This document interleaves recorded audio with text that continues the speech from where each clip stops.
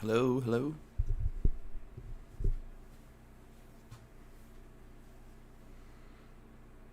Good night to you, everyone.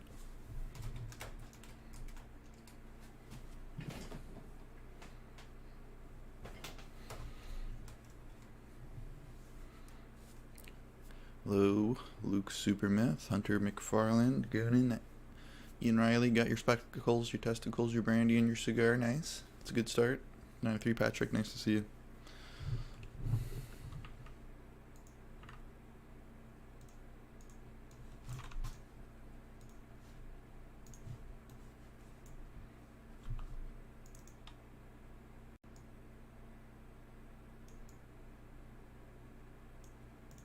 How you guys doing? Happy Sunday.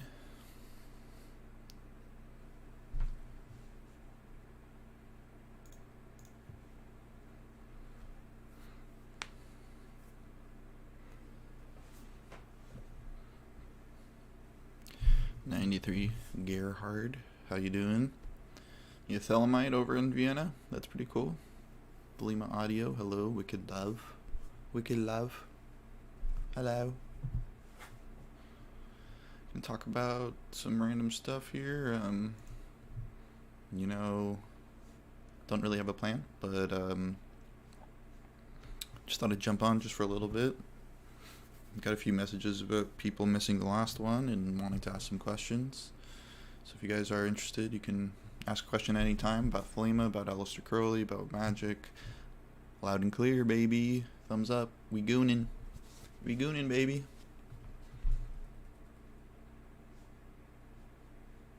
Are you there? 93, just getting started. I tried to put the chat over above me, but I'm gonna have to figure out maybe a background for that or something.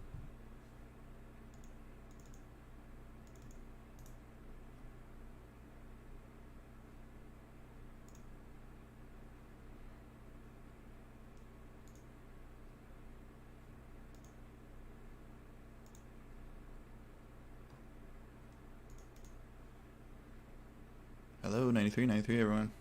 Yeah, feel free to ask questions anytime. I'm IAO131. If you don't know me, I'm a grumpy Thelemite, curmudgeonly. Wrote a bunch of books. I run Thelemic Union. If you're finding me through YouTube, then hello. 93. Where are you guys all from? 93 Taekwon, Ken.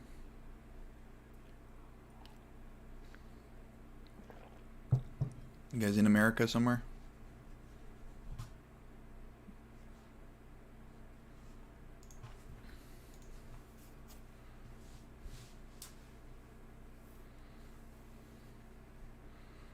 For those of you who don't know, Thelemic Union's got this online course.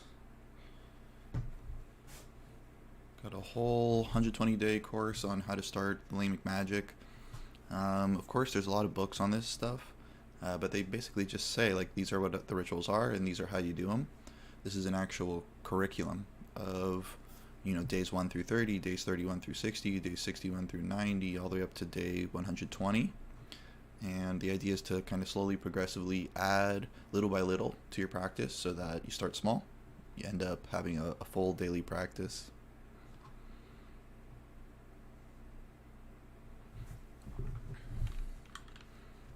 So, people who have bought books like Lon Duquette's Magick of Thelema, David Shoemaker's Living Thelema, I think they're very good books, of course, but they don't give you a structure. And that's why people end up joining these orders. They really just want a structure. Anyone know how to add a background to this chat thing above me? I won't be able to figure it out.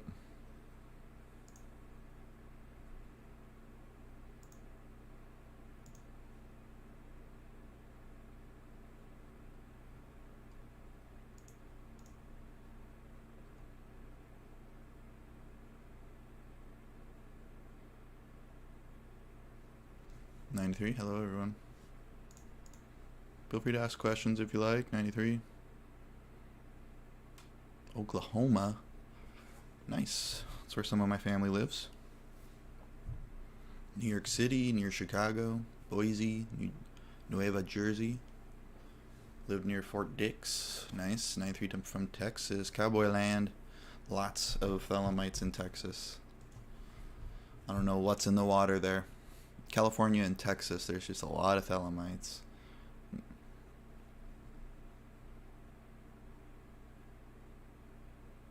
'93 from Russia, nice. Hey man, glad to have some international people here. Yeah, I have to admit, I'm not like a huge historian. I'm more into like the psychology of the system of Thelema, the philosophy of it, and its real world implications for people that adhere to it. But I'm more than willing to try to answer questions. There's great content in that course. Thank you, Patrick. I'm working on a BS2, so I'm progressing slowly on my own time, finding it very helpful. That's great. Appreciate that, Patrick. I actually, I was working full time when I created the program, and it's meant to intentionally not be overwhelming, because not all of us are Aleister Crowley. We're not all, independently wealthy from our ancestral beer company or whatever it was that gave him family money. Most of us have to work and live a real life, not just sit around thinking about the secret chiefs. What's your take on Crowley's influence on the Saturnian Brotherhood out of Germany? I don't know too much about that. It's the Fraternus Saturni or whatever. My understanding is that they like some of the material and don't like other things, and so they kind of formed their own organization and their own ideology that's kind of weirdly parallel but not exactly the same. But I don't speak German. I've never been too much into history, and that ideology is not personally particularly interesting to me, so I haven't looked too much into that, to be honest. But I do know about it, I have heard of it, and that they're like a splinter sect of sorts.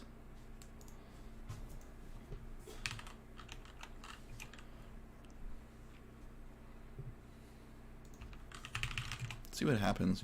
Type in Thelema into YouTube. Of course, you get a bunch of ads. That's awesome.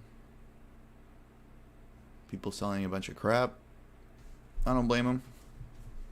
Gotta make it in this world somehow. I'm guessing this is because I'm logged in that I come up first, probably. But that would be nice if we came up first if you search for Thelema in YouTube. Then it's some weird song, another weird song, another weird song, another weird song, a vape, a Thelema vape. Oh, 2 Thelema vapes. Another weird song, another vape, another vape, another vape. So, what people are saying, like, Thelema's growing. This random niche vape called Thelema is more popular than the ideology of Thelema. This is getting 42k views just on this, like, vape video. Black Thelema Beauty. Nice. I'm not going to click on that one. She Doesn't Believe in Thelema by Wicca Face Springs Eternal. That's funny. I haven't seen that one. Man, this vape is really popular with people. It's incredible. What's that about? Yeah, I've always been into like spreading Thelema, into promulgation as we call it, and trying to adapt the ideology in a way that it could be understood by people, rather than being totally obscure and esoteric. And I've been doing this like 15 years now. I've seen ebbs and flows of everything. I've seen the tide go in and out.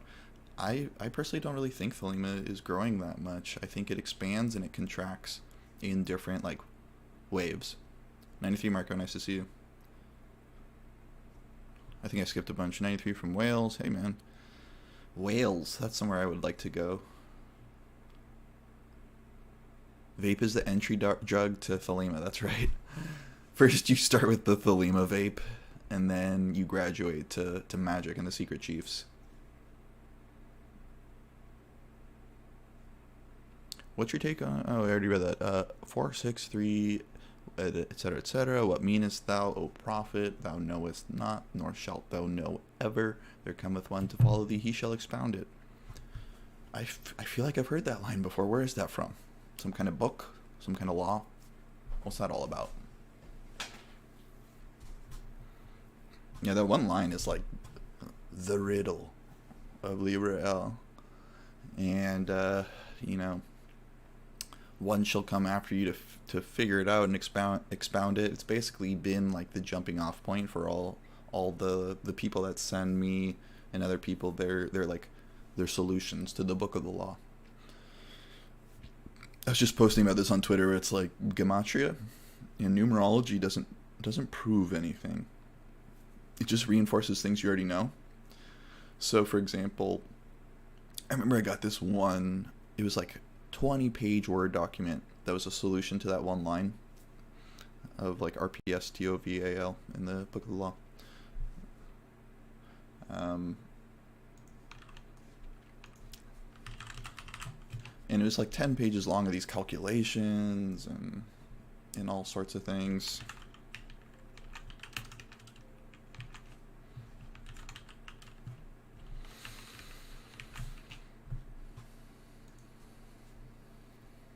Right, this little code here, of course.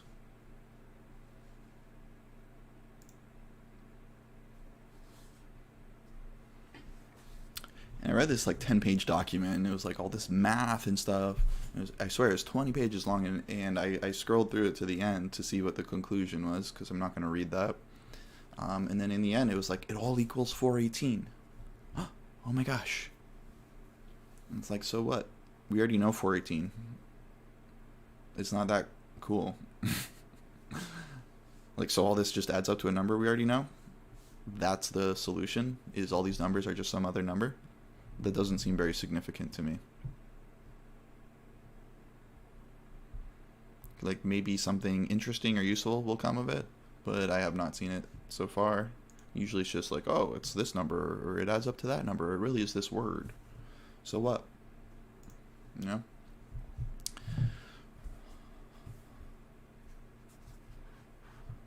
Yeah, it's this never-ending thing where it just, to me, it's just the nature of the answers show how detached certain people are from reality. Like it's really occultism that does this to people's brains. It like rots your brain, where you think a number is like a meaningful solution to something.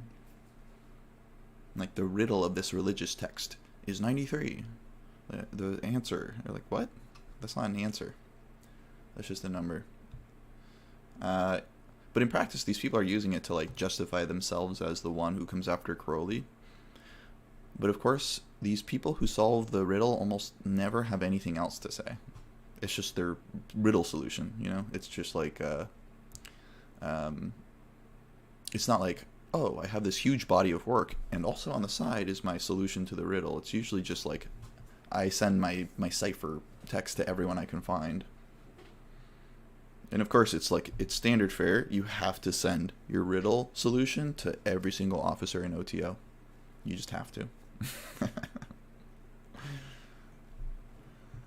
Yeah, I don't know if it's a cipher or not. It appears to be some kind of cipher. It appears to say Crowley will never figure it out. Crowley seemed to believe that the one who came after him was Frater Akkad. Akkad meaning one. And it was kind of a prophecy of sorts. But as far as I know, Akkad didn't spend like a huge amount of time on this particular riddle. He was the guy who found, you know, the actual key to the Book of the Law of Aleph Lamed, the 31, the thing that equates all and none.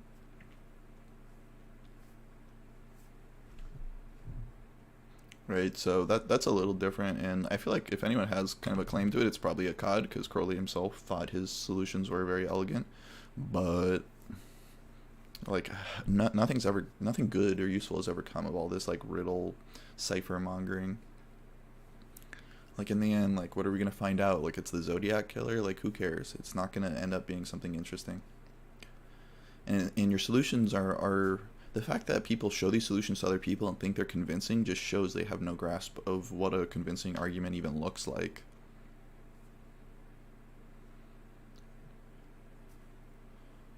Every year you get 93 solutions. Yeah, about that, yeah. I think if you're like a Thelemite and you even have like mild public exposure, you're gonna get these people in your DMs.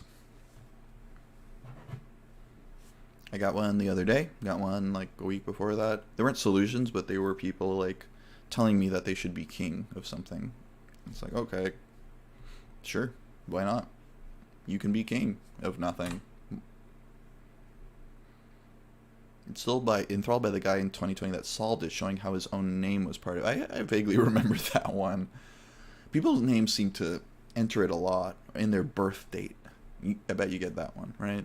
It's like, I was born on a date that's similar to some other date of significance, and therefore, I share the same birthday as Crowley, or I also have a Leo ascendant, or something like that. The craziest one was by a guy named like Wizard Doedin or something like that. I think he was on Lashtal for a while, lashtal.com. But he was the one who sent me like a 20-page riddle solution. I wonder how he's doing. I'm guessing probably not great. Librel Vel Legas. Yep, that's the one. 93 Raptor, nice to see you again. You just like trolling YouTube for my videos? You're always here. Appreciate it. Feel free to ask questions. This is Q&A, which, preferably there's Q's that I can A. So if you guys have like, even about me, or like, what the fuck is your problem? I'm totally open to answering that. Won't necessarily give you a satisfying answer, but I'm certainly open to trying to answer. Duquette should definitely publish Liber Nuts. Yeah, I had my own Liber Nuts for a while. I stopped after it just got like to be too much work to save all these emails. When I was master of Blazing Star and OTO and deputy and all those things, we just got every like other week some kind of creed being sent to us of some kind, or Sabazius is being dethroned by the next king who isn't even in OTO, that kind of thing. It's very common. But the last Liber Nuts I kept were like all the ones people sent to me as master, and there's like this one guy who just kept sending me emails about how it's okay to call him Batman, and I was like, cool, man, I don't really want to call you anything.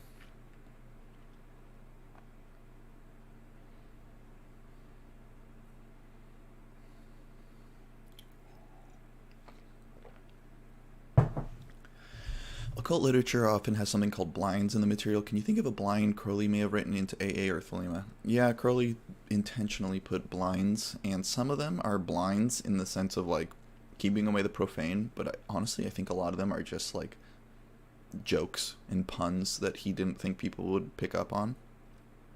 Like you think he's saying something really profound, but he's actually just talking about like his penis or something like that, or his balls.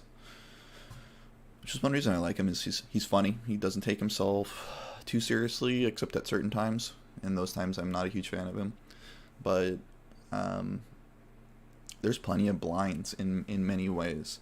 And part of that is just like the nature of AA and Thelema is Crowley believed in a hierarchical understanding of truth.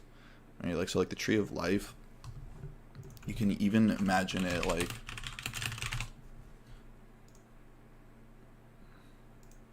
I'm just picking a random picture, I'm sorry. But it's just like the Tree of Life here, the bottom is kind of like a lower level of understanding. As you go up toward Keter, you get a higher understanding. You can divide that into the 3 grades, like Man of Earth, and then Lover, and then Hermit. You can divide it into like the 4 stages of, like silver, gold, stones of precious water in the Book of the Law. Doesn't really matter what system you use to divide things, but honestly, it's just it's pretty obvious that Crowley understood that you don't say the same thing to a noob that you would say to like an Adeptus Major, right, or someone who is across the abyss. So there are things he says where he very specifically says like this is only true in certain circumstances or up to a certain grade. Right, so it's like, for example, with Liber 231, which is one of the holy books, actually. This book is only true up to the grade of Adeptus Exemptus, so it's false in one sense. And I just did a video, a YouTube on Book of Lies, and Book of Lies is a really great example where it's part of the way he understands communication, is that all communication is faulty and imperfect. And like the higher you get, the closer you get to truth, the more dangerous words and descriptions are, because they're so liable to be misunderstood and used in the wrong way. So there's that whole fact. And then there are some blinds as well. So in particular, there were things that I think politically he was unable to say at the time. Anything to do with like sex. And so he put blinds in for a lot of the sex stuff. A lot of symbols, a lot of code, and things like that. But like, it's not that hard to decipher. You know, it's not like you need to be initiated into OTO to understand that certain symbols mean certain things, right? So, for example, when he talks about like blood, he might be talking actually about semen. When he's talking about the serpent, he might be talking about semen. But it works the other way around too, right? Like the whole point is that the microcosm is a mirror of the macrocosm, that the lower is a mirror of the higher. So the physical kind of correlates of these ideas also correspond back to, right? Like semen refers to is a physical substance that's a symbol of our immortal essence. Right? It's not all just about like felching and gargling your own cum and wishing for a Cadillac. Some of it's symbolic. Hey Don Hub, I probably missed your question. Was it up somewhere? Just say it again, yeah. 93, IAO131, 93. Hello. IAO131 is in our chat. How nice. Do you think it's a coincidence on the sun distance in miles? I do. I do think it's a coincidence. How many miles to the sun? Oh my gosh, it's actually not 93.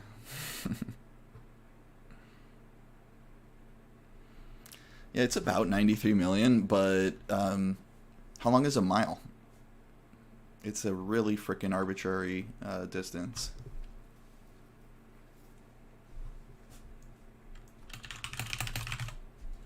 $5,280 feet. Each foot is 12 inches. Like, our system of measurement is freaking bizarre as hell. If it ended up being like a perfect 93 kilometers or 93 million kilometers, I'd be like, okay, that's a little weird. But even then, it's just our sense of distance and the way we measure time and space is arbitrary. It's just a convention that we've adopted as human beings.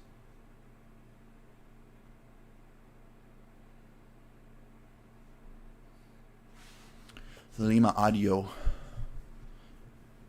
How come you're Thelema audio? How come not Thelema video? What brought you to Thelema? The Secret Chiefs. You know, seriously though, I can't really remember what brought me to Thelema, but at the time I was interested in philosophy, psychology, and religion, especially Eastern. At the time when I was a teenager, like 14 or something, I was kind of into that. And I'm sure all of you have had this phase where it's like, oh, Western religion is evil, all it's done is control people, organized religion is bad, which is all true to some extent still. But I really kind of went to the East in like Hinduism, Taoism, Buddhism, the mysticism especially, and esoteric forms of that. And then I realized I found Crowley, and he was one of the first people that I found kind of united East and West in a way that I liked, that felt like I was kind of returning home in a way, like I had found what I was looking for. But of course my understanding of Thelema has evolved greatly over that time as well.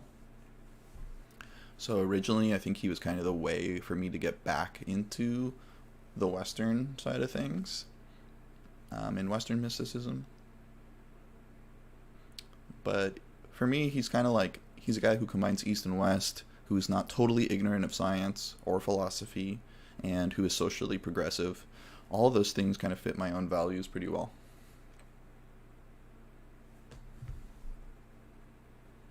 Found you on Blazing Star OTO. Cool. Nice. That's cool. No offense, but you always seem to be mad about something. Yeah, that's my brand. Bruh. I'm not actually that mad about anything. I just like trolling people. I used to be much worse. I mean, like, you should have caught me like 10 years ago. Then you would have thought I was mad. I had a lot more energy to keep it up. But it's true, like, my whole thing is being contrarian, right? Like, if there's an established dogma, it's fun to attack it. Or if there's someone who's prominent, you know, picking at their ideas, I like that. I like that. Of course, he's the grumpy Thelema. Yeah, exactly. Marco gets it. I say grumpy, it's kind of funny.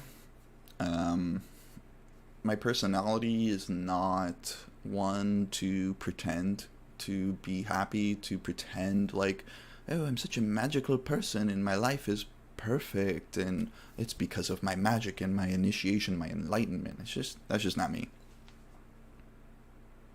You know, like Lon DeKep, for example, I'm not saying he's like a fake or anything, but his whole brand is being like this bubbly, like happy guy, and it's just like, that seems really tiring to keep that up. Of course, it's, you know, the reason he's like that is that's what his personality is like. He loves singing songs and making people happy, and that's great, but it seems like a lot of work to maintain that facade of being like the spiritual teacher who's always put together or something like that. I'm not into that. I've always seen myself as like a fellow student of other people. I just don't like other people very much. 93 Edgar Alvarado, how are you doing? Where are you at, Edgar? Where in the world are you? Ian Riley, hell yeah, brother. Hell yeah. What does 93 mean? That's a great question. I made a website to answer this because so many people ask this same question. Whoops, that was not the right button.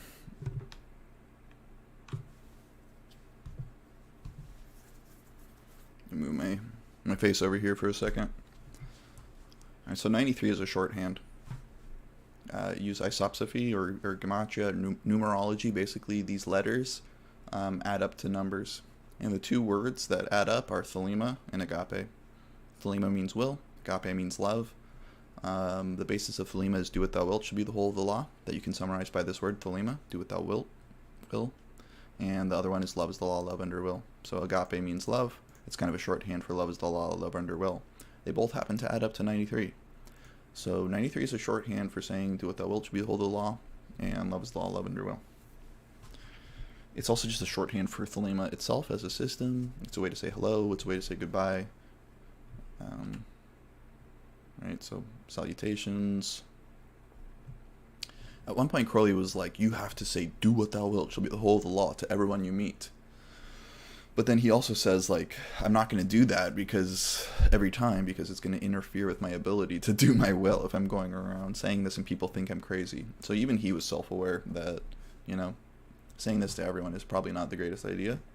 But he also understood that in terms of religion, in terms of adherence to a religious philosophy, that greeting and salutations and so on in a way that reminds you of your true will and the great work, obviously that's going to be good in terms of creating more discipline, creating more self-awareness and mindfulness of your path and your great work or whatever.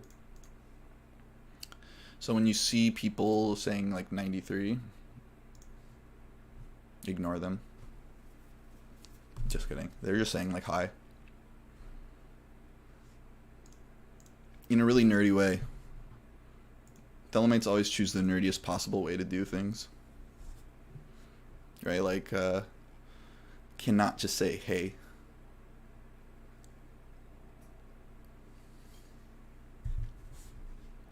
Man, I'm behind on these Q's and the A's.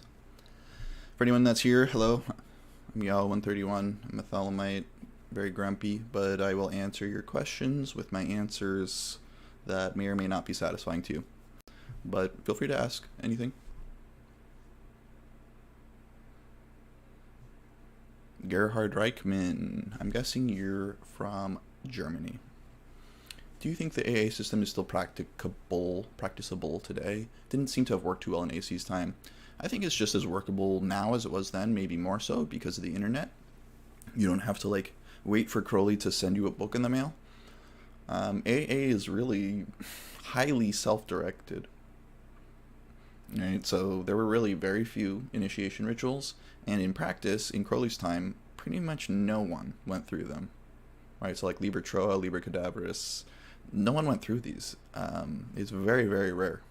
So this idea that like all these people went through the system and worked their way up the grades, man, I can name like one person or two people off the top of my head who actually worked grade by grade, step by step, from 00 to 5-6. Right, like Frank Bennett is one of them. It's very rare. Most people don't know his name, and he didn't really do too much publicly. I mean, like he wasn't like a big writer or whatever. I think the system of AA never worked very well for Crowley.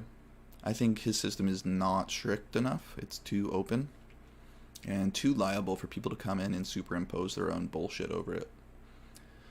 So like right now, there's definitely a lot of AAs out there, but the two biggest ones are Gunther and Shoemaker. Right. You're gonna get very similar stuff, but there's just not gonna be the same at all. You know? Gunther is more into this like secretive, we have the secrets, we're the cool like inner circle thing. Shoemaker's more of like a kind of secular psychologist guy who likes astrology for some reason. It's a very different vibe, even though it's literally the same organization in a way. They're drawing from the same organization, the same papers, the same ideology. They're very different in practice. So the tools that Crowley left for AA in the Equinox, I think they could be recombined into a better form. My online course, the Thelemic Union online course, is a way to kind of structure the beginning of AA work in a way that I think is honestly better than what Crowley did. Crowley didn't do much of anything, so pretty much anything would be better. But I think it's practicable, and I think the materials or the practices still work. You can still attain, but also, it's 100 years later plus, so certainly there are better ideas of how to do, say, yoga, for example, how to meditate. There's a lot more things in Western consciousness about this than there were in 1904, So, of course, they're practicable. I do think they can be updated and rearranged in a better way to make it more likely for people to succeed. 5,280 feet. Right. That was about the miles. That's how behind I am in the chat. Base our measurement on a similar principle to that we divide our music, the entire Western worldview. Yeah, exactly. It's arbitrary in a way. We could easily have a different form of distance or different scales, of course, of music. This is why I say, it's not as above, so below. It's as within, so without. Man is a measure of all things, in the sense that everything we see is a projection of the structure of our brain to begin with. Right? We are organizing the world through our perception. The world is not inherently organized in miles and minutes and things like that. We impose order upon the chaos of our perception. Systems workable, the hierarchical temporal organization is not. Yeah, it's a big debate, right? So it's like, Crowley was obviously in favor of hierarchy when he was on top. But there's obviously a big push for like decentralized structures, modes of teaching, and things like that. And we all know that hierarchical organizations are extremely liable to corruption and abuse. Many of us have been in organizations, not just occult organizations, but like many types of hierarchical organizations where corruption is swept under the rug. People's bad things are excused because they're your friends and so on. I was in OTO for a long time. I saw a lot of that. And these are supposed to be people who are, Thelemites working toward a better way of relating to each other, but they're just as liable, if not more, to these kinds of negative social tribalism bullshit.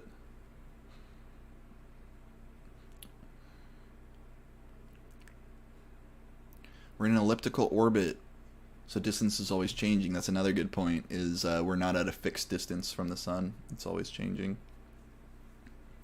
There's some weird stuff about the universe, I'll admit it, But I'm not sure there was like a, to me it would be like a trickster god who's just like, I'm going to put the sun exactly this far away so that in a few billion years this obscure English poet will devise a system of numerology where someone on YouTube will realize that it's the same number as the number of miles to the sun. And it's like, that's ridiculous. There's no way the universe is structured in that way. If it is, then we're all the butt of a very big practical joke, which may be the case.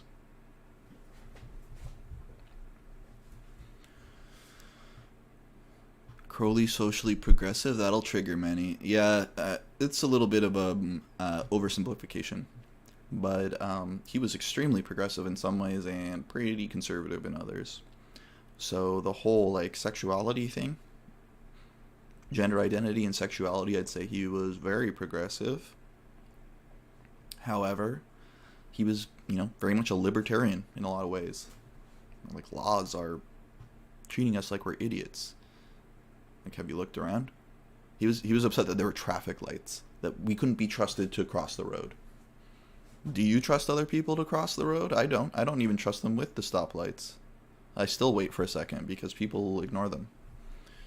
Right? So there's other parts of Crowley's ideologies that are pretty like in some ways he's like far left, in other ways he's like a Tory.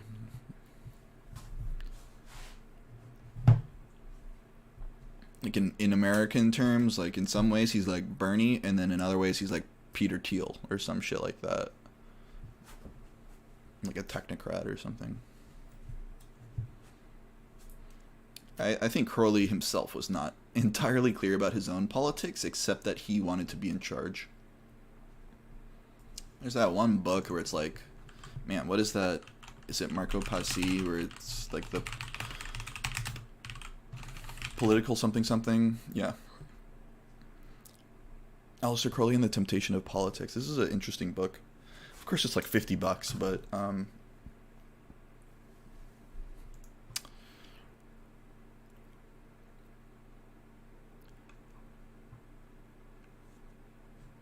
it's a really interesting look at him, at Crowley, and basically, the lesson I kind of took away from it is like he was kind of an opportunist. Like he wanted to be the Rasputin to some new Thelemic state. But like, think about it, that would be essentially a theocracy. Like one guy I know, he says he always likens Crowley's state to like, it looks more like Iran than America.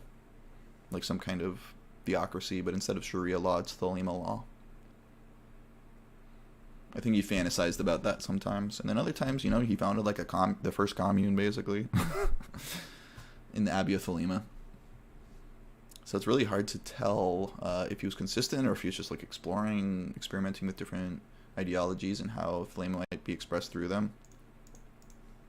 I think it's definitely true, though, that if you get 2 or 3 people together, you're probably going to have one of them end up corrupt, especially if it's hierarchical. It doesn't seem like Thelema's established enough people who are mature enough to like truly govern in a mature way. In the end, it's just like people who are lovers in OTO, people who are hermits. It's like they're most of them are like developmentally small children or like little teenagers who are still playing their high school games. Hello, everyone. This is a Q&A, so if you have any questions about like Aleister Crowley or Thelema or myself or OTO or AA, not the alcoholic version, but I can talk about that too.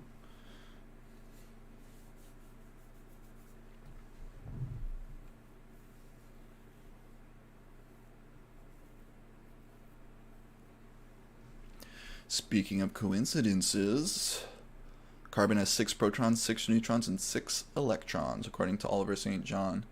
I actually talked about this guy last time. I don't know if you were here. But Oliver St. John, he's very prolific, and so I respect people who are prolific, even if their stuff is crap. For example, Jerry Cornelius is a good example, where it's like, I respect you for writing so much, but like all the stuff you're writing is pretty bad. But Oliver St. John is an occultist, it's so clear. and he comes at Thelema from an occultist's viewpoint, and I am not really an occultist. It's not like the first thing I would use to identify myself. I would say I'm into Thelema, I'm into religious philosophy and stuff, and psychology, and that's probably why my approach to Thelema is slightly different from kind of the traditional way, which is, you know, how many LBRPs do I need to do before I get to Star Ruby? That's like the traditional Thelemic approach is like, oh, Thelema is a type of occultism. I view it the other way around. Right? Thelema is its own ideology, it's an all-encompassing paradigm, and it can be applied to occultism just like it can be applied to anything else like politics or whatever. Feel free to ask questions in the chat, I'll get to them. 9-3. Hello, hello, hello. Sualenta Jose.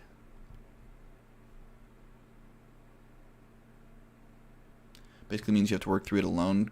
Yeah, that's up to you, Gerhard. I mean, if you want to join an organization and, like, you reap what you sow, you know? Be careful what you wish for. I think many people, their original, like, motive to get into this is very genuine. They want to learn and grow, and then they get sucked into the stupid hierarchical politics of these organizations and lose track of, like, the original pure impulse that actually is genuine, and it becomes this, like, contrived, twisted thing. But yeah, you know, like, Carbon having 666, like, that's cool. But, like, who cares? Doesn't mean anything. So, like, the Beast of Revelation is the physical composition of animals and stuff? Like, what does that mean? It doesn't mean anything. You can't apply it to your life. It's not profound. It's very trivial to me. And it's like, so what? It's like reading off some random baseball statistic to me. It's like, that's great. And? Not to be, like, insulting. It's just that's how I approach it. I just don't find that very interesting or useful. It doesn't speak to anything I need or want. All love, bro. Yeah. Thank you, Iwas. Appreciate it. Still working on scientific illuminism? Not really. Scientific illuminism is a weird philosophy for a lot of reasons. I wrote Naturalistic Occultism, for those who don't know. You find me through YouTube, you're like, who the hell is this guy whose name is all letters and numbers? This was actually the first book I wrote when I was about 17 or 18, and this is the second edition of it. Updated it at some point, I think like 2012. Yeah, it's about 11 years ago I did the second edition, and I called it Naturalistic Occultism. My idea was that Crowley is the forefather of kind of a secular, non-dogmatic approach to religious phenomena and occultism in particular, and I tried to take that a step further by integrating phenomenology, integrating modern science, rather than 1910 science, which was not correct about a lot of things, and really taking it seriously, this idea of the method of science, the aim of religion. I found that some people really, really love this idea, and it basically gives words to what they were doing with occultism. So one of the most common responses I got was like, oh, your book is like putting into words something I was going to say, but like never got to it. So in that way, that's great. And I think anyone who has a background in any kind of science, right? Like you took neurology in college, and you know how the brain works. I think you're going to try to integrate the information of the occult with that knowledge, rather than discarding all of the science, right? So people who are maybe having a little more of that liberal arts education, they have a smattering of science and philosophy, I think they're going to try to unite all those into a unified, coherent whole, and it probably will look something like this. I think there's plenty of great arguments against this approach, though.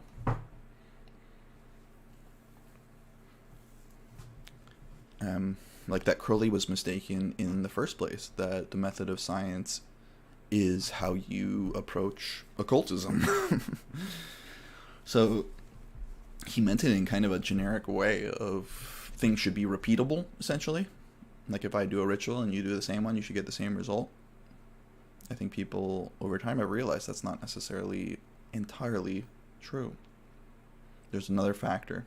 It's a science and an art, as he says elsewhere. But I do think I still like this book. I don't really have anything to change in it. You can see how old it is because one of the examples for like fake gematria is Sarah Palin's name. I don't know if you guys remember her. But that was like 2008, the presidential election, when Sarah Palin was running as vice president. And I think Lon Duquette found out that her name like adds up to 666 or something like that. And I thought it was funny. It's a great example of how anything can add up to anything if you really try hard enough. Doesn't really mean anything. I don't think Sarah Palin is the spiritual successor to Aleister Crowley. I'm sorry. Hello, everyone. Feel free to ask questions if you like. Or just lurk. Be creepy. Just sit there quietly. Breathing heavily. Marco says, I know having a superior at my time did help. It's just very hard to find good people, especially if linked to OTO. Yeah, I have to agree. There's a huge danger of corruption, of abuse, and at the same time, like, hello, we all know that having a teacher helps with learning things. And something that's really difficult, that's not concrete, like how to build a table or something. Right? This is just stuff that's internal. It's very subtle. Probably helps to have someone who's experienced and knows what they're talking about, or at least has tried and can guide you, not necessarily like tell you, you know, what your secret HGA's name is, but can guide you in away from the common missteps and so on. That's obviously really helpful. So I think the problem is what Marco says is like there just really aren't a lot of great people out there.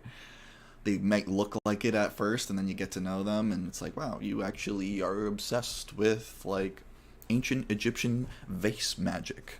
Like, you're just obsessed with Egyptian vases. And it's like, you're not really the teacher for me. Or it's like, oh, you're obsessed with secret chiefs, or you believe this really crazy, stupid stuff.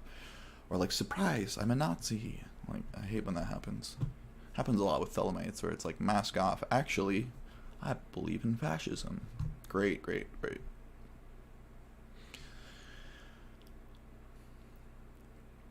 Joey Jojo says, I feel like Assalamu alaikum is at the upper end of long religious greetings. Like one more syllable and it feels kind of too much. I like Assalamu alaikum.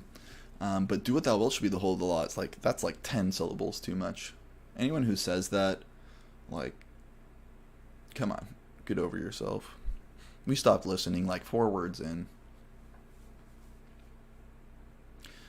Edgar Alvarado, hello, in Baltimore. Crab cakes. Are you a crab cake guy? I know Baltimore's a crab cake area. That's the thing. Where are you guys all at? I am one of those disgusting West Coast California Champagne Thelemites, as they call them.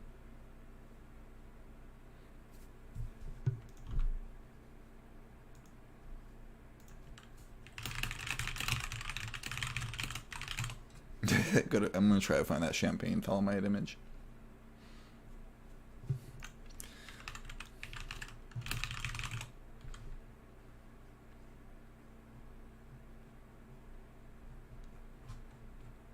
It's one of those like fake 80s images.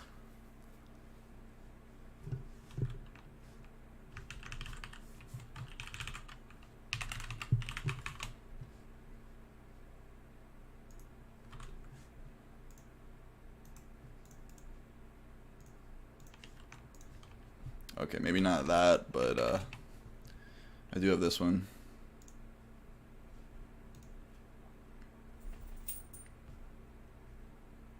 New promo for OTO just dropped.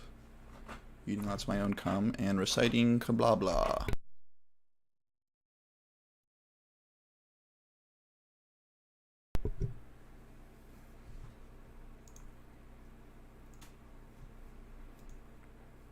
Why is this funny? Because this is what a lot of people believe OTO is all about. Even some hermits, some ninth degrees, basically believe that OTO's secret is like felching, eating your own cum and wishing for a Cadillac. It's pretty sad. And Kabbalah is what I've called Kabbalah for about 15 years.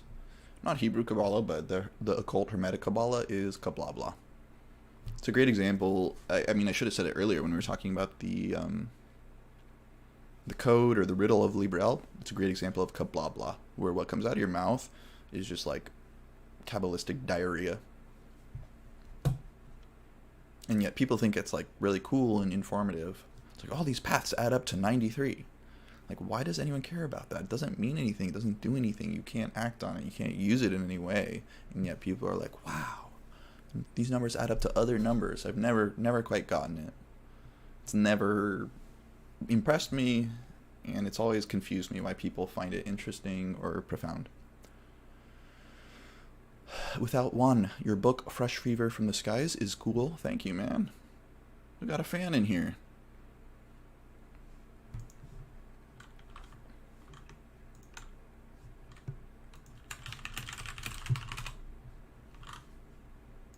Fresh Fever from the Skies. It's from 2014, almost 10 years old. Maybe I'll do some 10-year anniversary edition, where I'm like, man, I look back and I don't think anything I said was good. I still like a lot of these essays. You know, I self-published this. I've never tried to work with, well, I mean, I've tried, but publishers are awful in the way, in a lot of ways. Excuse me. And I was always just into, you know, not print runs or making money. I can assure you I make like 10 cents off of every purchase. But, you know, back in the day, this was made on Lulu. Lulu's print on demand, so it's just like anyone who wants it could always get it. It's never going to be out of print. It's going to be easy. And try to keep it cheap. Like, it's like, oh, it's $30. Bro, this book is 736 pages long. I know you can't see that exactly, but 736 pages. It's a freaking massive book. Like this fake picture of someone holding it. Cool, cool.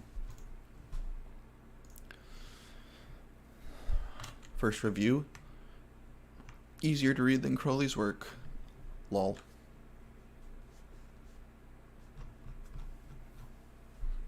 Many things are.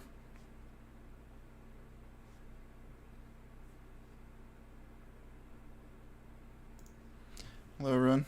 If you got any questions, feel free to ask them in the chat. 93, hello, hello. Too many ego-inflated Magister Templies. Everyone seems to cross the abyss nowadays, yeah. It's weird how many Magister Templies there are with huge egos, isn't it? I think I noticed some typos in the online version of Liber Cadaveris. Only really relevant if you care about 19th century Egyptology, though. That's the thing. They aren't typos because it is not an ancient Egyptological ritual. It's an occult ritual that uses Egyptian god forms. I think it's something that I've become stronger about. You know, I believe it more strongly, which is that Crowley had no interest in a genuine revival of tradition. Right? It's not like he had any interest in a historical understanding of ancient Egyptology. He said also, like, he was trying to restore pre-Christian Christianity. But what he was really doing is trying to twist every single ideology, historical and contemporary, to Thelema, basically. So when you see things like Khafra and Rahu or Kuwait, those don't mean the same things ancient Egyptians meant.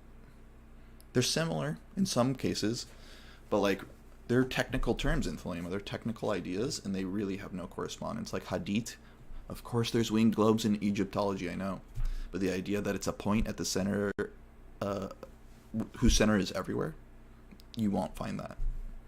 And that's like his fundamental characteristic. Just an example, like one of a million.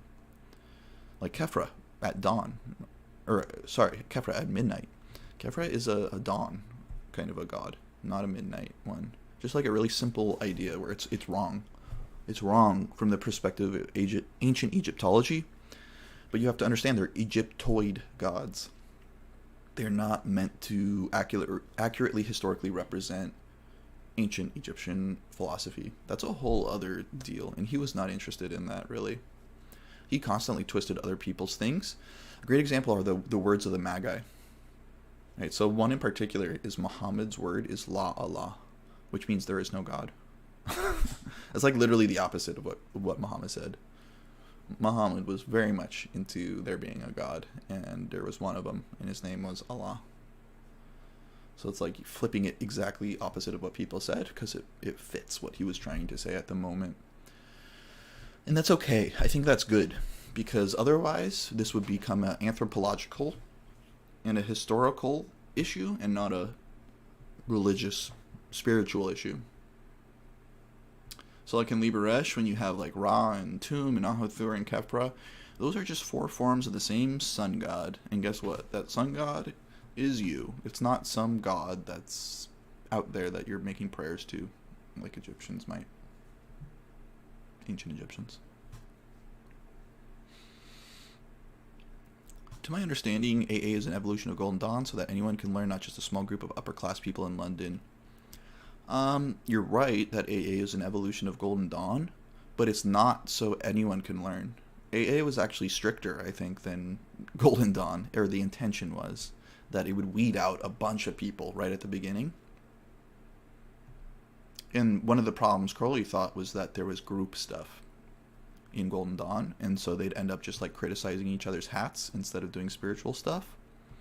In practice, he eventually realized that you can't prevent people from interacting, so AA kind of fell apart in that way as well. People are still meeting, even way back when. You know, he hosted the Rites of Eleusis with AA members. That's a group ritual. He already broke his own rule. But it's meant to be elite. AA is not meant to be like for everyone. It really is meant to be like the elite spiritual aristocrats of sorts. Maybe not that term. That's a little bit Evolian as a term, but still. Jose, 93. I would say Crowley's sexuality is socially progressive in the Western Christian sense, but I find him traditionalist in the Eastern sense. Yeah, there's a lot of ways to parse the way he says things. Like, for example, like he might just say, like, oh, I'm just going back to the Greco-Roman ideals of sexuality, which is actually traditionalist, right? It's in a very big sense. But when I say progressive, I suppose I'm just making a very like vague pronouncement about where he would fall on today's political spectrum. He would fall all over the place. Again, he is not a lib, that's for sure. But he has some very leftist positions at times. And some very right-wing ones as well.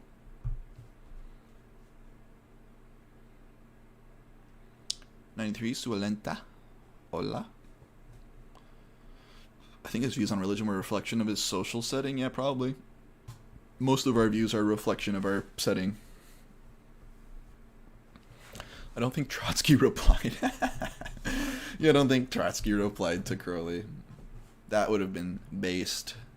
A Trotsky-Crowley crossover. His views to me reflect more Arabic and Hindu views on hierarchy and power. Yeah, he was very familiar, I think, with other societies and how they were run. Thought they worked a little better in certain ways. Like, he really enjoyed the like Islamic countries that he traveled to. I know that. But yeah, all of his views must have been a product of his personal insight, filtered through the lens of his time. Exactly. In another way, though, people often say things like he was a product of his times, and that's why he said like racist shit. There were plenty of other people during those times who weren't overtly, racist or sexist in the same way. So in some ways he was a product of his time, and in other ways, like, yeah, we have to admit that he said and did some like kind of crappy things. It's hard to judge people by 2023 moral standards, which are very harsh and unforgiving, but still, let's be real. Okay. Hello, everyone. Lots of people coming in and out. Feel free to ask questions about Aleister Crowley, Thelema, OTO, myself, the meaning of life, whatever you like.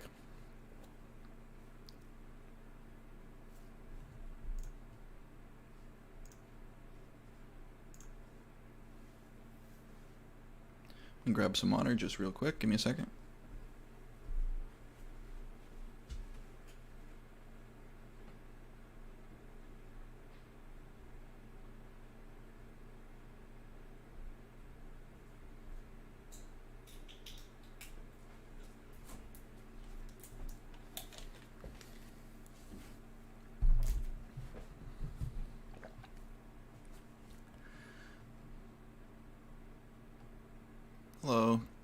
123.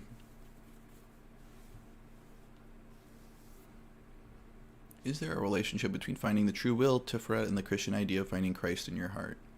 How do you think this fits in with Zera Anpin?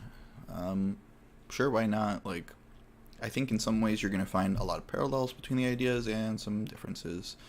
If it helps you understand it, then sure. But, like, this is something I keep repeating is people don't mean the same things that you think they mean. So when you say finding Christ in your heart, if you asked 50 Christians what that meant, you're going to get 50 answers. You're not going to get a single answer. So if you ask, is the HGA, for example, or your true will the same thing as finding Christ in your heart? Well, you're going to have to define what you mean by finding Christ in your heart first. And if you mean true will, then it's kind of like, you're begging the question, the cart's before the horse. You've already concluded that true will is finding Christ in your heart. Most Christians would say that means accepting Jesus Christ as your Lord and Savior. And if that is the case, then no, has nothing to do with true will. Have to fit in with Zera Anpin. I'm not a huge Kabbalist. I think it's blah blah.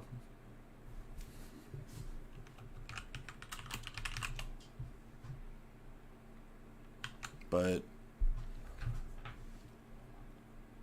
Zera Anpin, it's just like the microcosm, all these ideas are tied together in occultism with this idea of the pentagram, the perfected self.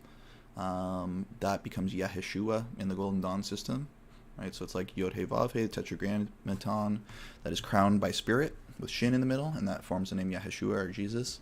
And Christ is therefore a symbol of the God-man in occultism. And in Thelema, Christ is just like one of many. So Osiris and other people are just the same kind of formula, so to speak. That has not much to do with how Christians understand finding Christ in your heart, though. When you start talking about like Christ consciousness and like New Age ideas like that, then maybe we're talking about something entirely different as well. The idea is that, at least the traditional occult idea is you build yourself into a perfect microcosm, which is symbolized by the pentagram and the name Yahushua. And that pentagram is the microcosm. It's the lesser countenance of Zera Anpin that reflects the greater countenance of the macrocosm. I think I read about Crowley, Regardy, and Dion Fortune deciding to write about the occult when reaching that grade of GD.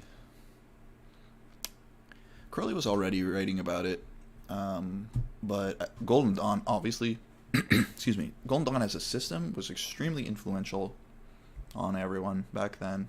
And if not directly, it filtered through other people, like Paul Foster Case or Israel Regardy. Like Regardy himself has been so influential on occultism, and he created like a Golden Dawn 2.0 as well, the Stella Matutina. What's your favorite attempted decipherment of the numbers and words verse? My favorite is when people skip over it and talk about things that matter. Human tendency in politics can derail the original thrust of any and all groups. Good reason to hold firmly to traditional teachings. Sure, yeah. Yeah, that's one idea, is that like tradition is tradition because it's lasted long, and so there must be something good about it. But obviously, I'm a pretty big modernist. I think a lot of the ways we do things nowadays are much better. I think that's also true. What is Bill Breeze's problem? You're gonna have to be more specific. He's got lots of problems. Big one is he is the publisher of Crowley's works, but hasn't published anything in like a decade.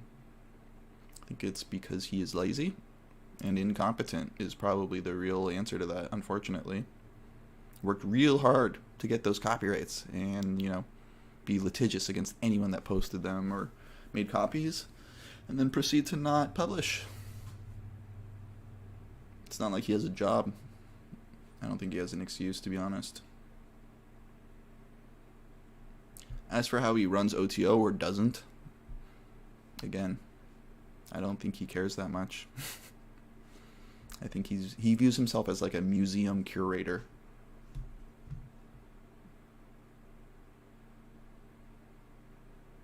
Same time, it's really easy to criticize him because he just is never around. He never does anything, never says anything, never puts himself out there, so he's kind of like a mysterious figure that people don't like. But by their fruits you shall know them. Look at OTO. It is not growing. It does stupid stuff constantly. They cover up crap constantly. I'm not sure if my interest in Thelema comes from actually wanting to practice and make it part of my life, or if it's just a superficial curiosity. I've never been religious, so practicing feels odd. Yeah, that's okay. I mean, I think Thelema, honestly, Thelema and occultism for many people is exactly a hobby of sorts. I could consider it that for myself as well, like it's an intellectual hobby. Otherwise I wouldn't be here, you know. I'm just like bored, hanging out, talking to you guys.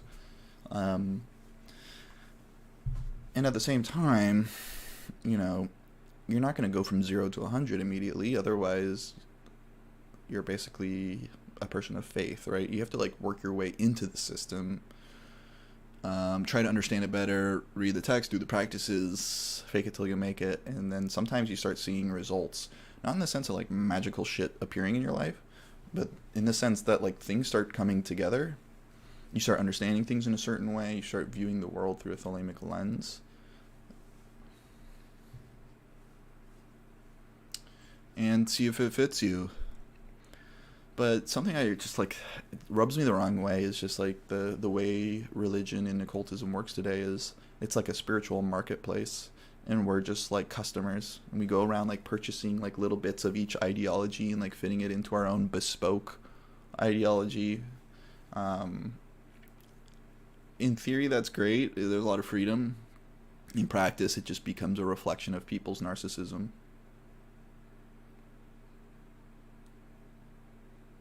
So Thelema as a system, I like that because it is something that is given to you.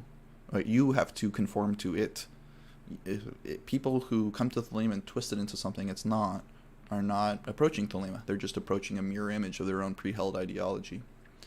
But insofar as it's a tradition has something to say, it's something to grapple with, it's something that is difficult, and something that makes you grow. A philosophy that reflects all of your pre-held beliefs is not going to make you grow. That's not how growth works. Something has to be difficult. Something has to be challenging. And if the ideology you adhere to says, oh, you already know everything. You don't need to learn anything. You don't need to do anything. You don't need to change yourself. That is just spiritual bypassing. That's just a spiritual excuse to be the little man baby that you probably are. Not you, but like, you know, people who approach us in that way.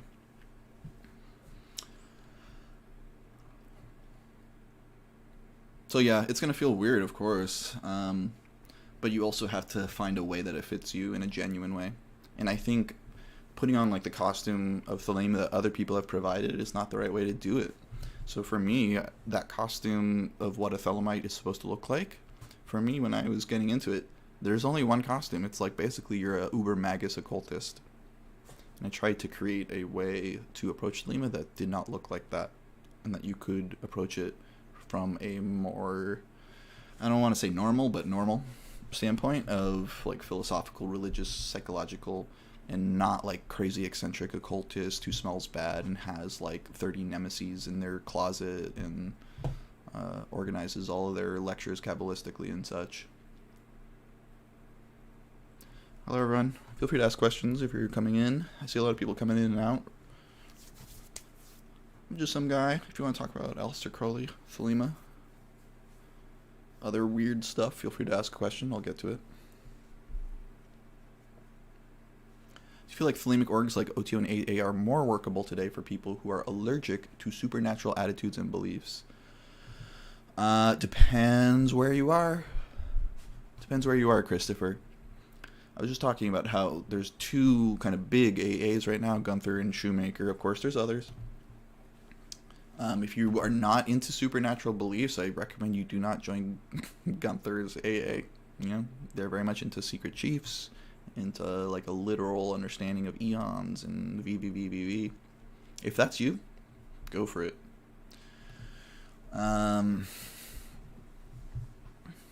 OTO, I'd say, is pretty amenable to someone who's not into the supernatural, but you will, as a system, but the people you find there are all occultists who happen to be into Thelema, so most of them believe in supernatural crap.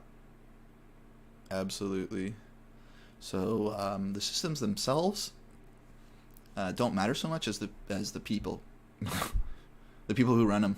and administrate these systems will probably like you to believe in some supernatural things. 93 Martin, how are you doing?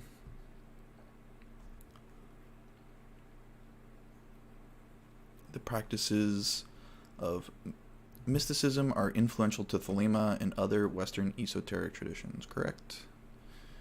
I would say mysticism is central to understanding Thelema as a system.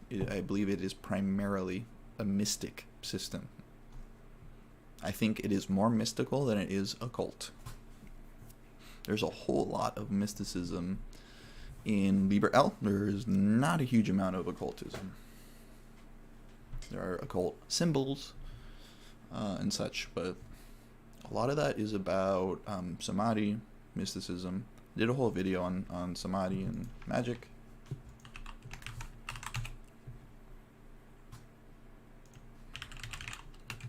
Oops. Right, this whole video here.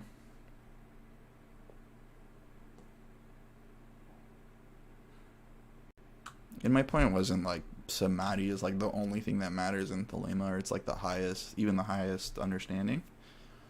But to show, this is how Crowley understood the Book of the Law, and a lot of Thelema is it's basically just a ton of references to samadhi in different ways, and samadhi is the actionable way that one approaches an experiential understanding of Thelema. Not through reading, right? Not even through like rituals. It is through specifically these higher states of consciousness, not necessarily talking to spirits or something like that. So if you're interested in mysticism and Thelema, I very much encourage you to find this video, Samadhi Explains Thelema.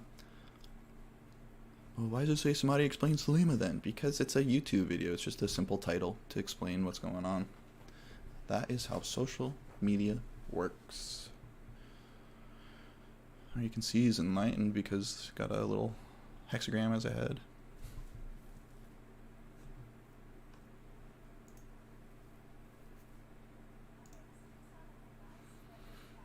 Ads.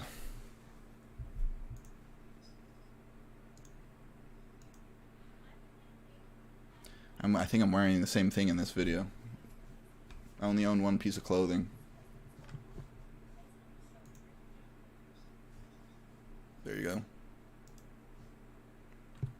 It's like no time has passed. I was always here. Always making videos. Is that a thing? Ancient Egyptian face magic? I said vase, like V-A-S-E. I say that because there's some guy on YouTube who has like 80 videos of him standing over like a big vase and doing some kind of like weird Egyptian magic. And he's a Thelemite and he does it on an OTO YouTube video channel. So a great example of how OTO has no idea what it's supposed to be about. It's pretty obvious it's supposed to be about Thelema, but everyone makes it about their idiosyncratic occult interests. So for example, I make fun of it all the time, but like in Bay Area there were classes on like shamanic drumming and stuff. No one is joining OTO to learn about shamanic drumming. Like, let's get real. You go to some random new age group for that. It's one reason OTO never grows is the people just use it as their little social club. They don't use it as what it's for, which is to spread Thelema and to create a system of social order around the values, shared values of the system of Thelemic values.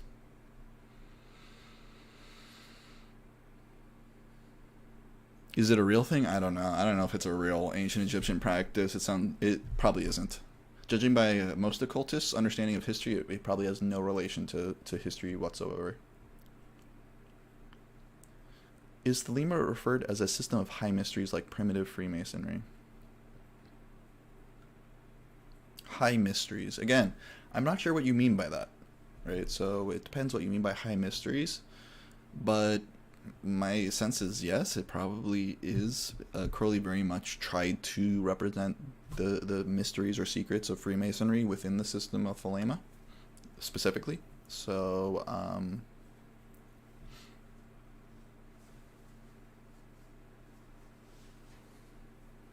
so maybe Taekwon. Yeah, I'm not 100% sure what you mean exactly. Is there a meme of the 4 quadrants with the different types of Thelemites? No, there is not, but there is one that I did make. I can try to find it for you guys. I called it the Thelemic Zodiac, but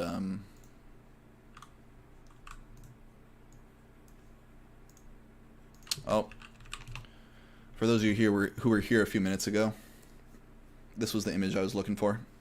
High-profile West Coast Champagne Thelemite. Rock and roll. Lol.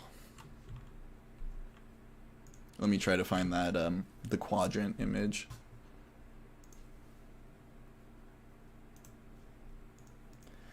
But yeah, I did make a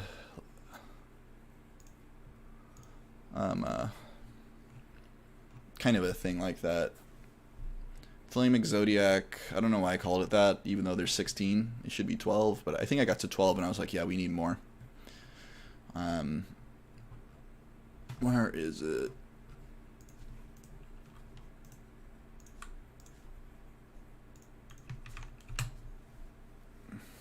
Boom.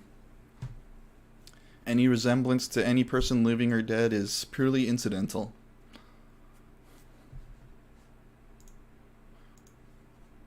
I forget when I originally posted this, but it was a long time ago. I was definitely still in OTO because I remember who some of these refer to. We got the recalcitrant ex-pagan. You were likely to have long hair, hate Monsanto, and talk at length about the good old days. Those are the old pagans that are still stuck to the like edges of OTO, and you can't get them off. Even with like a scouring pad, they just stick there and they never leave. The heart and growing chakra bhaktis, they can't get through an entire mass without going into yelping fits of ecstasy. Gotta love people who like are congregants at an OTO event and like a Gnostic mass, and they just like make it all about themselves. Right? Like they don't care that there's 10, 20 other people there. It's just like, oh my god, I'm having such a magical experience. Like, be quiet.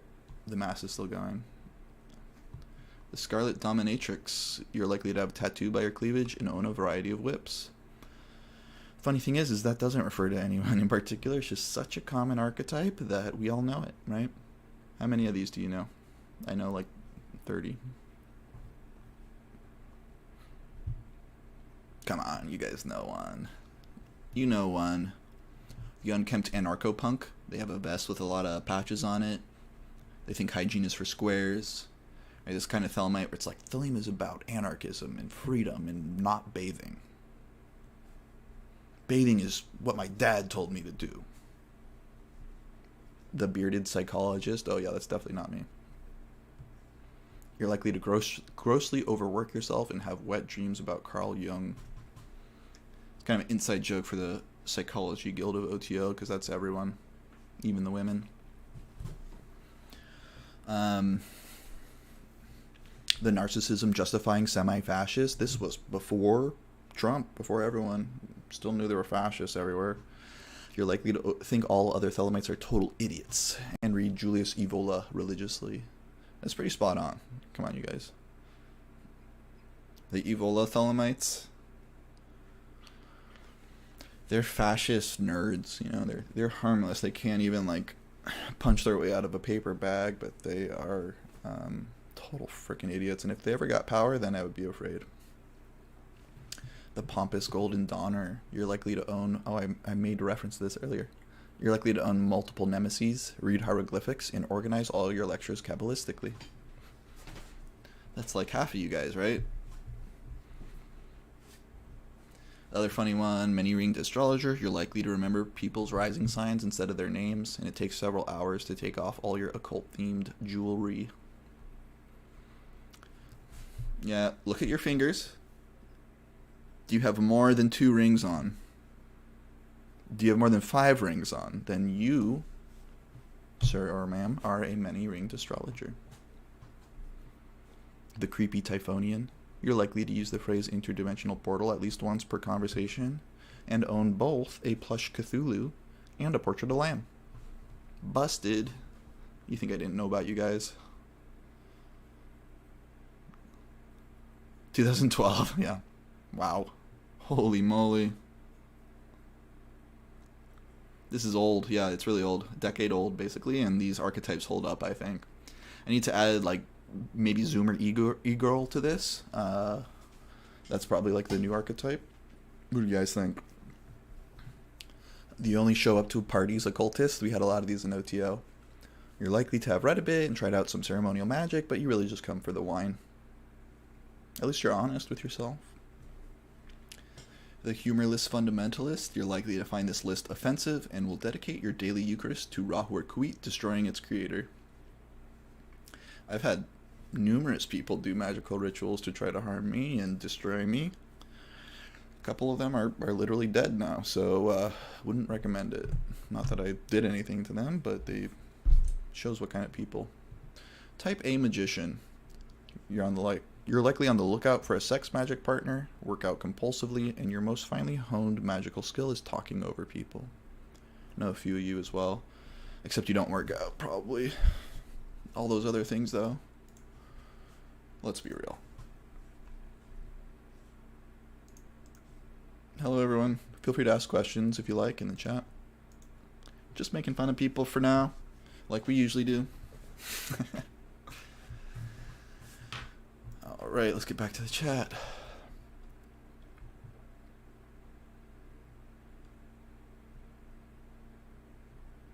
Man, I'm way behind. I'm sorry. Do you think mysticism can be demystified by understanding biology and neuroscience? I 100% believe that is true. Absolutely, Ian Riley. That is something I find very interesting. I believe mystical states are just natural states of human consciousness. They are created by neurological incidents just like consciousness is. Incidentally, Crowley believed exactly the same thing. I'm not going to try to find the quote, but he basically described samadhi as a kind of natural state of the brain, similar to sleep or waking. He loved this analogy that like dreams are to, or waking consciousness is to dreams, as samadhi is to waking consciousness. So the idea that it's like dream, waking, super consciousness, unconsciousness, consciousness, super consciousness. He has this in Book of Lies and elsewhere, Book 4. And naturalistic occultism actually has a whole section on the neurology of mysticism. Yeah, baby. I'm not sure I'll be able to pull up what I'm looking for, but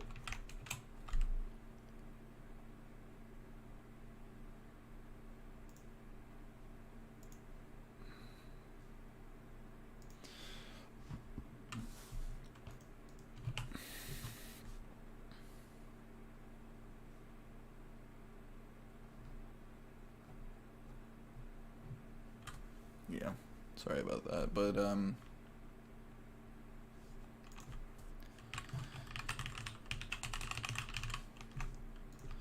there is a chapter on mysticism and neurology. The work of Andrew Newberg was influential to me back in the day. He's a MD who studies this kind of stuff. He's controversial in some ways, but the idea being that somewhere in the parietal lobes or the temporal lobes are kind of like the two places people are looking. Parietal lobe has to do with our spatial orientation. And so a breakdown in the parietal lobe would make sense for samadhi because samadhi implies the breakdown of boundaries between self and other. And so if the parietal lobe is responsible for maintaining that distinction, then a breakdown of it would make sense of why it relates to samadhi.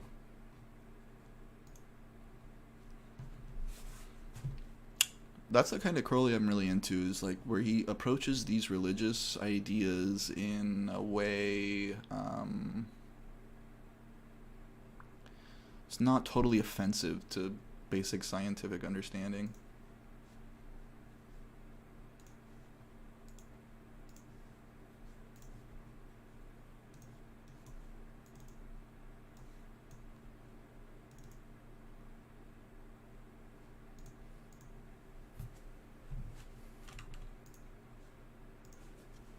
Feel free to ask questions in the chat.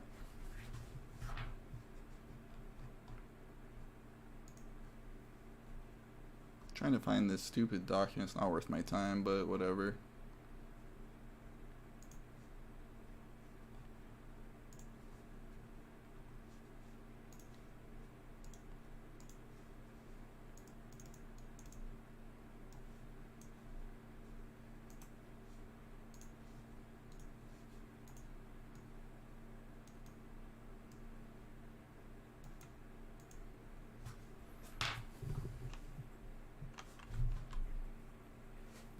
Cool logo, huh? Science.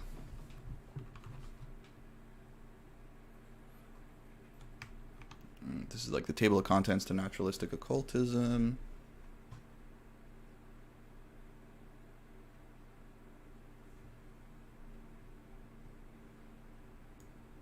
On the mystic attainment.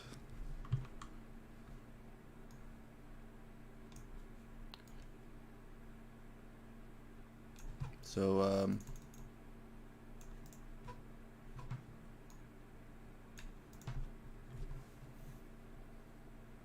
this is probably what you're looking for, buddy. Whole chapter on this.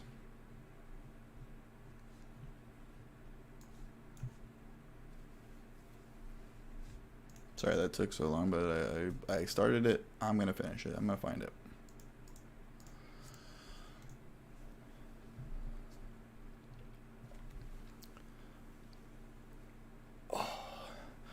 With regards to scientific illuminism, do you see that approach being discouraged within organized Thelemic communities? Yeah. I don't see it encouraged. I've never seen it encouraged, really. I was like the guy. I wrote a book on this. No one ever really approached me to incorporate it into OTO. It's always individuals who are interested in their own personal private practice or whatever. I don't think AA or OTO are really set up to be scientific illuminists. You'd have to kind of change the way things are done.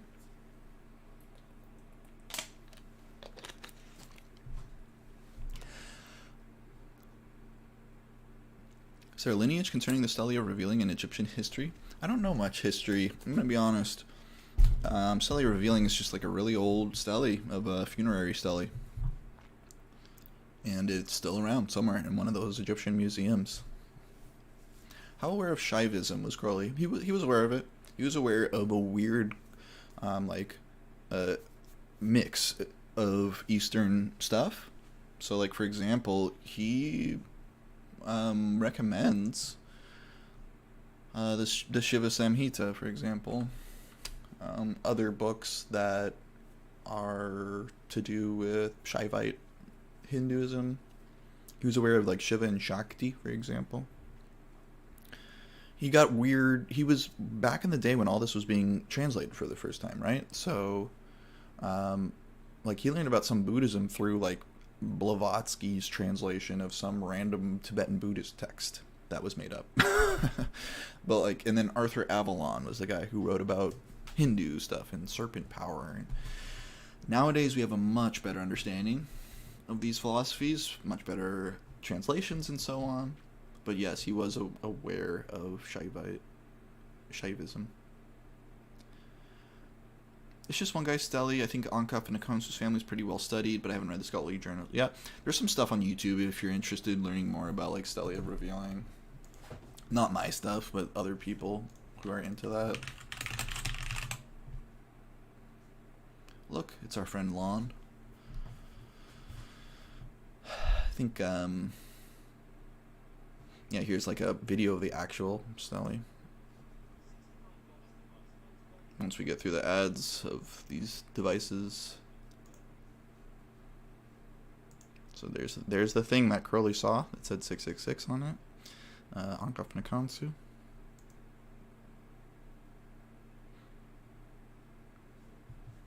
Bada bing, bada boom. There it is.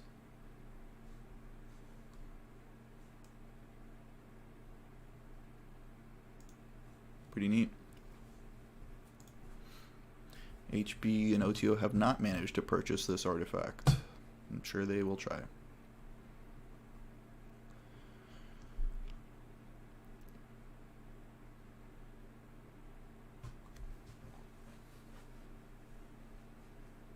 Daily ritual work. I spent about 15 years doing daily ritual work. I don't have like a LBRP to LBRH to regular eye practice anymore, no. What do you mean by the difference between Kabbalah and the Jewish one? Jewish Kabbalah is a real system. Or like real people, really serious philosophers, rabbis, mystics. They have their own theory, their own texts, their own practices. And occult Hermetic Kabbalah has almost literally nothing to do with any of that. It just looks like it does. It shares a similar name. It has a tree of life that looks similar. But the ideas are so profoundly different. And occult Kabbalah is so profoundly flat compared to Jewish Kabbalah that it's insulting to compare them. And, like, frankly, I'm not that much into Jewish Kabbalah. But I know that it's very different. And to conflate the two is something a lot of people do, but I'm not going to do that. If you take Unknown God by Martin Starr seriously, Crowley did quite a few terrible things, not only in his writings, but his closest followers, yeah. I assume you're talking about the way he treated Smith, W.T. Smith. W.T. Smith was like the one competent dude in the world who came to Thelema, and Crowley, for some reason, got pissed off by him and, like, sent him off on some, like, fake "You're the Messiah" trip. It's too bad that OTO in California only popped up in, like, the 40s, because it took him that long to realize how dumb everyone was once they got together in groups. Right? Like, once he was trying to run Agape Lodge in California, he was like, oh my god, these people are ridiculous. He also tried to micromanage them. He wasn't great, wasn't a good guy to them. He was mean to Parsons, he was mean to Smith. He basically ensured that it did not survive in any way. But he was also worried about same stuff we are now. You know, like, Smith was off doing his own thing. Parsons was off really doing his own thing. Wasn't necessarily teaching Thelema in the way that Crowley wanted. I put a bambino in a tetragrammaton, mamma mia. Exactly. Exactly, Joey. Hello, everyone. If you want to ask questions, feel free to ask questions. I will get to them. Just kind of going through the chat. Ian Riley, I assume many Thelemites and others understand biology and neuroscience, especially today. Yeah, you would be surprised how little Thelemites know about anything in the world. Many are not, they did not pay attention in high school, did not get biology or neuroscience, or are not interested in them. Personally, I think the neuroscience of perception is something all occultists should learn. We know how we perceive the world. We know very well how the brain works in certain ways. And we should incorporate that, not ignore it.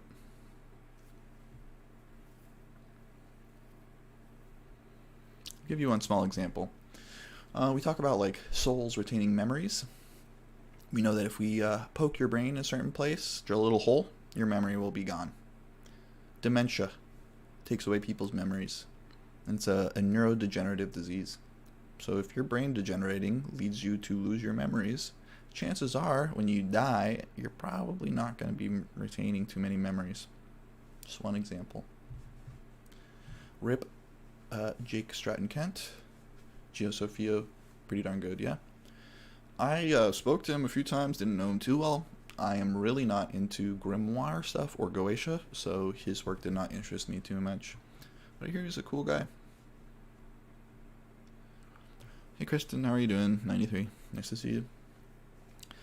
Recently attended an interfaith discussion locally and was surprised how the discussion on the purpose of life was similar throughout each religion that was represented. However, the one thing that made me think they wouldn't be accepting of Thelema was Crowley. Do you think Thelema is stilted because of Crowley's tendencies towards sensationalism? Yeah, of course. Dude called himself the Beast 666. He's not going to be popular anytime soon.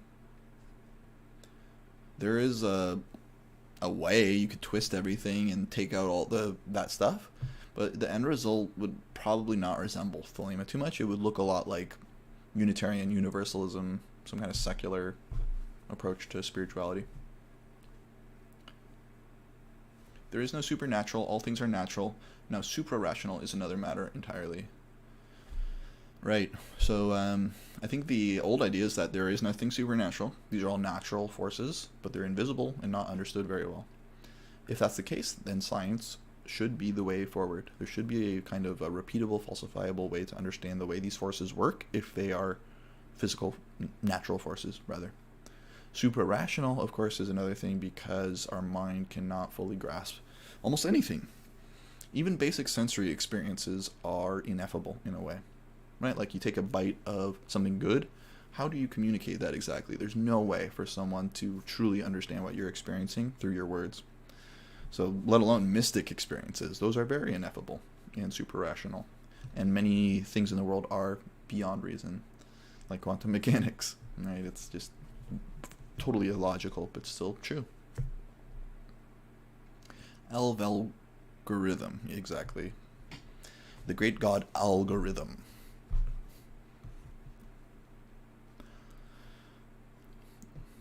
Scarlet Dominatrix refers to you. Oh my gosh, I'm busted. You know that I own a lot of whips and have a tattoo by my cleavage. Guilty of owning both. Is that a reference to Cthulhu and the lamb portrait, Marco? That's funny. What other, like, weird interdimensional objects do you have? Do you have the Hellraiser cube as well?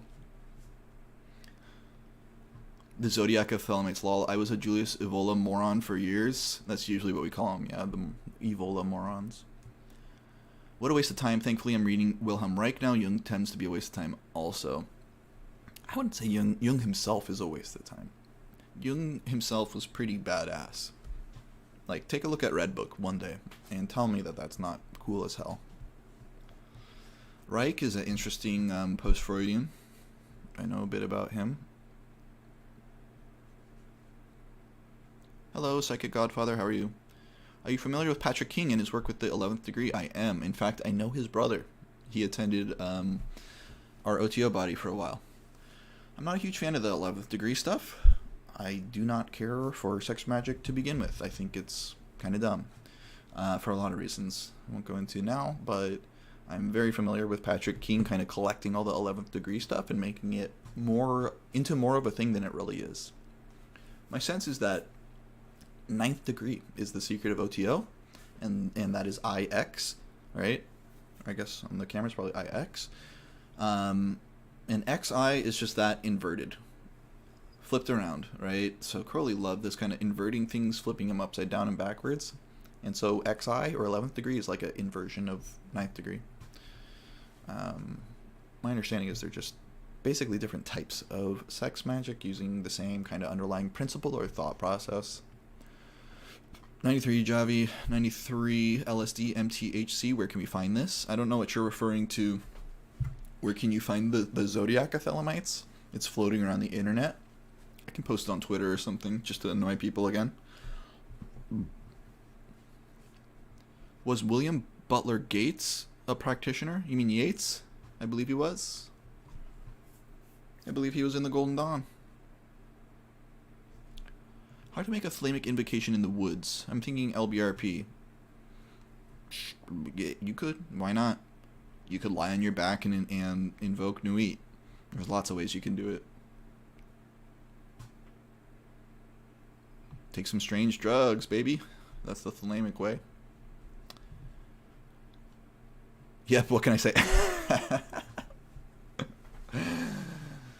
I do not own a plush Cthulhu. Can't say I'm a huge fan of H.P. Lovecraft. Never really interested me.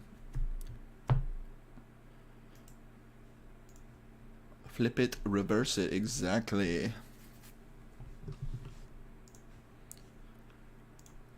Hey everyone, just answering questions, Q&A. Going a little bit longer. If you have any questions about Thelema, Aleister Crowley, OTO. Who am I? Who are you? Why are we here? I can try to answer any of that stuff.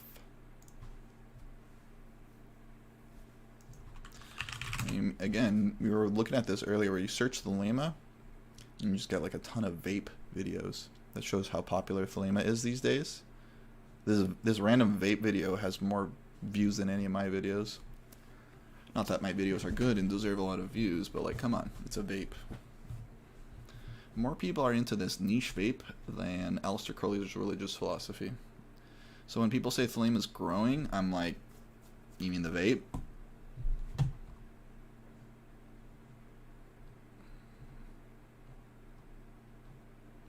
Like, how far do I have to scroll to find something about that's not like a lowly vape thing? We've got this video that we're on literally right now. There's a OTO video right there.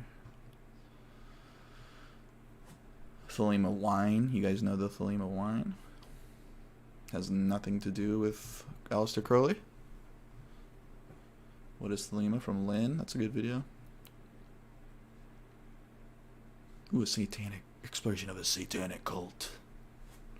Satanic Panic is back. we're still Christian and we're still scared of people.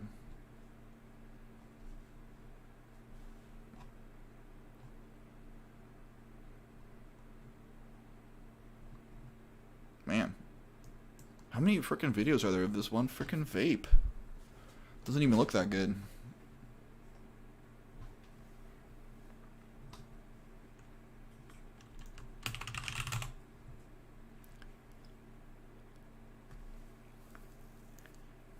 Absol.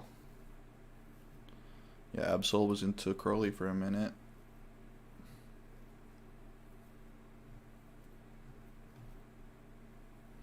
Yeah, Duncan Trussell in like a ghillie suit or something. Definitely a good representation of our philosophy. Yeah, we definitely got some other videos if you guys are into it. Just put up this like talismanic magic video. It's an old video from a while ago, but I put some more visuals and stuff, and I put up the handout. So like if you guys want the handout from the class, I actually managed to find it and put it up. This kind of stuff.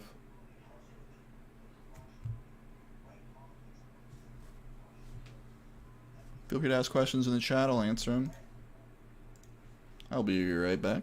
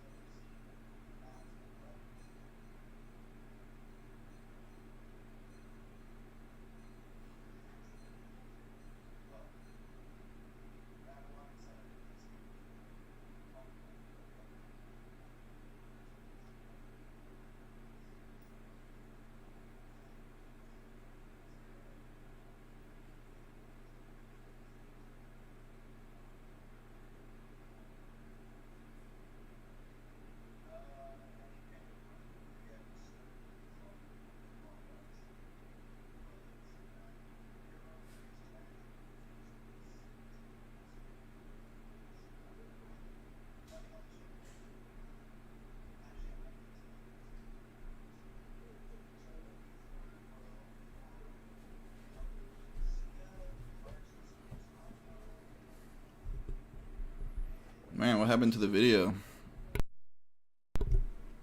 Can't, Alright, see you, Marco. Can't do anything. Can't leave you guys for a second without it breaking. Woo! Just saw that special talisman. It's the Venus talisman. Eventually it gets built up.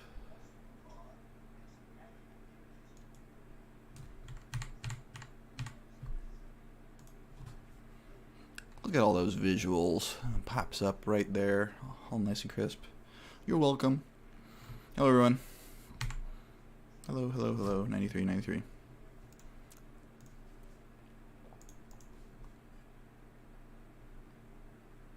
The Naturalistic Occultism book. Oh, you're interested in this book?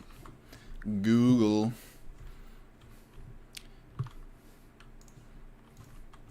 IAO131.com/books is a place you can find it. My website. You can go to books. Scroll down. All the way to the bottom. This is, I think, the cheapest way to get it is through Lulu. It's also on Amazon if you really want. I never really figured out that whole Amazon thing or getting it in bookstores. I don't really care. If people are interested in it, they'll find it, and that's fine. That's okay with me. I don't really need to have like a giant book out there. That would also imply I would work with publishers, and I really am not a fan of working with publishers. I've already talked about that a little bit, but usually they're constraining your writing to something that it's not in various ways. Read aloud the hymn to Pan. Yeah, that's a great way to do it, right? I think something Crowley did is he wanted to bring poetry in particular to Magick, because Golden Dawn was like, you're like opening a textbook basically, and you're like, chapter 1, you, God, whose head is blue, whose shoulders are wide, whose mouth is very red. Like, and it's just like, oh my God. If I was a god, I would have been bored. I would have left an hour ago. Right? So Crowley was like, sex, drugs, rock and roll. Let's bring that to Magick. That's the true magic anyways, right? Like, getting out of yourself, getting messed up, getting crazy. That kind of thing. Yes, Yeats the poet was in Golden Dawn. Would you know if Yeats was a full practitioner? He was a practitioner, at least during his Golden Dawn years. I believe so. Thing is that Golden Dawn was highly intellectual, and they only really gave you the LBRP at like the 5=6 level, right? People don't realize this. That's another thing Crowley did, is he moved all this stuff down. So it's like, instead of taking a year or 3 to get to the point where you start the LBRP, most people now start with the LBRP. That is actually probably Crowley's doing in general, in his influence on occultism as a field. Hello everyone. Yeah, I don't know how you found me. I do not know. You guys searching through YouTube? Are you on Twitter and you saw my post? I don't know.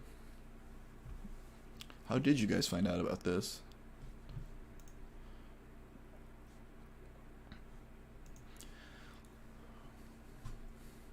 I missed Resh. I'm going to hell. Yep. Sorry, buddy. You missed one Resh. You're done. You are officially cast out into the klipot. Is that due to the YouTube algorithm? Try searching Thelema in incognito private mode. Yeah, it might be. It might be that, like, I can tell you, I've never searched for vapes before, but for some reason there's just a ton of them. I'm actually logged into my Thelemic Union account, and it's still not even bringing up any Thelemic Union videos when I search. The fucking algorithm, like, it rules everything.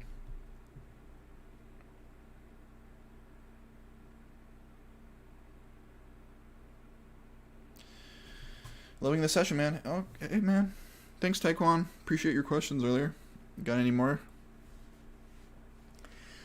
Which Liber do you think is criminally underread? Every single holy book, other than the Book of the Law.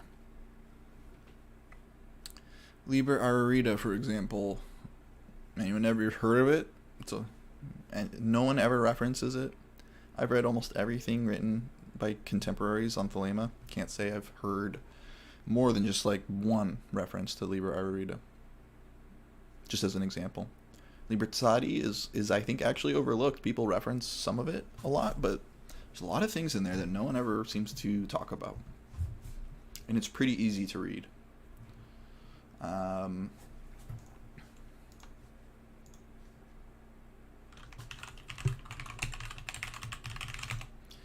I actually have this page where Liber B is another great example. I have this whole long commentary. I never published it anywhere. It's just hidden on this part of my website, where I go line by line through Liber B Vel Magi and do a commentary on it. A lot of interesting stuff in there. You can find this on EO.com/commentaries. See, there's like a commentary thing right here. I got one for Ararita as well. The cool little image there. And I'm going to talk about, you know, the text. Talk about each chapter individually. It's cool stuff. I might like do a video going through one of these commentaries sometime, because I think the information is good and it's very obscure, but it's all relevant, right? So like by understanding Liber B, for example, you understand Crowley's thinking in general. It's not just like this weird code that's only relevant to that one text. It's all coherent in a way. It all comes together. Question for you about 93.418 if you got a minute. Yeah, man. Go ahead. If you really want me to answer, do a super chat. Just kidding. You could just lurk if you like. Someone did a super chat once and I was super surprised. I appreciate it.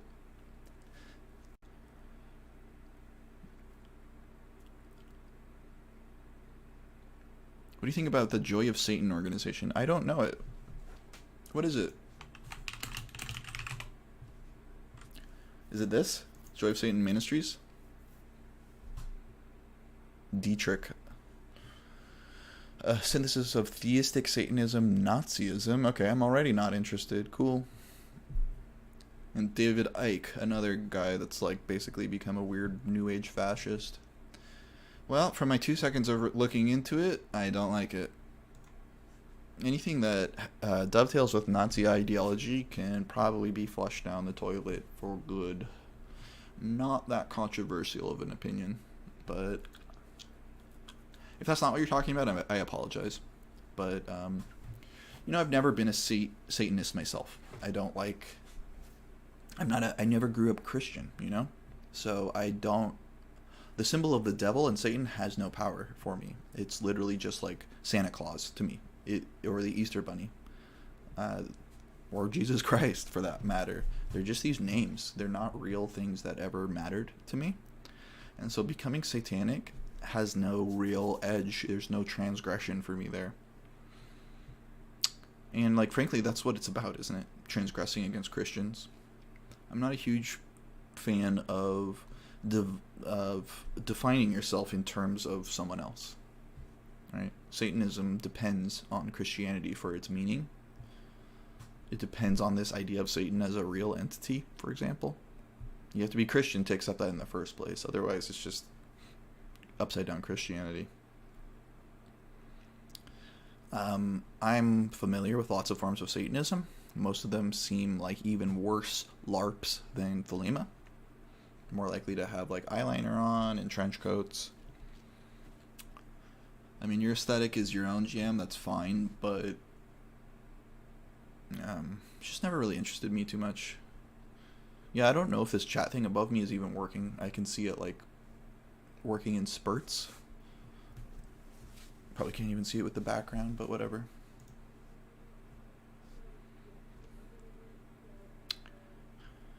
That's me.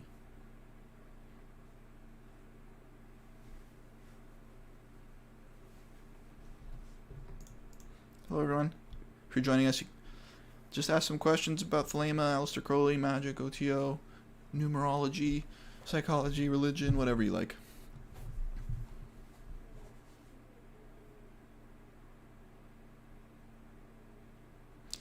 I enjoyed your channel. Well, my name's not Joseph, but thank you.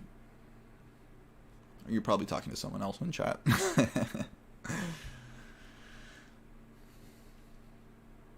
Yeah, sorry, LVTHN. That's really all I know about Joy of Satan and Satanism in general.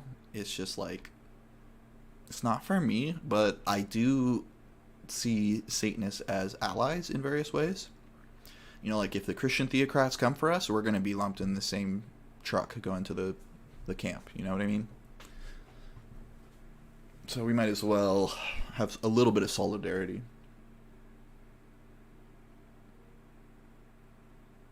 Hello, everyone. Just going to go for a little while longer if you guys have questions or thoughts. We're just talking about Thelema, kind of browsing the internet together, looking at stuff. What do you think about Set and the Church of Set? Again, I'm not hugely familiar with that. I know there's some people who think Set is like the secret god of Thelema, and I would not agree much with that. Crowley did like the symbol of Set, but it was for super obscure niche regions. Right? The name Set to Crowley was a symbol of the sun and moon conjoined.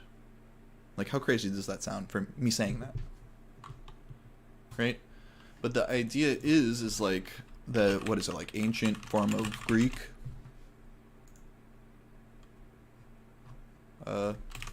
Alphabet? Let's see if we can find a good example of what he was talking about. So the thing is he viewed it in Greek, so it's sigma theta, Seth or Set, and the original theta, you can't really like.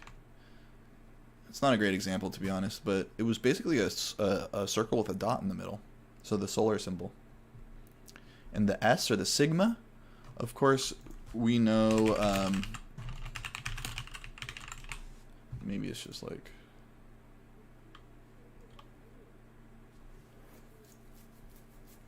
Alright, like the capital sigma here.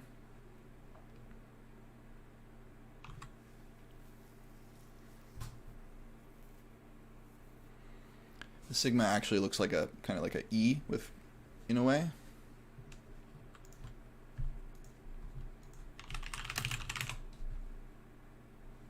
Alright, this kind of like E looking thing. Well, the older form of sigma basically looked like a C, like our modern Roman C. And whoops. And so if you were to put like the C and then the circle with the dot in the middle next to it, it's like the sun with the circle and the dot, and the C is the moon. But the C is S, and the sun is TH, so it's Set, right? The name is a 2-in-1 name representing the sun and moon conjoined. So in a way, Set is a name for the result of mysticism, the 2-in-1 self, that which is, you know, containing opposites in itself, and so on and so forth.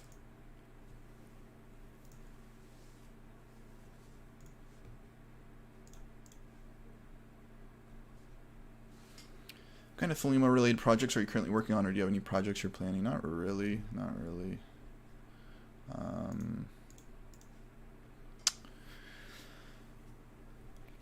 I mean, this. I'm not a huge fan. Like, I'm really into organizations, to be honest, but I'm not a huge fan of any organizations that exist. I would love to be able to help develop an organization to spread Thelema, but it does not exist, and I'm not going to create it. Like a new OTO, but one that isn't Masonic. Something that's like a socio-political kind of organization for Thelemites. Like, imagine a group where, like, we all have mutual assistance, right? Mutual aid. Maybe you need an article written, I can help you write that. You know, maybe I need some advice on a business, maybe you can help me with that. Maybe someone's a plumber, can help you with some plumbing issue, you know? And form an actual kind of like microcosmic society where we help each other. It's not going to happen, though.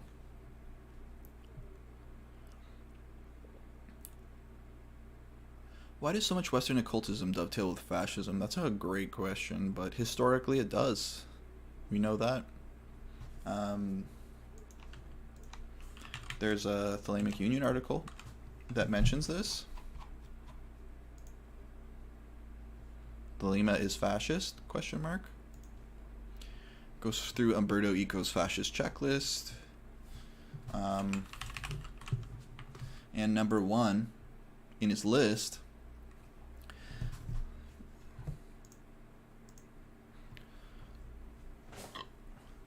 one has only to look at the syllabus of every fascist movement to find the major traditionalist thinkers.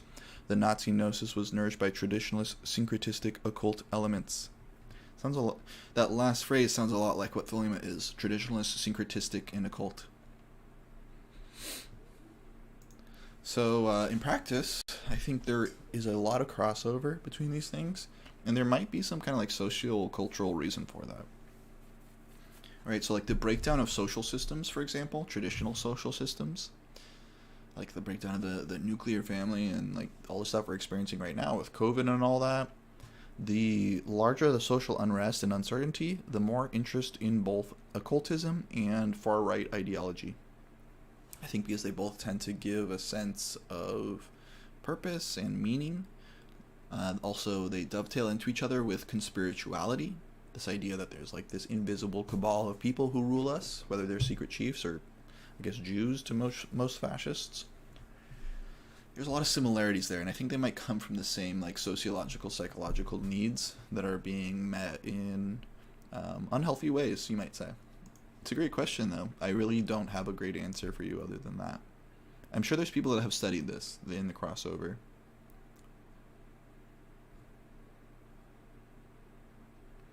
Church of Set, the Egyptian deity. Again, I'm not familiar with Church of Set as an organization. If they're into Set and they do their own thing, that's great. If they're Nazis, then fuck them.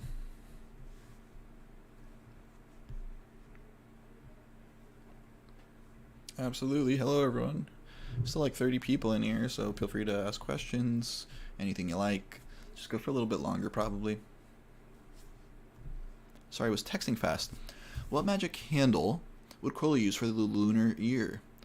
So, Crowley did not ever talk about magic candles. That's more of like a new age kind of thing. Candle magic is not really real. It was just like made up in the last 30 years, basically. I mean, it's real as anything else, but it's not like this ancient candle tradition of different colors mean this. That's all made up. And Crowley never told people to really like light certain candles. The candle itself is symbolic, of course, but Crowley would not suggest a particular magic candle, and he doesn't really follow the lunar year either. So the question, which candle would he have used? He wouldn't have used any. He would have done some weird Crowley ritual. Not magic candles. I don't mean to be insulting, but it's not something that's part of his thinking. It's just not there. Hey Nadir, I may have missed some stuff, but I am looking at the chat. Yeah, I mean, Super Chat is just like a donation. If you want to donate, that's awesome, but you do not need to donate to ask a question. Absolutely not. Just if you feel like it. How does Gematria work with Thelema? It's a big question. I just made a post about this on Twitter. I know Twitter's like the center of like advanced ideology, of course, but I think people misuse Gematria a lot. So let's take a look at this real quick. Of course, I'm gonna have to do this again.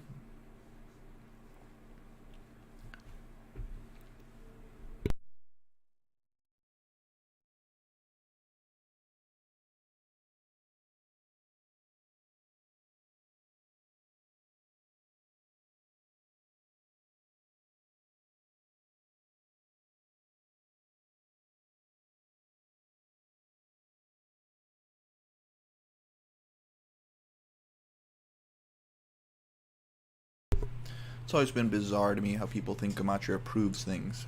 At best, Gematria is basically a selective perception game where you're seeking subjective aha moments. In practice, people think looking something up in Sephir Sephiroth is uncovering the God code or something. Right, so this is something Crowley's guilty of. Right, it says here, Crowley's proofs of predator-human intelligence using Gematria fall into this category. No person of any field ever would accept such a thing as proofs of anything, and the type of person to accept it is someone who probably thinks they're Aleister Crowley's reincarnation. In other words, they're stupid. So, Gematria, in my mind, is understood as a way to understand symbolism of numbers. The way those, the way those numerical symbols work is there's like 3 or 4 different meanings that are all true on different levels. And the number is kind of like the center of gravity for those ideas. I'll give you an example where like 13 means ahaba, or love. Also means echad, which means unity or one.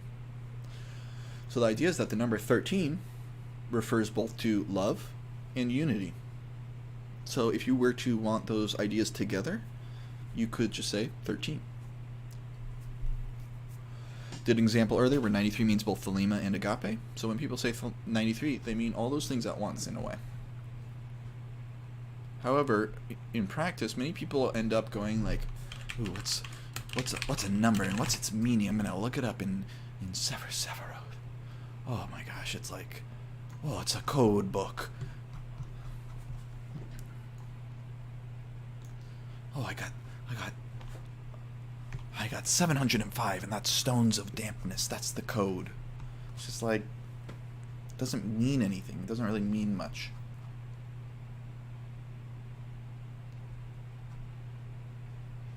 Right, like these are just words in the Torah that happen to add up to these things. To believe that like God wrote the Torah and literally encoded numerical symbolism into it is bizarre, in my opinion. There might be parts where there is symbolism put in by people who are clever, but the entire idea that there's some kind of like hard-coded code in the universe, like hard-coded into the structure, where like certain numbers mean certain words and ideas, that's not true. Right? The more you study about Greek, Arabic gematria, all the numbers correspond to different things. And if you really get into like English gematria in Kabbalah, or there's like 10 different systems of them, right? They all have the numbers equaling different things because it's arbitrary. It doesn't really mean anything. So I think at best it's used as kind of a form of numerical symbolism. Maybe to like check your work during astral visits, but like honestly, I wouldn't trust any spirit that speaks in numbers to begin with. Ask them to speak to you straight.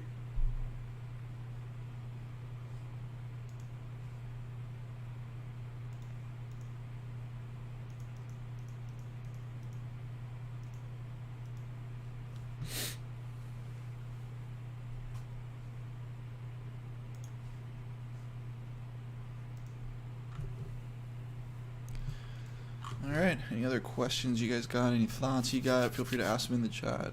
Just going to be here a little bit while longer.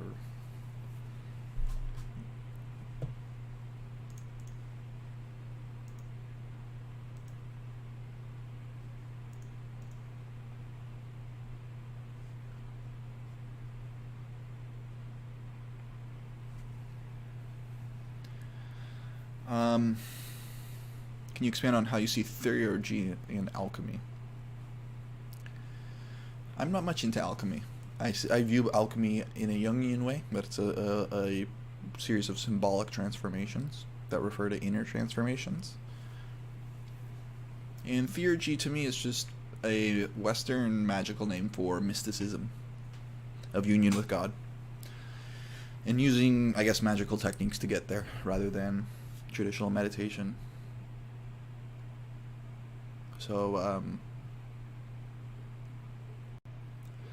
yeah, I suppose there's not much other than that. It's just like, if you want to know my views on mysticism, then sure, but like, in terms of theurgy, that's specifically basically how I understand it in Crowley's mind, is that theurgy is just attainment or mystic attainment.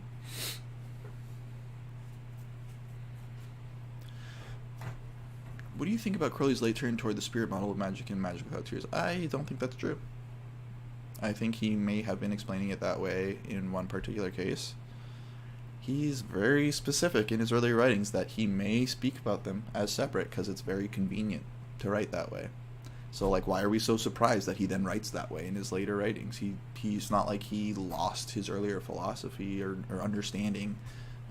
I think the point is actually that what we were talking about this earlier is that Crowley believed in hierarchical truth. That what you say to a newbie is not what you say to an advanced person. In the exact same way as like in school, right? You're not going to tell a freshman the same information as a senior. They're just not ready for it. They won't understand it, right? So, yeah, I think it might make sense to speak to a newbie, which is what Magick Without Tears is, letters to a newbie. Might make sense to speak to them as if spirits are real. And then later, you can get them to kind of skeptically question them and such. Maybe he thought that was best for that person or in general. I do not think he abandoned his earlier ideology that spirits could be considered part of ourselves or separate as a matter of convenience. That seems to be just how he thought in general. Pretty late in his life, actually, right? So like that ideology comes from notes Notes for an Astral Atlas.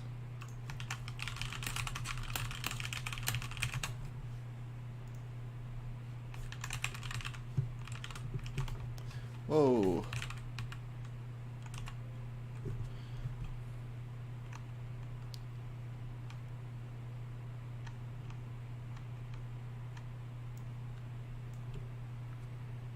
We may consider all beings as part of ourselves, but it's more convenient to regard them as independent. Maximum convenience is our canon of truth.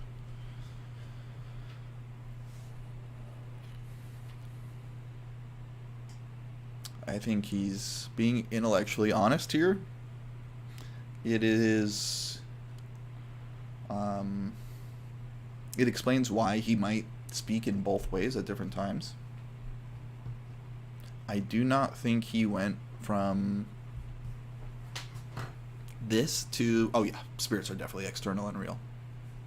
Like his whole earlier life was kind of against that in terms of like the equinox and not attributing objective reality or philosophical validity to every little idea. Yeah. Everyone, if you're joining, feel free to ask a question. Just gonna go for a little bit longer, but we're doing some Q&A about Crowley, Aleister Crowley, Thelema, OTO, whatever. Yeah.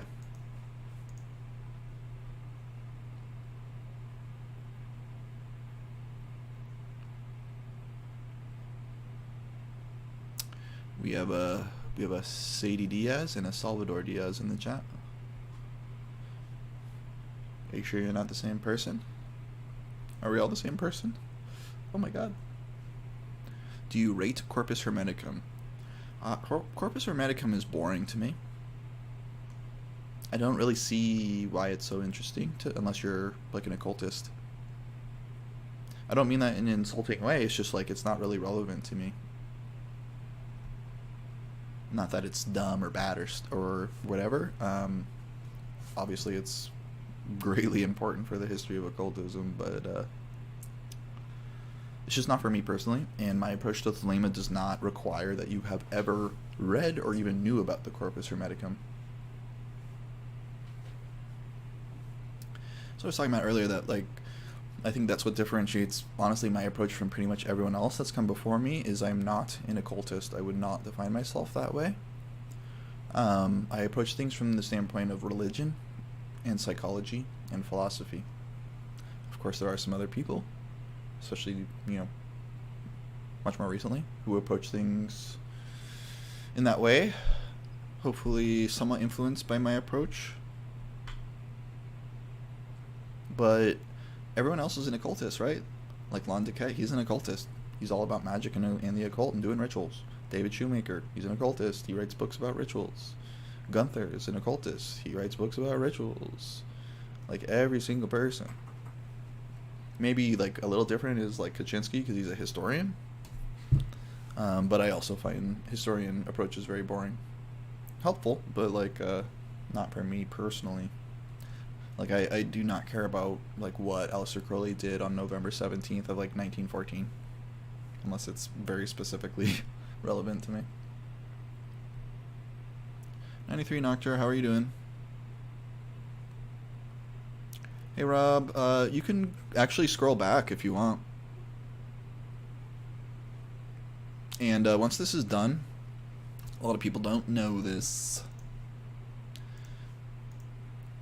YouTube's kind of changed recently, and there's now this live thing right here. So there's videos, which are my like extremely well produced and of excellent quality videos, and then there's the live ones, right? Like here's when I was accidentally hit live for the first time and just like hung out for a while. This was like the first real live Q&A we did a week ago, I think. Yeah, 8 days.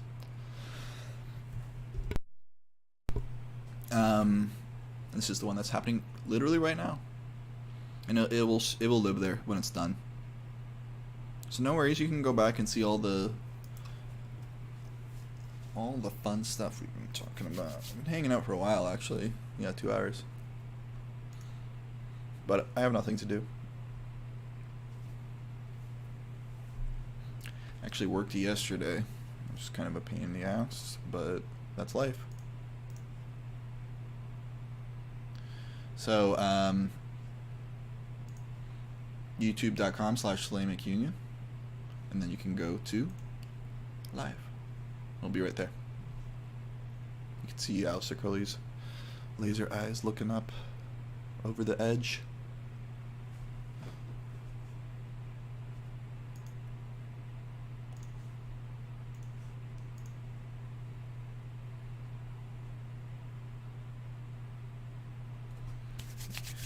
Yeah, hello everyone. Yeah, I can see a bunch of people coming in and out constantly, so if you don't know me, hello. I'm a Thelemite. I'm into Thelema, Aleister Crowley, Grumpy Thelemite, IAO131. I wrote a bunch of books. I was in the OTO for 10 years. I was master of an OTO lodge that I believe was one of the biggest ever. For a moment. I created Speech in the Silence, co-created it with Joseph, if you guys know him.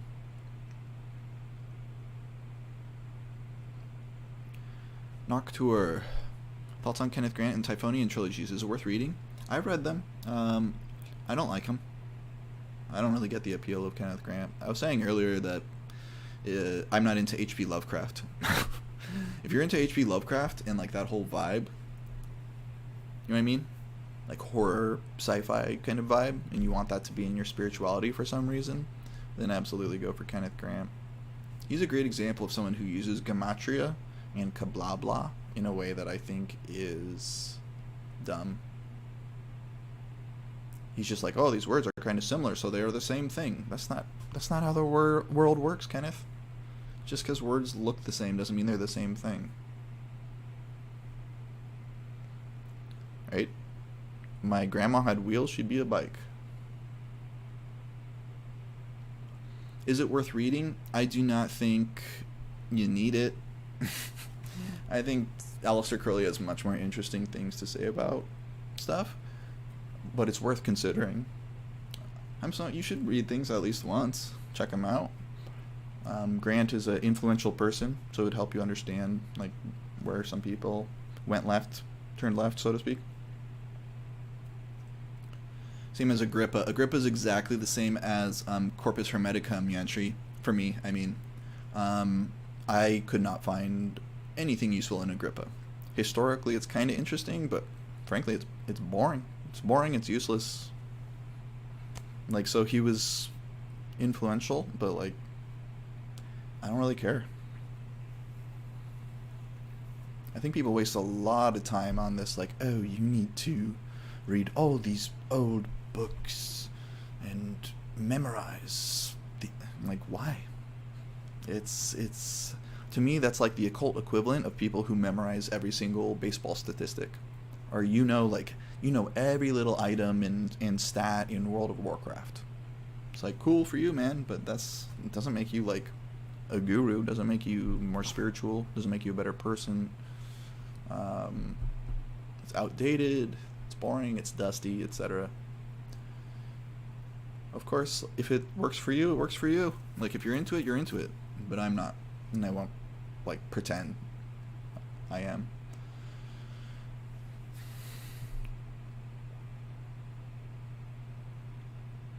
Can I ask your full name? Not usually a great thing to ask on the internet, my dude.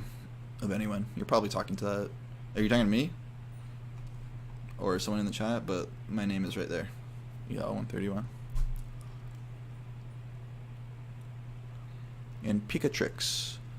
Those grimoires are all lauded as esoteric must-reads. Yeah, I mean, like, you can read it. See if you're into it. Why not? You don't like, I can't predict what will be relevant for you. I've never found it interesting. I'm not into grimoires. I said this earlier about Jake Stratton Kent, that, we've spoken before. I've used some of his writing even, I think. But I just wasn't into Goetia or Grimoires. I just never was. I don't care about demons and stuff, you know? Like, look at, by their fruits ye shall know them, or success is your proof, whatever phrase you like. Look at the people who are into this stuff. Sick thumbnail. Thank you, man. Made it myself.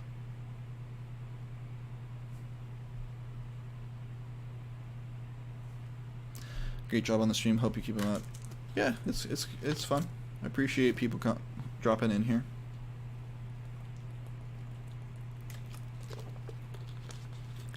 For those of you who don't know, there are other videos. Just did one of Talismanic Magic, Book of Lies, Practices of Devotion to Nui, Samadhi Explains Thelema, blah blah blah. It's on the YouTube channel if you're into that. Try to explain Thelema in a way that's, you know, not so obscure, not so gatekeeping, that's actionable, that's relevant to your life, that's relevant to your actual values, and not just like being a nerd, geek, occultist who can recite a blah blah.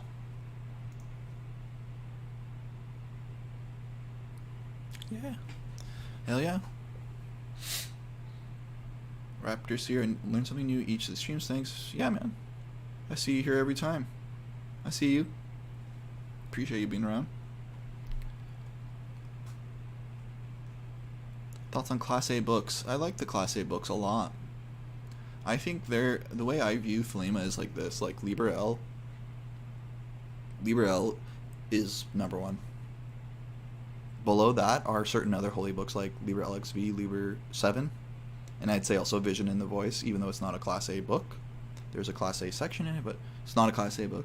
It's not a holy book, technically. But I put it on that second rung.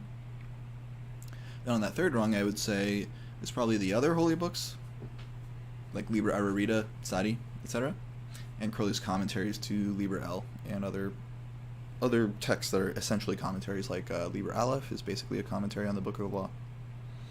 Book of Lies in many sections is essentially a commentary, and so on. So I put great emphasis on Class A. I think Liber L is higher than all of them, so if there were to be a contradiction, I would take Liber L over Liber LXV, for example. Right. I'll give you like an example.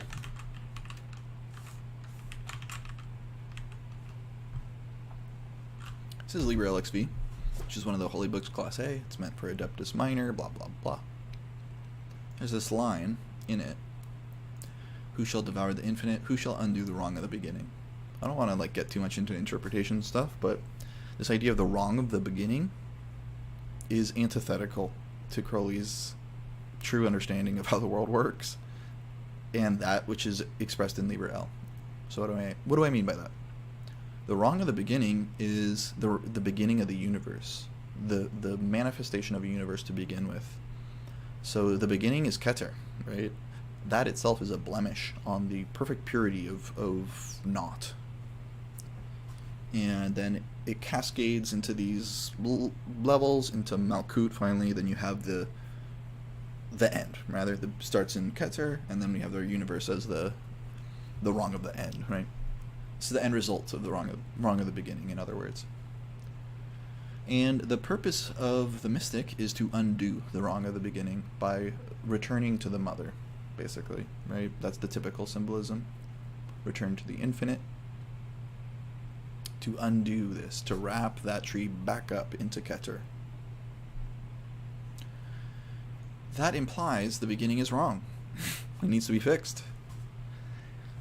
So Liber L says the creation of the world is as, the pain is as nothing. The joy of dissolution all. It's for the chance of union. So the beginning in Liber L is a good thing. Because all manifestation is the expression of Nuit and Hadit. Some kind of actualization of those infinite potentials. Whereas in Liber LXV, the beginning is a wrong, something to be fixed. Why? Because Liber L, in my opinion, is kind of the highest truth. Libra LXV is specifically for people who are trying to attain. Right? So they are in this position of suffering. They do not understand the truth of the universe. Something you approach, in my opinion, through samadhi and other, what Crowley calls samadhi, I should say. These spiritual experiences. And so mystically, all of us need to undo the wrong of the beginning by uniting opposites, love under will, dissolving into the infinite, blah, blah, blah. Attaining, in other words. Once you attain, you come to that higher understanding. Oh, manifestation actually isn't evil. It, in fact, is an expression of the divine. The 2 is an expression of the 0. But you can't hear that at first, right? That's like going up to a normal person and saying, you already have Buddha nature. Right? In one sense, that's true. In another sense, that they are not aware of it. They are certainly not acting out of that Buddha nature. So that's why, like, Libra LXV might be on a lower tier, so to speak. This is exactly what I was talking about with the hierarchy of truth. This idea of the wrong at the beginning cannot coexist with 0 equals 2. They are contradictory. Unless you understand them in terms of levels, right? The wrong at the beginning is for someone who is on a lower level, so to speak. Once you get to that higher level, then 0 equals 2 makes more sense. Maybe that's a little obscure, but whatever.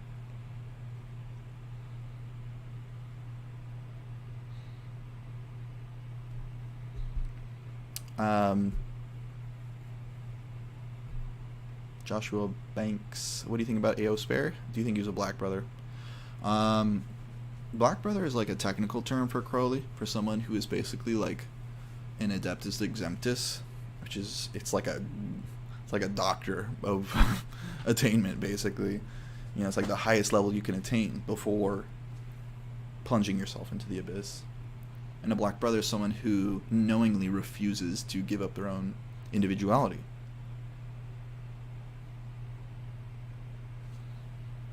In that sense, I don't think AO Spare was at that level. I think he's cool. I think he's a cool artist. I think he's influential to like sigil magic and stuff. But his work was never of much importance to me personally, or my understanding of Thelema, if that's the question, yeah. Lol. Yantry, that's cool. Do you kind of read Crowley's holy books on the Thelema holy days? So the holy days are not something Crowley created. Those are something James Eshelman created. So they did not exist before like 30 years ago. Thelemic high holy days, that's a made up thing. I mean, everything's made up, but that's especially made up recently. I've never really liked the attributions. I don't think they work well. I don't think his attributions are very good of holy books to certain days. Or readings. I'm not sure they're all even holy books. Maybe they are. But in practice, it's a great time for people to put their focus on the holy books, and it gets more people to read the holy books than otherwise. So in practice, I think it's a good thing, and I don't disparage it as a tradition. I think it's great that people are creating these kind of new traditions.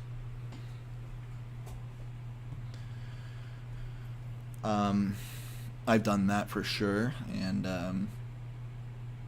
I suppose the exception to what I'm talking about is the Book of the Law, on the 3 days of the writing of the Book of the Law. That is a Crowley era thing, of course, that's a Book of the Law thing. And when I was in OTO, we did that every year. It was a big thing, actually. There are a lot of different Thelemites in the Bay Area, not even close to most of them are in OTO, right? I'd say there are far more who have left OTO than are in it, in Bay Area. And so it was always like this big thing of all these different people you never see coming for that one day just to celebrate it. So it was kind of nice. A day of solidarity when the rest of the year everyone's like bitching at each other and stuff.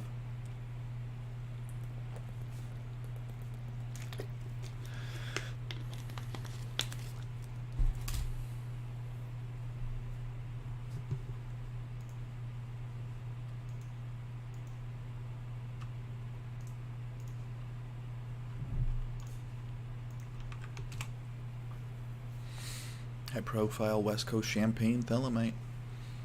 They're always complaining about us California Thelemites or West Coast Thelemites because Oregon and Washington are included in this. It's just like nothing good ever comes out of the West Coast. Problem is, everything comes out of the West Coast, guys. Think how much has come out of California alone. You may not even know, but a lot of even back to, I'd say, Agape Lodge is the real kind of start to that.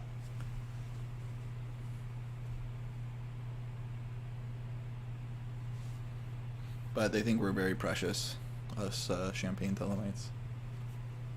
What does that mean? I don't know.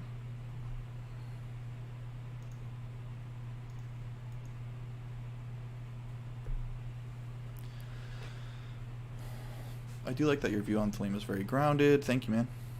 I'm also not into demon stuff. Keck. Cool. Could it be because of your psychology background? Yeah, I think, you know, cart before the horse, right? Like, why was I interested in psychology to begin with? But yes, I do believe that people who are educated in psychology, in biology, in neurology, in also in basics of philosophy, will have a much more grounded approach. I think you'll find that most Thelemites are occultists and do not know the first thing about philosophy. They know nothing about logic, cannot form a coherent argument, and are ignorant of basic science. For example, the science of perception, which is fundamentally important to understanding, I think, occultism. A lot of it's about perception, is it not? Like, we have a pretty solid idea of how the nervous system constructs our perceived representation of the universe, known as our consciousness, through its interaction with our environment. It's a pretty well-known thing. Of course, there's still mysteries, but to be ignorant of that stuff is not good. So, like, you know those AA reading lists and stuff, where it's like you should read these 10 books before you become a student? I honestly think they should just, like, it's like, at least read the neurology Wikipedia, please. But yeah, it is because of my psychology background in particular. I'm very, very, very skeptical of what people say about their experience, because I know people are awful about reporting their own experience. And once you learn about psychology, you learn about all the ways we kid ourselves about reality. You know, like, our perception is just basically a series of defense mechanisms. And yet occultism and occultists seem like totally unaware of any of this. So psychologists know, for example, about selective perception, about pattern finding. Occultists seem to think this is like the most magical spiritual thing ever, that our brain sees patterns. Like, oh, I saw 1111 on my clock 3 days in a row. You also saw some other numbers. You just totally ignored them. That's how our perception works. It's not that crazy. I wrote a whole book on it called Naturalistic Occultism. You were talking about it earlier. This book. Would not have been able to write this if I didn't come from that background. I wrote it, I was very young when I wrote it, like 18. And then I did a second edition in 2012. Updating it with phenomenology, with some other stuff.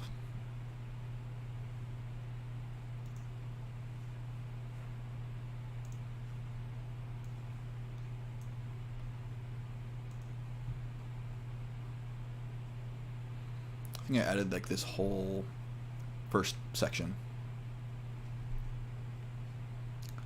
Naturalistic scientific approach to magic, the scientific illuminist, further considerations of the practitioner, what is magic, subjectivity and objectivity, the unifying language of phenomenology, on pragmatism. If any of that sounds like stuff you're interested in, then you sound like a cool person. But seriously, if that sounds like something you're interested in, then I think this book is probably for you. The society doesn't exist anymore. Sorry, guys. Now it's just a historical relic.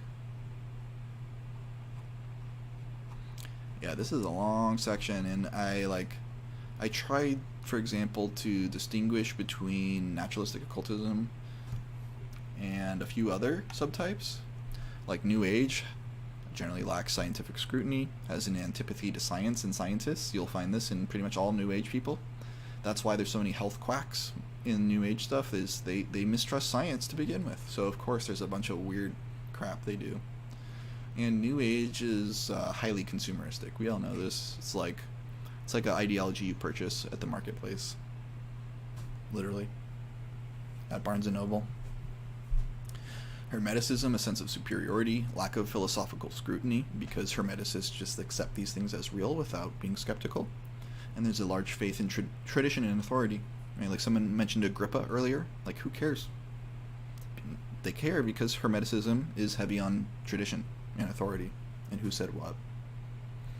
And chaos magic, it's like goals are largely material in nature. Like, chaos magic, they're always just like, how can I like get my girlfriend back and stuff like that. I need money. I need a 50. How can I get that? Lack of a systematic approach is, like, by definition what chaos magic is about. So if that kind of stuff interests you,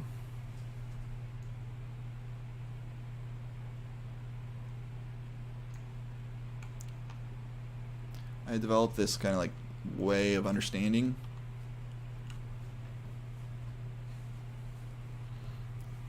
The practice itself is pragmatic. In other words, if you do certain things, you get certain results, as Crowley said. That's science, in other words, something repeatable. It doesn't matter exactly what's happening. Is it natural? Is it supernatural? It doesn't matter in the pragmatic sense. You could do the practice, and then how do you record that practice? Well, I introduced the idea of phenomenology. You can read about that. And then how do you interpret that record? You interpret through naturalism. So if you want to understand occult practice through the lens of a naturalistic occultist, the way I view it in this book is what I'm giving. The lens you should view your practice through is pragmatism. The lens you should view your experience through and your record through is phenomenology, and the way you should interpret that and understand things is naturalistic. Whole book's about this, so if you're interested more in that, you can check out the book. It's got this cool little sciencey logo. Hello everyone. I'm just doing Q&A. If you want to ask questions about Thelema, Aleister Crowley, Magick, what is IAO131, you can ask whatever you like.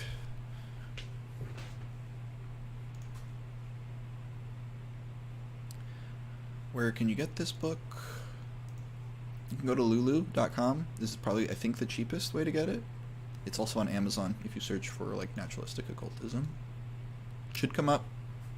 It's there somewhere.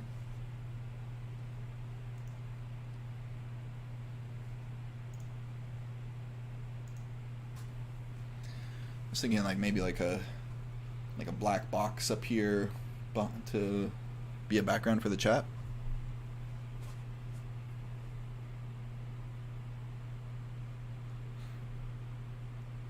We're figuring it out as we go along. First stream, like the mic was awful, so you can't hear anything. The first time I put chat on the screen, but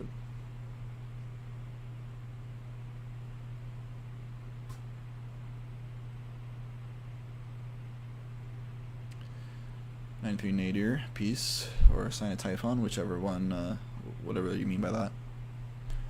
Have you seen Liber L comic? Oh, you did the intro, didn't you? That's right.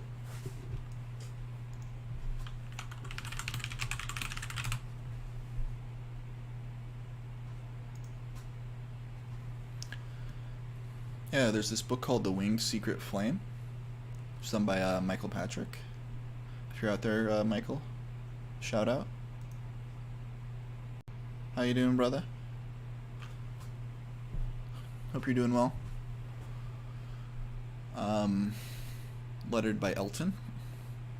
Also, Elton, if you're out there, how you doing? Hope you're doing well, brother. Anyways, I worked with them on I was there like while they were doing the penciling and like giving advice to him and stuff. I didn't really, give too much advice to him. I think I was there during one meeting. But if you're into this, like, he's an illustrator. It's a certain style. Very cool.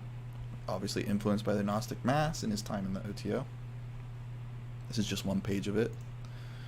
So you get, like, you know, the lines of the Book of the Law with these cool illustrations.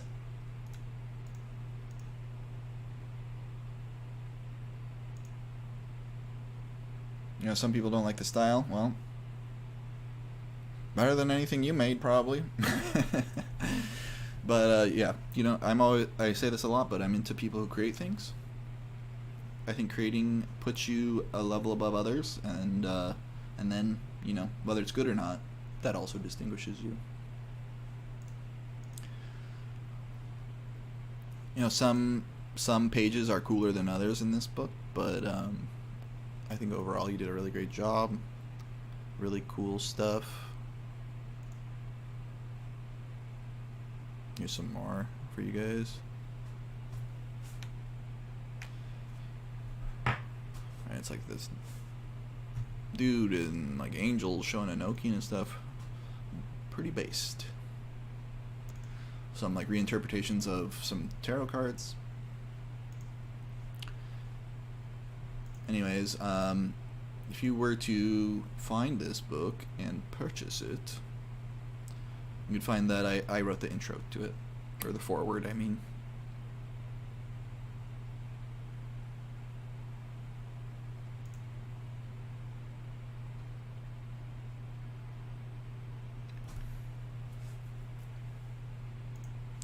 Probably got my copy somewhere around here. Yeah, you'll see my name in a lot of interesting places when people look back at different Thelemic stuff. I've been around. Had my fingers in many pies. Given the existing Class A books were basically Crowley created, do you think anyone else in the future could legitimately add to the Class A corpus? Not really. I don't think anyone... Well, I think it's possible. Yes, I do think it's possible.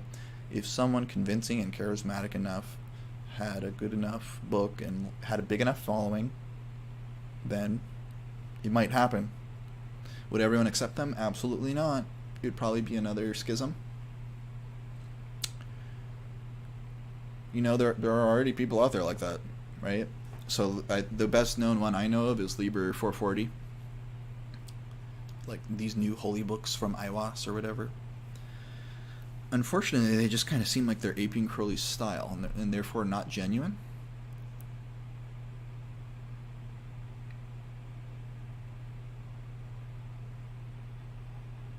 I think you'd be hard-pressed to convince people that your own personal gnosis is somehow relevant for Thelema as a tradition. I think that'd be very difficult in practice. Yeah.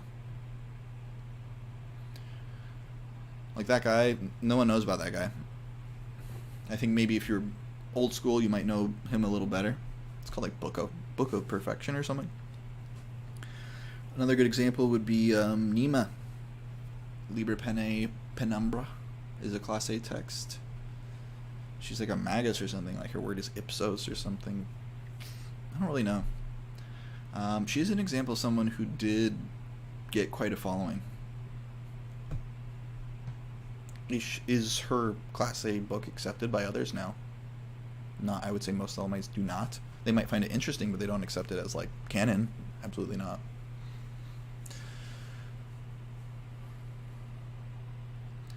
Thanks. I love your take on Thelemic mysticism. Good stuff. Thanks, man. I've actually written a lot about mysticism in particular because that's a particular interest to me in a lot of different ways. Many of you don't know this, but a lot of my essays are actually available completely for free on my website. If you just go to essays, click it.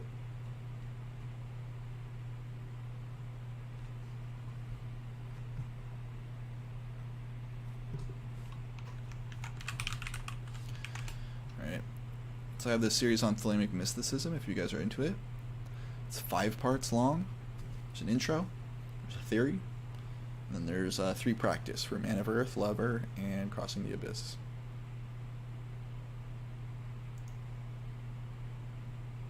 Each one has these boxes on the side to show that what I'm talking about is based in the holy books and Crowley's writings.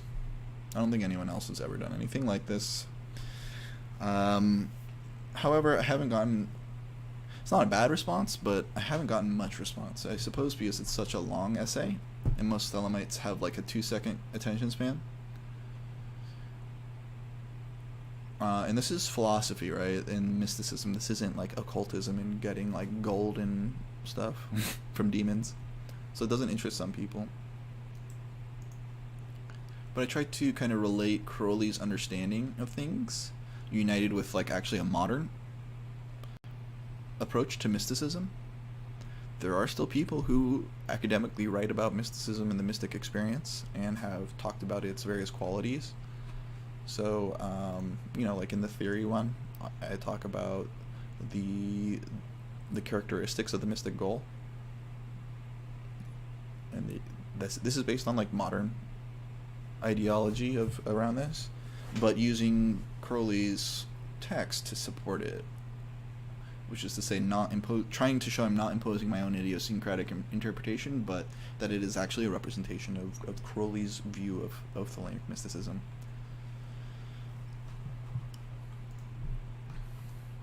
Right? That's also, I mean, it's in my book, Crush Fever. If you have that book, you'll recognize what I'm talking about, because Thelemic mysticism is in there.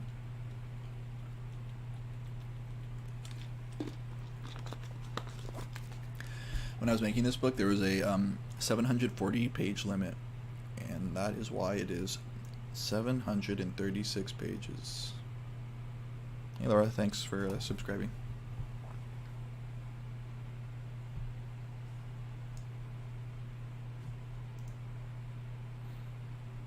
Yeah, you guys hit like, hit subscribe, then you'll be notified about future live streams and other videos that we drop. If you have any questions about Thelema or Aleister Crowley or OTO or whatever, feel free to say them here. Keep saying I'm almost done, but you guys keep typing questions, so I'm gonna keep answering them just for a little bit. Once this live stream is done, you can click live, and it'll be this one with the laser eyes. Yeah. Yeah.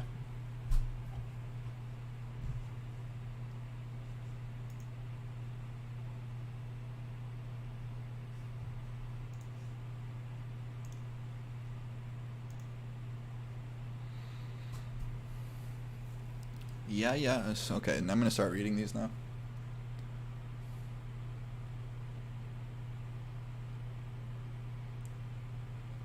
Do you have any opinions on the usefulness and accuracy of the gematria of nothing?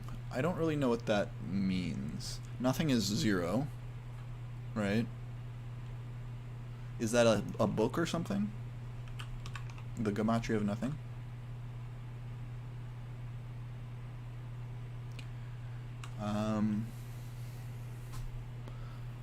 The Ma'ati and Atu. Okay, this is like a thing. You're not talking just about like the number 0 within Thelema. It's some system by some person. Yeah, I've never heard of that. Is that like law, the Ra's laws or whatever, Eye of Ra stuff?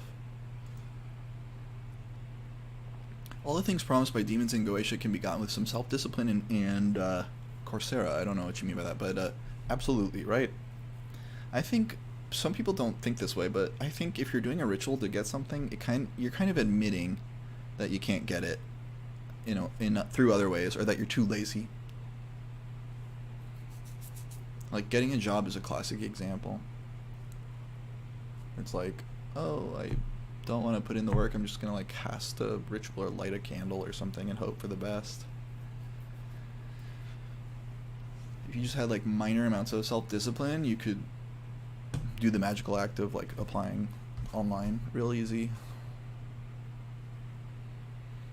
And again, like the Goetia, it's success is your proof. Look at the type of person who's into Goetia.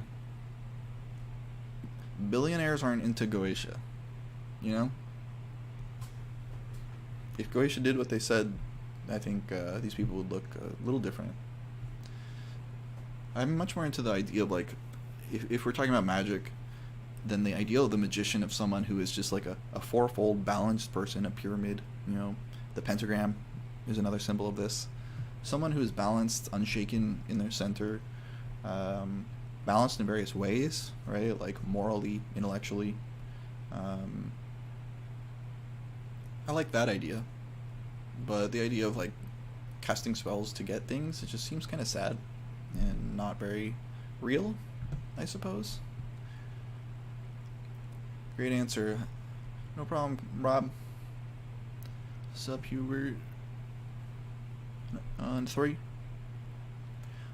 Crowley seems to go back and forth on what the HE is, but his last book states HE is not the higher self, but an objective individual. What's your prognosis? Well, my diagnosis is what I said before, that these are letters to beginners, and you have to understand that Crowley said different things to different people. Just because it's his last book doesn't mean it's his final thoughts that are most true. Again, he was the ipsissimus in 1923 or so. That's supposed to be the highest level of spiritual attainment. You think like 20 years later, he was like, whoop, everything I said before was wrong, actually. It just seems implausible. It does not seem plausible. And whenever he has a capital word, I know people are going to hate this, but like, he doesn't necessarily mean exactly what you think he means. So when he says the HGA is not your higher self, he's saying the HGA is not a projection of all your best qualities. The HGA is not like you times 1,000. It's not you, but like super beautiful and super smart and super truthful. That's not what it is. It's much more that and its opposite. It's your all self. It's not your higher self, not your lower self. It's all the selves you aren't, right? And Crowley was not a fan of this term higher self, but he used it himself tons of times. But he was being, at that moment he felt like it was worthwhile to be kind of skeptical of that idea. But what if I just said, your higher self is not like yourself times 1,000. Your higher self in reality is everything. You're higher and lower together. There you go. Like, it works fine, in my opinion. You might as well just be like, why not say true self? It's not that big a deal. And then to say it's an objective individual, what is objective? Why is he saying objective? It's not subjective. In other words, it's not a figment of your imagination. The HGA is not just something you make up in your head, an ideal. And it's an individual. What does individual mean? Not divided? Something that is whole? Maybe the HGA is the real individual, because your ego is not a true individual, right? It's constantly changing. Has no substance in itself. So maybe the HGA is just the true self, the real actual individual who is yourself. I'm just giving an example of how when Crowley says these things and he's using all these cutesy like uppercase letters, he may not be saying exactly the most like simple interpretation of these things. That like your HGA is like this guy that lives in Detroit, It's not what he's saying, I don't think. He's very cute with language. Like he'll be like, oh, that predator human intelligence that created the universe. He's talking about God in like this weird cutesy way. It's just an example. But my sense is that like his understanding of the HGA never really changed that much. He just changed the way he talked about it to different people.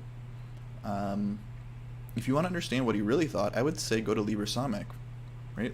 Liber Samekh is his instruction to an Adeptus Minor. Consider the difference between talking to a noob in a letter, which is what Magick Without Tears is, and talking to a 5=6 Adeptus Minor who is at that stage of actually uniting with the angel. If you were to read Liber Samekh and understand the angel through that, it would be much more aligned with what I'm talking about, that the angel is just a funny name for the true self, or divine consciousness, or non-dual infinity, or whatever the hell other names you want to call it. And why do I say that? It's because Crowley, that's how Crowley explained it. Over and over and over and over. It would be bizarre for him to say the same thing 99 times, and then the last thing he says completely contradicts and undoes everything else. That's how I think of it. It's a great question. It comes up a lot. I think people are very intellectually lazy with how they approach this and just repeat things that they hear, unfortunately. Okay, now I'm interested into this book. Yes, I'm very much into psychology. Thank you for a detailed answer. Yeah, no problem, Rob. You ask good questions. Naturalistic Occultism is one of my favorite books, but it's also like totally different because it doesn't really mention Thelema. It's more just like something I was interested in at the time. I was in college, I think. I wrote a paper for one of my cognitive science classes about the neurobiology of the astral plane, because that's what I do, I guess. And the rest of the book just kind of like accreted around that initial chapter. Like I was saying, you know, people who have a basic liberal arts education, who have a basic intro to like science, neurology, biology, physics, how the world works scientifically, naturally, if they get into religion and philosophy and stuff, spirituality, they're going to try to synthesize all that, right? Not just like get rid of one half of it.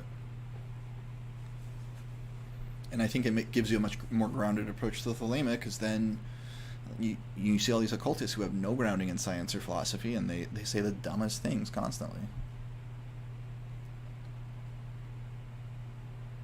This is great already. I'm glad I was summoned here. I love to use a scientific approach to magic. Hey, Pearl Girl. How you doing? Glad you came here.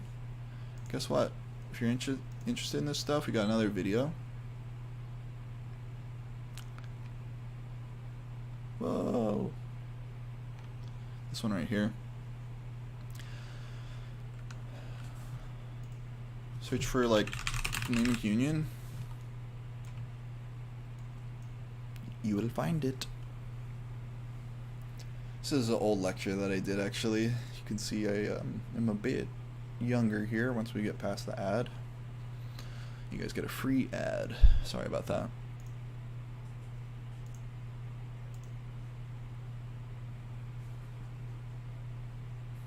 Click to start blocking ads. That's a funny ad to pop up, don't you think? But it's an hour and a half. It's a lot. It's a lot of material. Yes, there's a PowerPoint, but we try our best. This is almost 10 years ago, actually.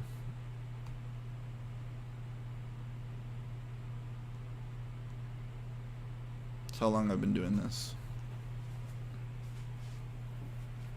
I mentioned that movie, What the Bleep Do We Know, as a great example of people who twist science into pseudoscience to suit their New Age beliefs.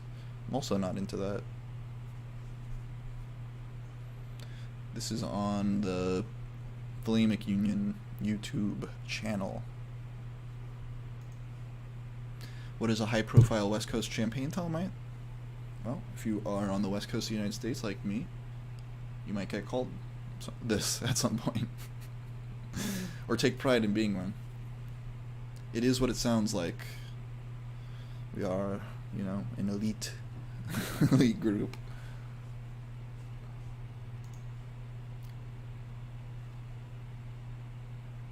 This is cool. I'm glad you think that without one.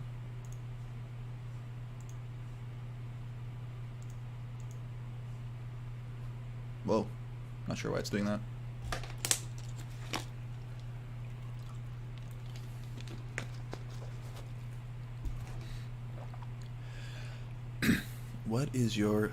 What are your thoughts on Babylon as an incarnation in a physical vessel? I think Jack Parsons tried to do that. I think the idea around this has changed with Parsons. I think Scarlet Woman was meant to be specifically a station or function, the New Eon, kind of the consort to the Beast, and not necessarily like, I guess kind of, yeah. No, I take that back. Basically like the earthly avatar of Babylon. But the thing I don't take back is this idea of like, I don't know, it just seems like this weird, like, trapping a sexy spirit in a person's body so they'll be like, I don't know, have red hair and be horny. It's just like a really weird idea to me. Incarnating Babylon into a person, like for real, then yeah, sure, why not? Maybe you'll get the new, like, Semiramis. Maybe you'll get the new Joan of Arc.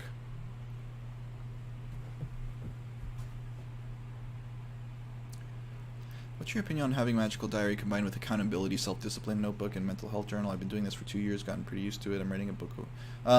Yeah, so if you're doing anything with, like, Thelemic magic, you're supposed to be keeping a magical record. And there's a lot of reasons for this.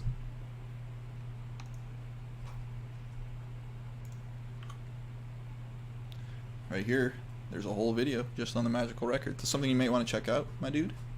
Anyone else interested in the magical record? There's this right here.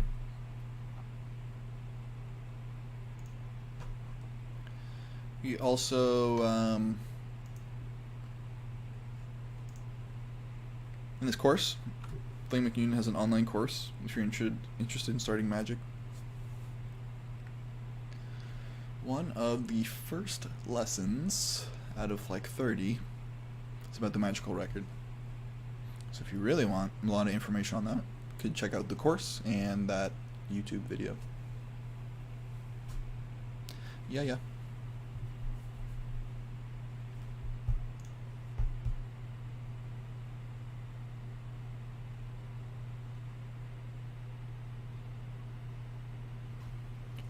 I like long form content. No worries, good.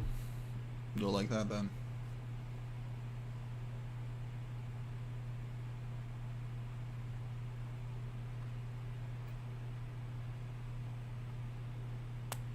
Flashback to an earlier statement. What awful human beings would attempt to curse IAO131? So sorry you had that experience. A mark against humanity.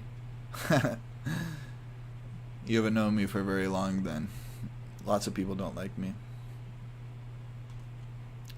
I've been one of the most prominent public critics of OTO, for example, in the last few years. Thelemic Union as a website has been one of the loudest public critics of OTO. I'm not a huge fan of a lot of things that these people do.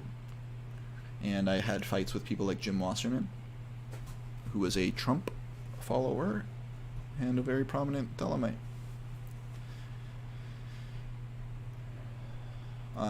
Lots of right-wing people in particular are not fans of me, because I've had like an anti-fascist kind of approach. But at the same time, it's not like I'm out there like trying to cancel people. It's more like I actually care about the real influence these people have in real organizations, not just like being a slacktivist. So a lot of these people, you know, they've for some reason they feel like their response to that is not, of course, to talk to me or to argue the point, but to cast spells, which is pretty pathetic. So it's kind of funny.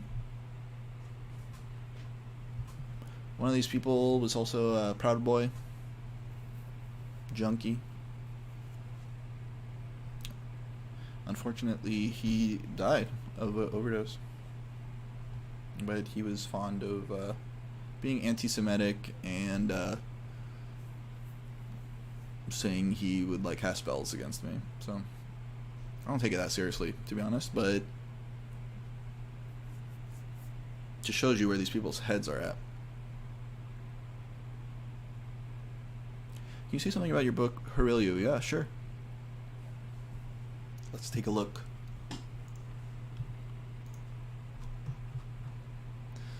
Aurelio, here it is.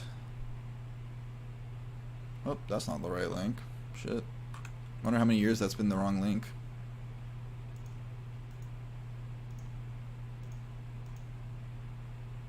There we go.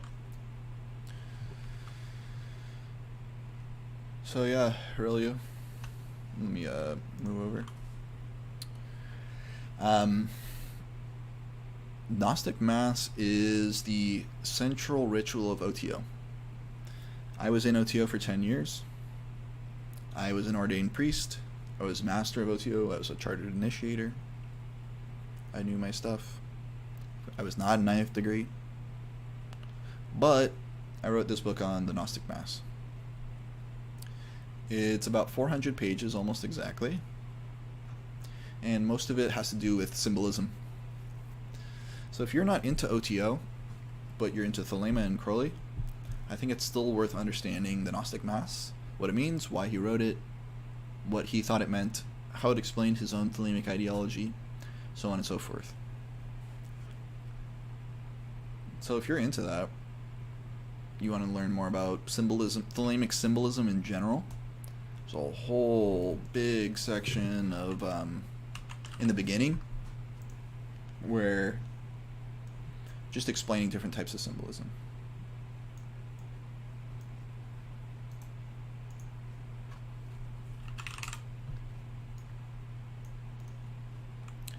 This is the innards of the book.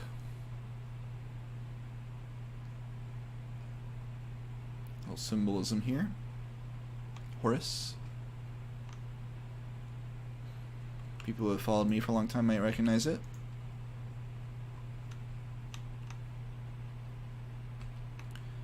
Right, so it's two parts. There's like general and then detailed. In this general symbolism, I talk about basic symbols. Symbolic dimensions of the Gnostic Mass is one of my favorite essays, just talking about different ways to approach understanding the officers. People get locked into this tetragrammaton view because they're dumb occultists and don't know anything else other than occultism. There's many more ways to interpret what's going on in the Gnostic Mass. Just as one example, like Wagner's Parsifal is intentionally part of the Gnostic Mass. And you will not understand that if you insist it's purely a tetragrammaton formula. Right? Why is it a lance and not a wand? Explain that to me. It's because there's more than kablabla in the Gnostic Mass. There's the officers, the magical energy in the Mass. The Mass of Baphomet is a really great essay about how the Mass is actually an invocation of Baphomet. So if you're into that. But there's this whole beginning section.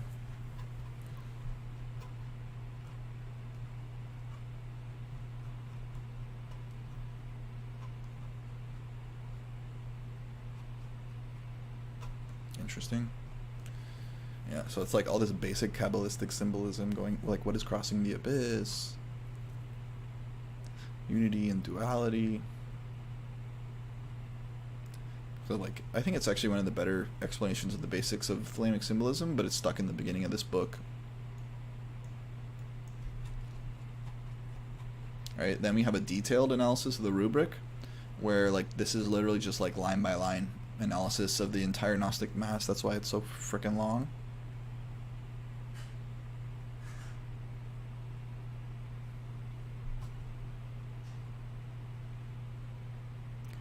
So if you're into symbolism, if you're into the Gnostic Mass or understanding OTO, I would encourage you to check it out.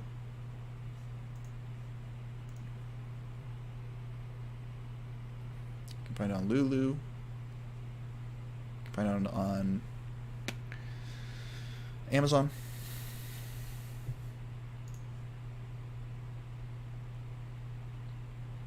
Do you have a Thelemic order we can apply to join? No, I do not. All I have is this online course I just showed. So if you're interested in my approach to like Thelemic practice and how I understand it, it's basically like 10 years of my understanding in about 30 lectures combined into one. Most people pay like $10, $20 per lecture, so I think it's a pretty good deal from that perspective. So if you're interested in that, you can go to ThelemicUnion.com. Right, click the Magick courses here, or just like this pop-up, click Start Practicing Magick. You'll find the course. A lot of people like it, gotten a lot of really great feedback. It's meant to be kind of an on-ramp for people. Start small, work your way up. About 120 days is meant to last, but you can go at your own pace.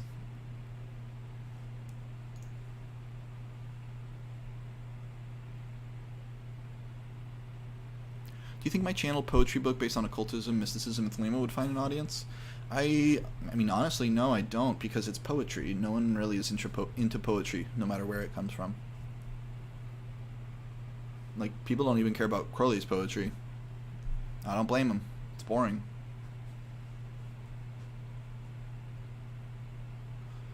Zero equals the fool. Yes, indeed. Correct. We must meet our spells halfway and be true in will. I do your poetry. Hey, there you go. Raptor will read it. You got one reader already. I'm a little cynical, of course, but I guess it matters what you mean by it. Would people read it, right? If one person reading it is enough for you, then there you go. You already got your answer. Thanks for streaming. Good stuff. 93 is 93. Christopher, thanks for hanging out. Thank you guys for subscribing. Hit all the buttons on YouTube that are good. Hit that like, hit the thumbs up. Is that still there? Maybe that is like. Subscribe.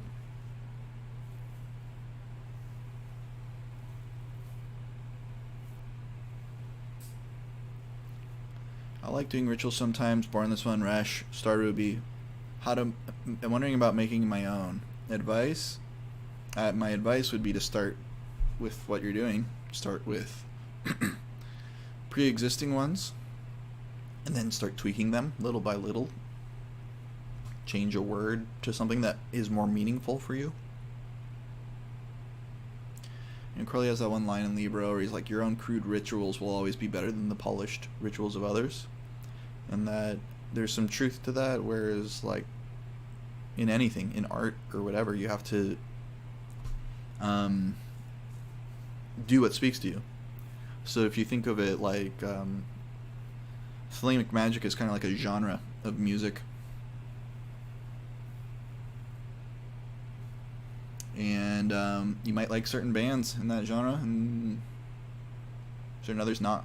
You got to find the things that like really speak to you, get you going.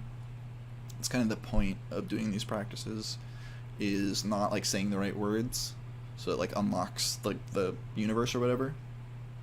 It's more about working yourself up so much that you enter a different state than normal consciousness.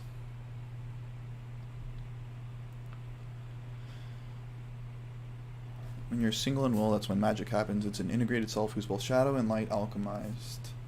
Yes, indeed. So I was talking about before, where it's like higher self is not the right term because it's not all light. It's a union of like light and shadow. It's meant to be like a whole in all, not just like the best parts of ourselves to the exclusion of the worst. Got your head in the heavens and your feet's below the hells, as Crowley said.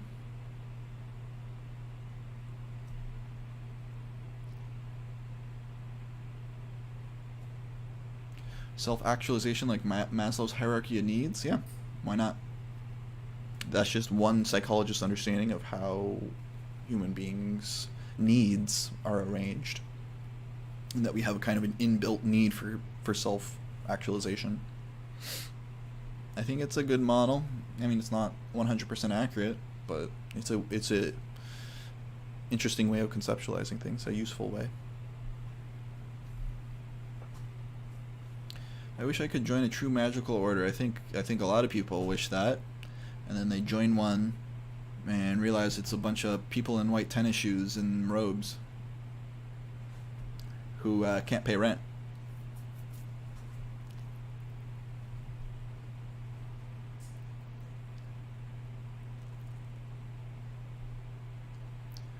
I was turned off by the woo-woo new age. Yeah, me too. I call it woo-woo as well. It's the part of the new age that's really distinct. Like you can feel it. It's like part of their aura, to use a woo-woo term. You know, it's just like it's gross. It's like they don't really believe anything anyways. They believe everything, so they don't really believe anything. Thanks for the advice. Always enjoy your input. I'll be digging through those essays now that I know they're there. Yeah, for sure. You can also get them in Fresh Fever if you like it in book form. But yeah, a lot of those are online. I'm great. Had a very productive new moon ritual last night. Nice. Very good to hear. Theistic Satanism makes no sense. That's why I don't know what you're responding to, but we were talking about Satanism earlier. Theistic Satanism depends on a belief in the Christian worldview. You just don't agree who the good guy is.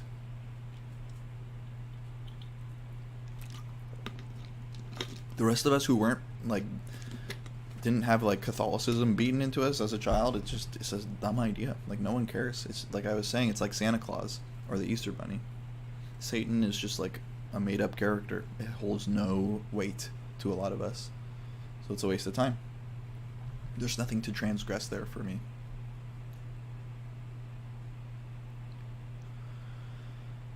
No ad block, yeah. I actually use a separate browser of like what I'm showing you guys. And I keep forgetting to put ad block on that browser. My bad.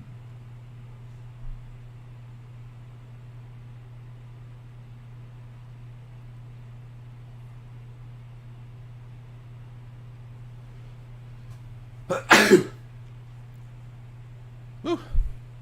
Excuse me. One sec.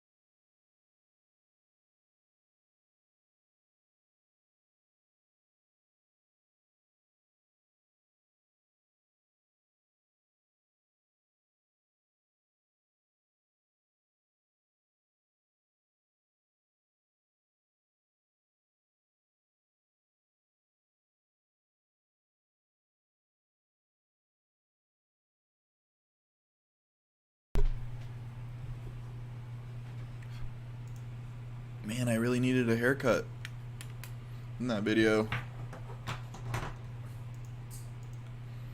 Sheesh. Who let me on screen? I look mad.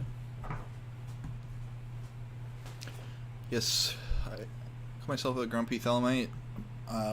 It's partly as a joke, but the other reason is because I'm a grumpy person. So it certainly makes a lot of sense to call myself that. Hello everyone. I see everyone coming in and out. Feel free to ask questions. I really don't know how much longer I'm going to go. I've been standing up this whole time, so when my legs give out, ask in the chat. Aleister, Crowley, Thelema, OTO, all fair game. What does IAO131 mean? That kind of shit. Let me try to catch up with the chat.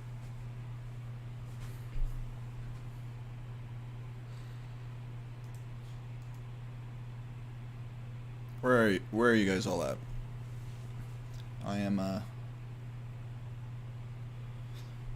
West Coast, Champagne, Thelema. Prefer bourbon, but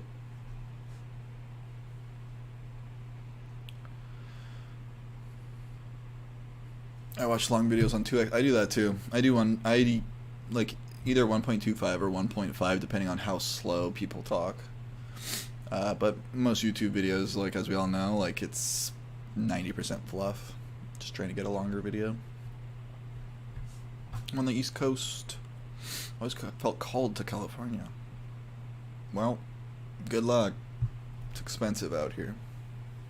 Oh my god, I watched that last week. Lols, yeah. Nice entry. You been watching the Thelemic Union videos? If you guys don't know, this is us right here.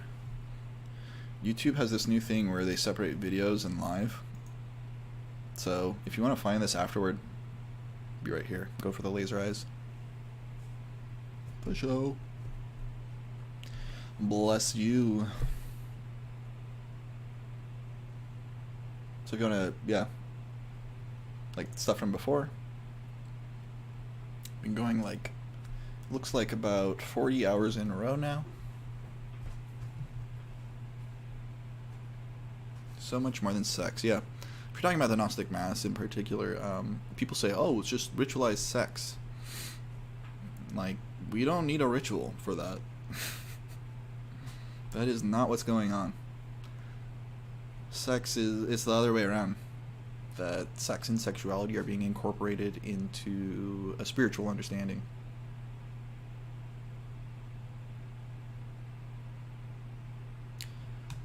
This was one of Crowley's big things, is using sexual arousal and sexual desire towards spiritual ends. Like, you think of him as this, like, gross, hedonistic guy, but he was actually one of these people who was like, all sexual acts should be devoted to Nuit.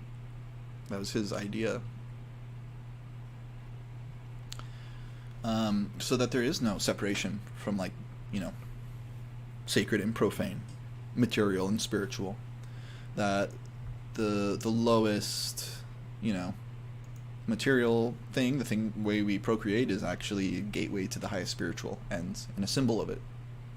So he was very fan of, like, sexual symbolism because it's two things uniting into one, and that idea is basically everywhere in Crowley's writings. You can understand, like, a vast majority of Thelema as being a ton of different ways of talking about the two becoming one. It's part of what that one video was about, the Samadhi one, Samadhi Experience Thelema. If you're interested in that idea, then check that out.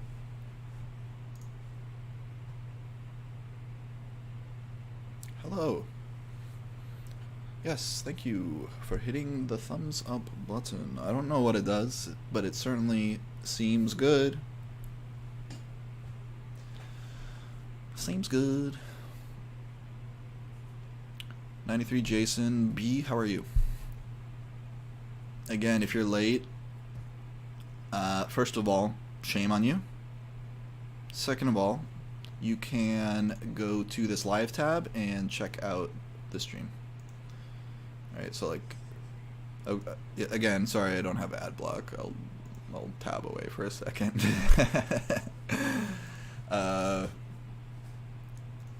Here we go. There's us right now. You can go in there later and just watch the whole stream.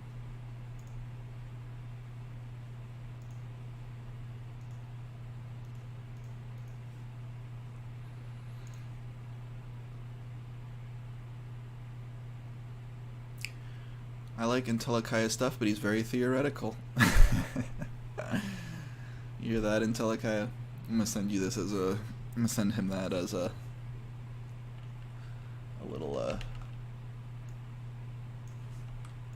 little image, just to ruin his day a little. Just kidding.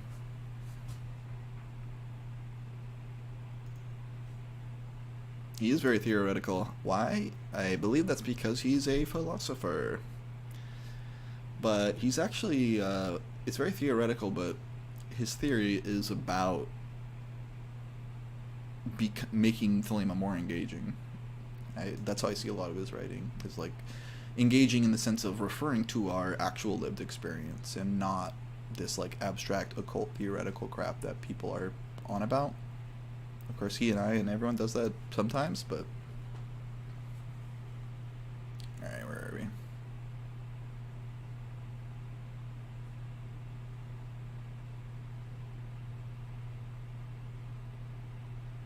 Holy moly. I'm way behind. I'm gonna stop talking so long. I'm gonna just respond to these really quickly. There's always been factions in the occult. There have always been factions in the occult. When you get, like, 2 or 3 occultists together, you have at least 2 factions. What's going on with Lon Milo? God bless Donald Trump. I don't know. Is anything going on with him? He's hanging out. He's good. I see him on, like, he's doing his Facebook Live thing, so if you're on Facebook and you want to hang out with him, go for it. I keep mixing up Wasserman and Eshelman. Yeah, they're, like, political opposites, actually. Eshelman's a lib. Wasserman was a Fox News conservative. Breitbart. If you guys remember Breitbart. Kind of died out. Forget what happened to it.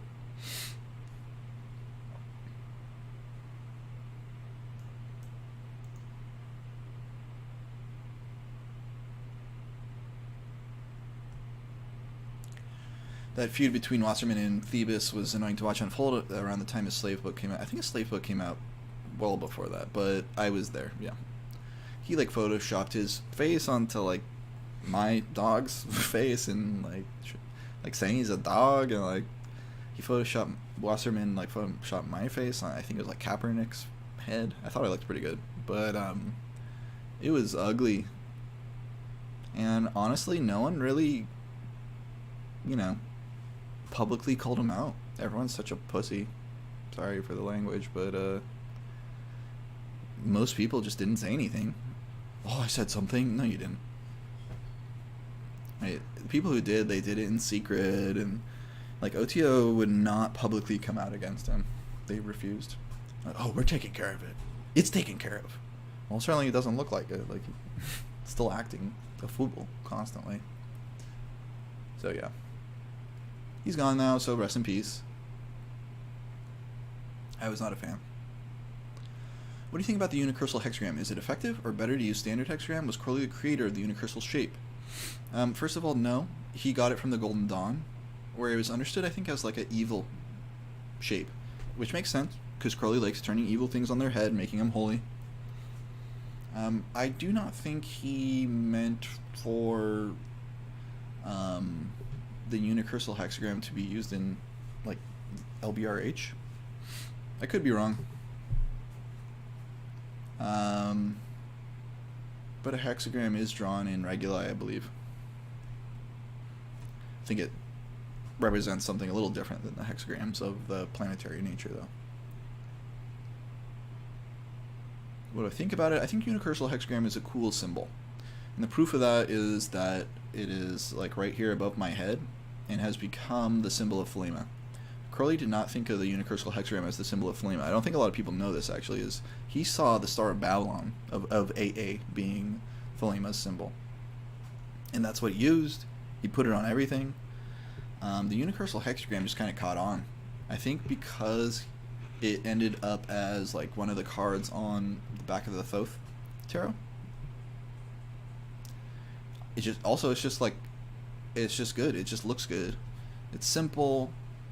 It's easily identifiable. That's how symbols work. The best ones shall win. Thank you. Love this channel. Love this community. Appreciate that, Jason. About Cakes Light, do different OTO groups have different recipes? Or is there some secret cookie recipe that gets bequeathed unto thee? Nah, like people share their recipes all the time. The secret recipe is like, you're never going to get like actual blood or semen or anything in a public Gnostic mass. What you're going to get is someone like pinpricking their finger, doing like, a single drop of blood in a cake, and then that cake is burnt to ash, like no organic matter is left, and then that ash is incorporated into the cake recipe. The details of like all the different stuff in there, like there's different recipes. They're public though.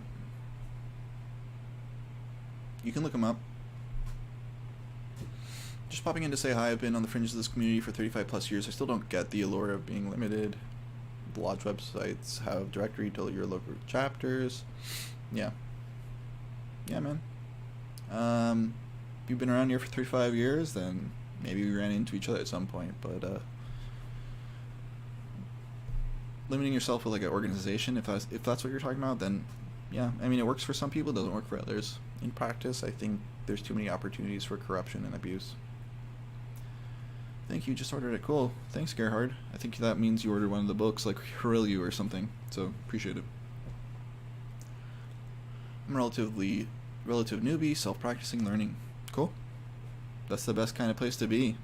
When someone stops learning and they think they're done learning, they become intolerable. Extremely annoying people who think they know everything.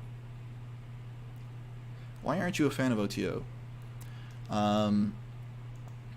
I think that would not be a fair statement. I'm a fan of Crowley's vision of OTO. I'm a fan of a lot of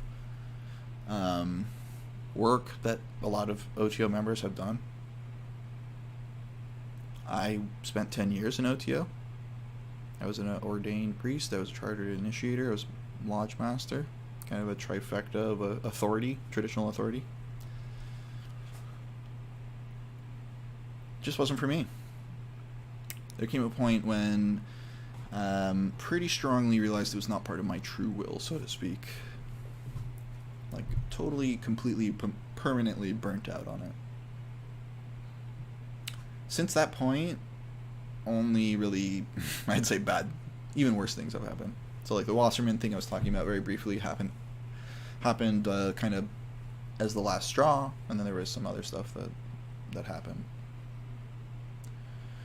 I think there's a lot of people that mean well in OTO, but in practice, it is very immature, childish, backbiting.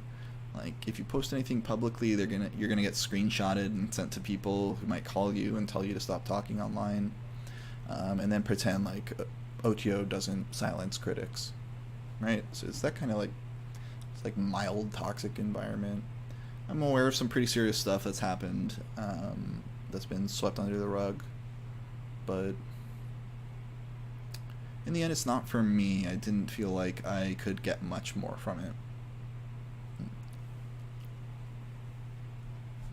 At the end there, though, I think Blazing Star, which I was master of Blazing Star for a while, wasn't necessarily the biggest. It was probably top 3 in the world, and it was probably one of the most impressive local bodies of OTO, like in history, since there's really not that much to speak to.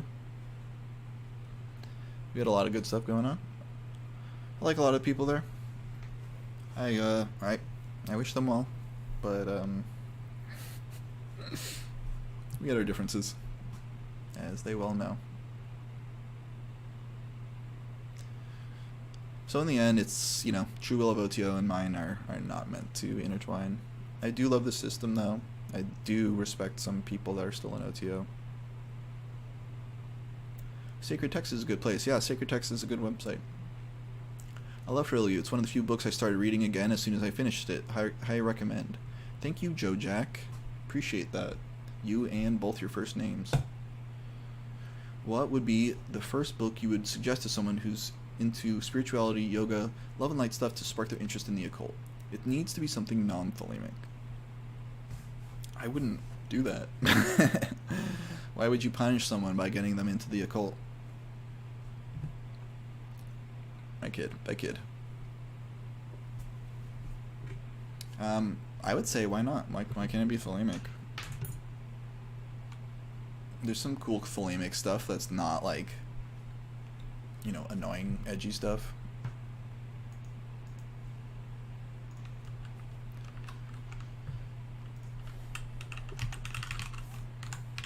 Maybe one of these. ThelemicUnion.com/new.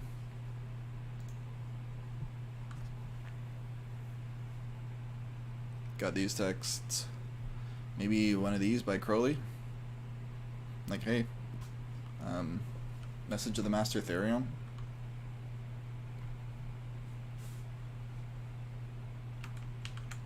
Or there's this guy at IAO131. He writes some stuff. Maybe show him that.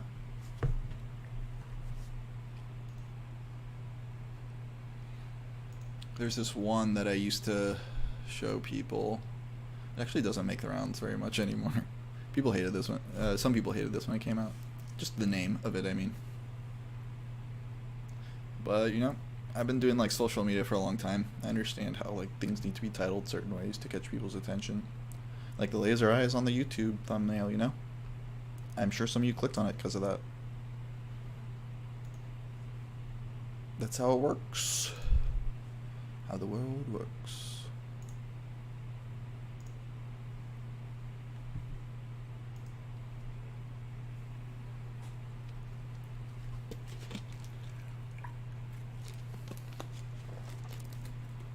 I'm working on a translation commentary of Libre L into Esperanto. I get even a single digit amount of readers, it'd be a miracle. Hey, if you finish that, I'll tweet about it or something, if that helps. It sounds cool. Could you talk about your book, Thelemic Sutras? It's Thelema Sutras. I mean, it actually used to be called Thelemic Sutras, and then I called it Thelema Sutras, because it's like It's not meant to be like the type of sutras. It's meant to be like the Thelema sutras, you know.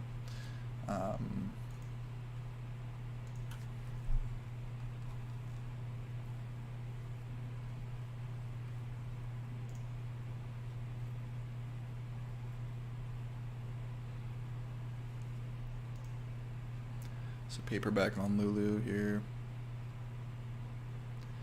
There's a hardback as well. Hardback's pretty cool.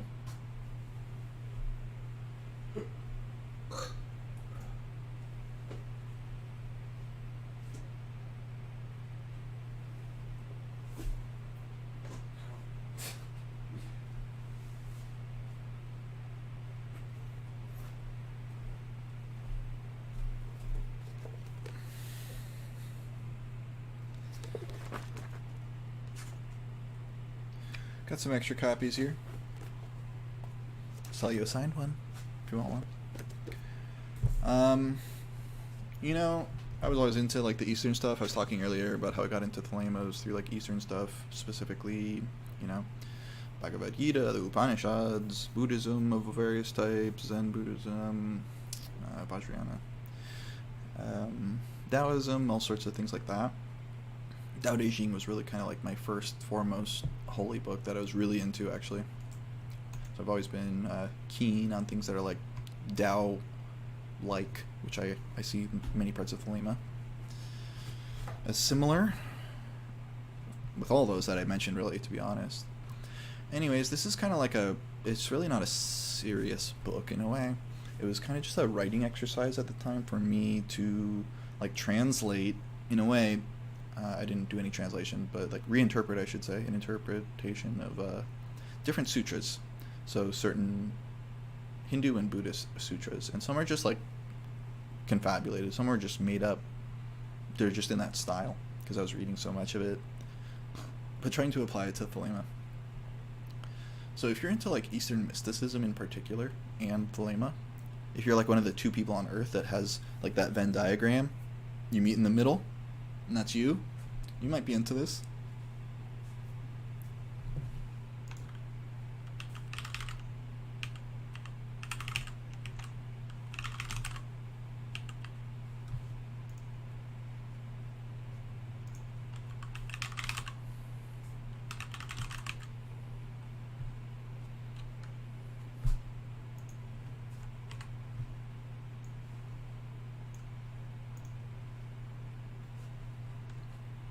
The table of contents.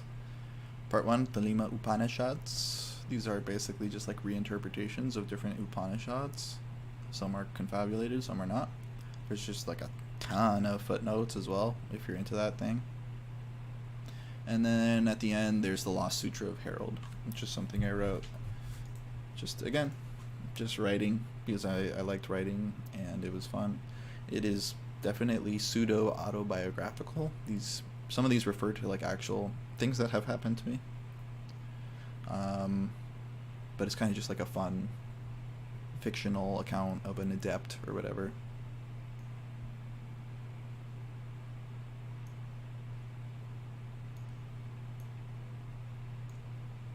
So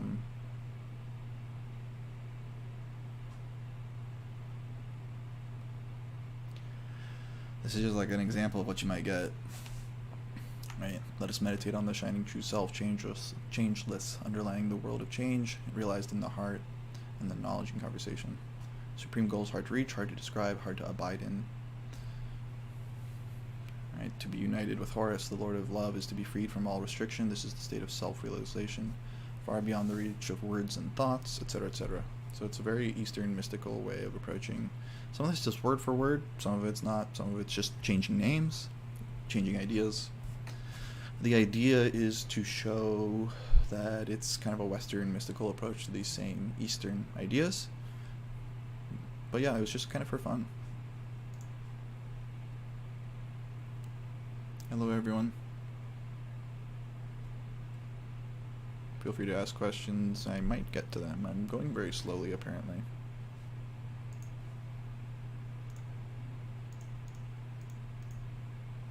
Go back to my champagne Thelemite.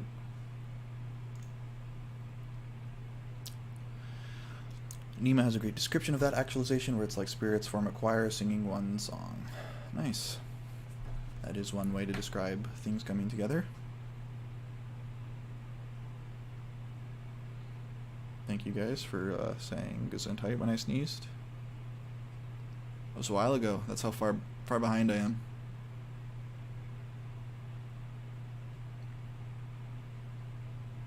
Dark mode. Move this over.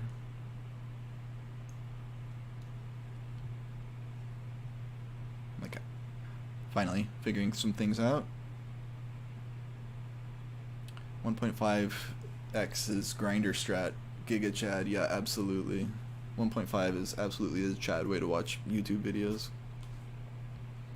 Purchase Naturalistic Occultism, thank you. Hey man, thanks Psychic Godfather, appreciate it.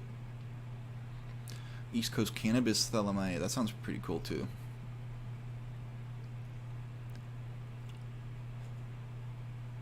Sexual energy is the same as creative force. You can do the sex act, or you can play video game, paint a landscape, write poetry. It's all the same energy, harnessed and directed. That's certainly exactly what Crowley believed. Absolutely. Yep. He thought like sexual energy was the kind of like the base form of magical energy or power.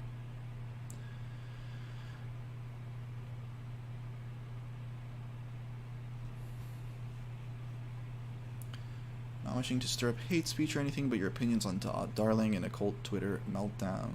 Well, that's something you're asking me to step into, isn't it? You know, I really liked Darling when she was coming up. I thought she was the next thing with Thelema. It seems she's into much more like wider occultism, paganism, I guess is probably the better term.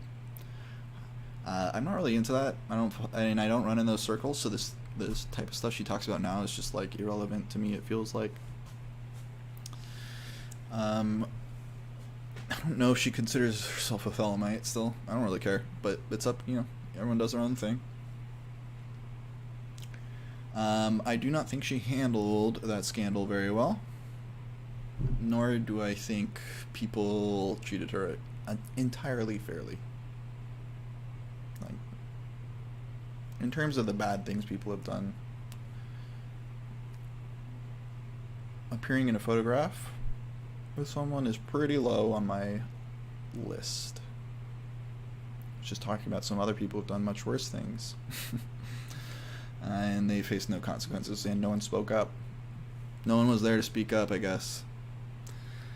But you know, I don't think she's a Nazi. I think people who think that are confusing basically any kind of conservative for a Nazi, and if you're that kind of person, that's fine. That's fine. But not all of us think in that way. I'm of the view that like it's like the boy who cries Nazi makes the threat not understood realistically. You need to be able to differentiate different levels of threat, different levels of involvement.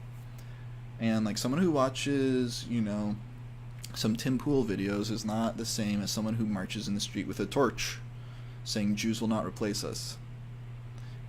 Someone who said they liked Jordan Peterson is not flipping the switch on someone. You know what I mean?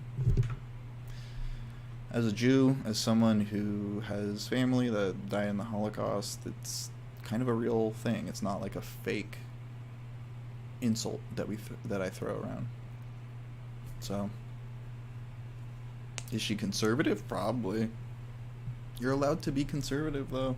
I'm not a conservative. Politically, I'm against them in pretty much every way. Socially, economically, morally. But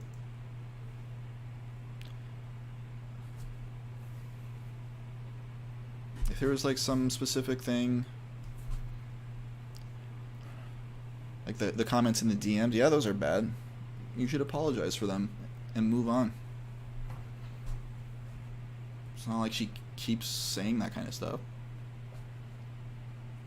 And part of her persona is just, it's part of her brand to be edgy.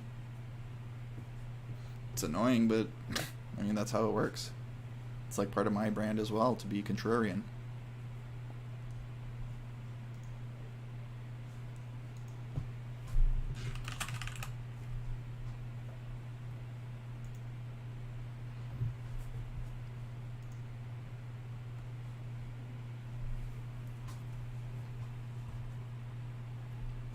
Book of the Law. Do we know what Nuit's secret name is? Yeah.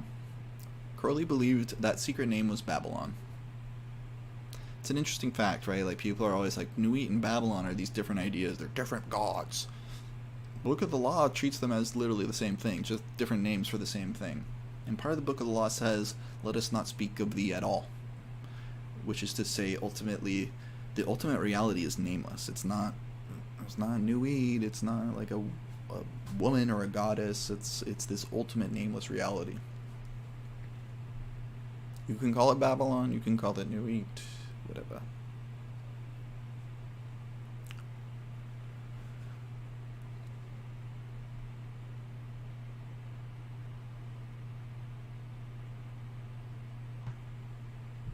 Codex Astarte rundown. Yeah, I don't know what that is. Sorry.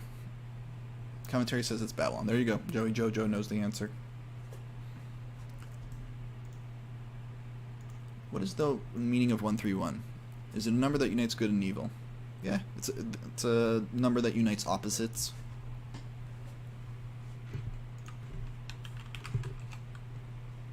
It's the symbol. 131 is primarily pan, which means all. Like the pan in pantheism.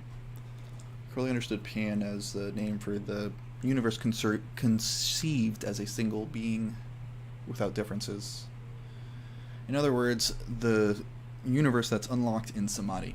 When the self dissolves away, the world dissolves away, and there's simply what theistic people would call God. What other people call, you know, super consciousness or whatever. Whatever name you like.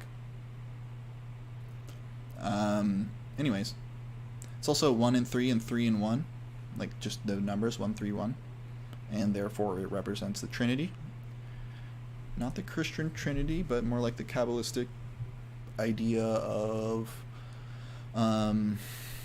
two opposites and then a third that transcend them, that contain those opposites but transcend them.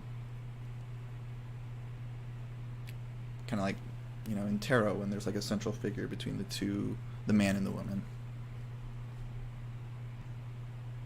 And I see it as kind of a parallel to the word IAO. That's why they're arranged in this way. I and O are opposites, between which is the triad. The eye in the triangle, the point in the center of the triangle, for those of you who are in OTO.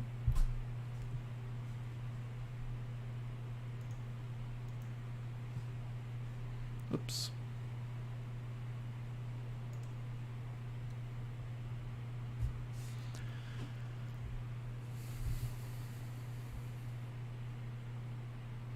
Thelemic Heart Sutra was a fun read, yeah. That's my favorite, actually, is the Heart Sutra one. At the end. It's a Thelemic reinterpretation of Heart Sutra, like word by word, line by line, but redone.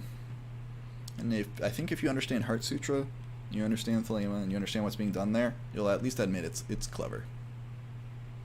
You have to admit that. Whoops.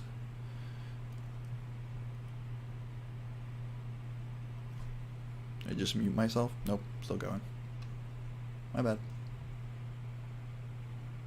Sorry if part of that was cut off.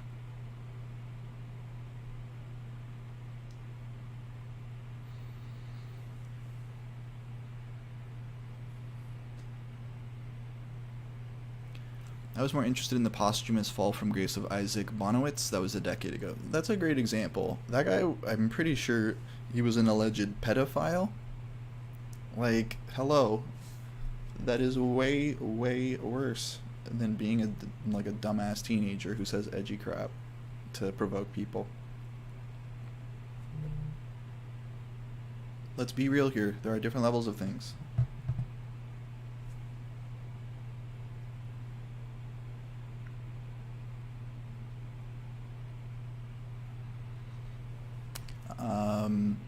So like Bonowitz, like, and then people will admit he did good things and stuff like that, reforming the image of someone like that.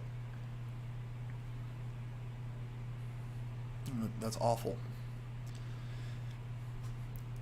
Not the photoshopping and stuff, was it? Totes sucks, doesn't it? Yeah, you like Photoshop faces onto things. It's pretty childish. It's funny. It like didn't really affect me, but it was absurd to see someone like doing that publicly.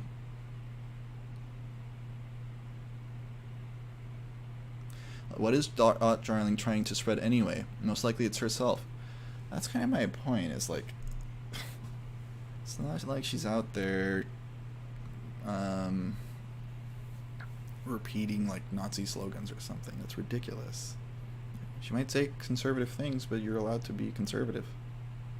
You're allowed to be wrong. That doesn't make you a Nazi.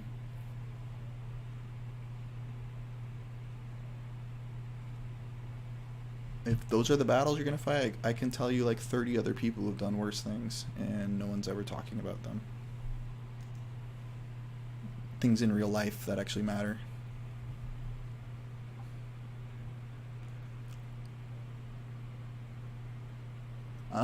I honestly think that it scared her, not scared, but it pushed her away from Thelema as an ideology. It's too bad. That I think she did not have enough or the right allies. Thank you. Appreciate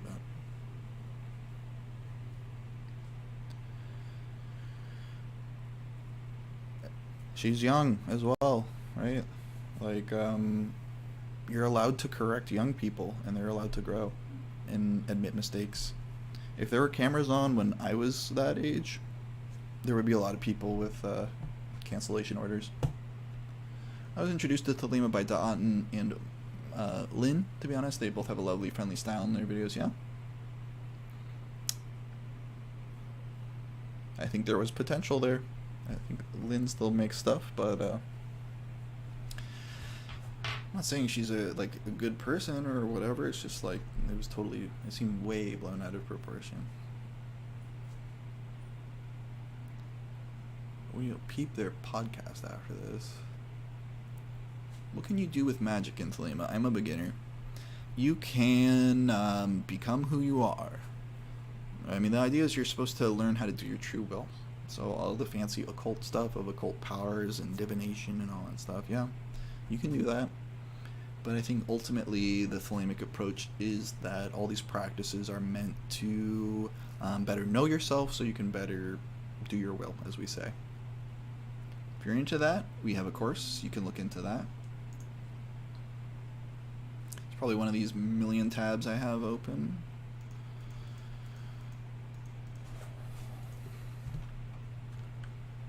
Just go to ThelemicUnion.com. This is an online course, if you're into it. It's about 30 lectures in one course. 30, 1-hour lectures. It's a lot of material, in other words.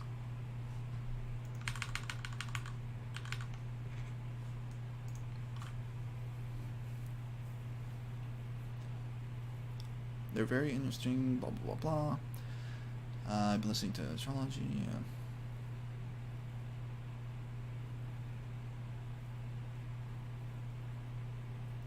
She's doubling down on some Volkish sounding stuff.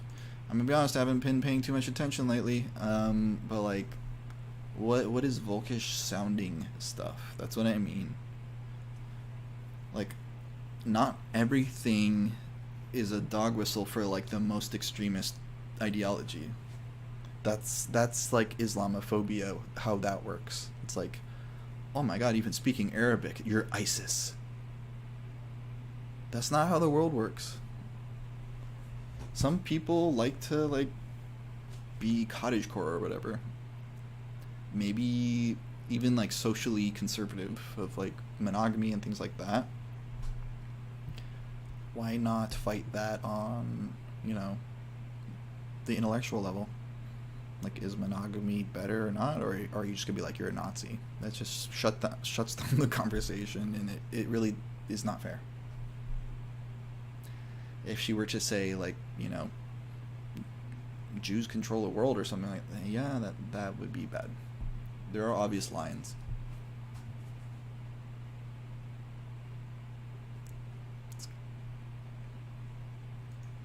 As far as I can tell, a lot of this stuff said about it's just blown out of proportion, like I said.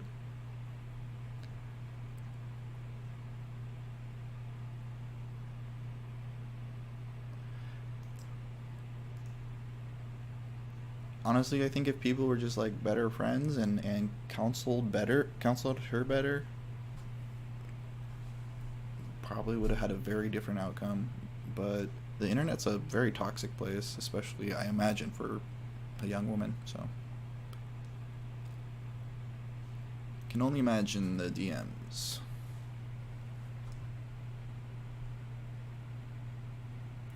I was able to get Michael Patrick's book, The Winged Secret Flame, in leather. Oh my, what? Is there a leather? Of course there is. That sounds dope. I've probably seen it. Same people who like made Mystery of Mystery put out that book, and there's a leather version of that as well. Thelemites love their leather books for some reason. I really don't know what the overall. Dot's allowed to hold her opinions without being subject to such harsh backlash. The Ramblers will never see that, but overall she gets publicity from it. I think a lot of publicity, in the wrong way went to her. I think when you find, suppose you're in an argument, regardless of what it's about, and some people are supporting you and the other people are yelling at you and calling you a Nazi, chances are you're going to move toward those people that are supportive of you. There is a way to speak to people. Of course, not everyone's salvageable. Some people are just fucking idiot Nazis, but there's a way to speak to people like on the level as human beings, explaining to people what's wrong. And if they act in good faith, then you have someone who's gonna mature rather than just, fight. And she's allowed to hold her opinions. And hanging out with the actual Nazi, yeah, bad idea. Taking pictures with them, but like obviously that was not her intent, I'm guessing. It's silly. Plenty of people took pictures with Wasserman. Felt A-okay about it.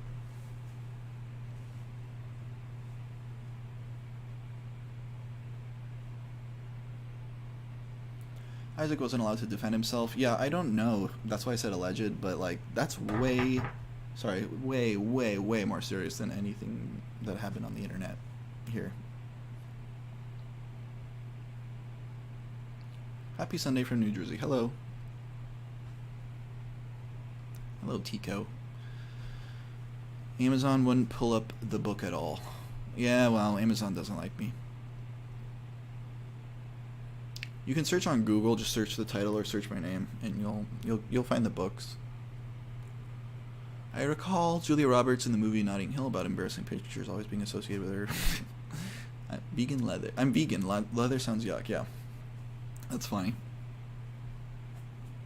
Well, nice books are nice books, I guess. With Magick, you can find your true will and go for it. Channel has great vids on this. Thanks, Jason.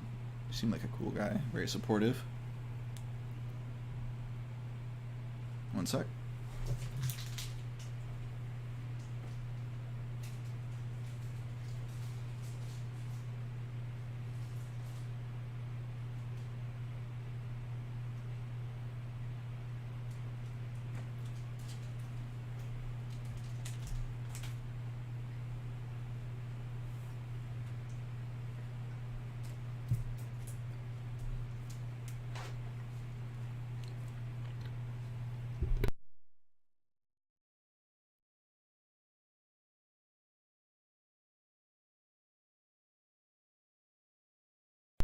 Yeah, honestly, it all smacked of like Zoomer drama to me, so stayed out of it.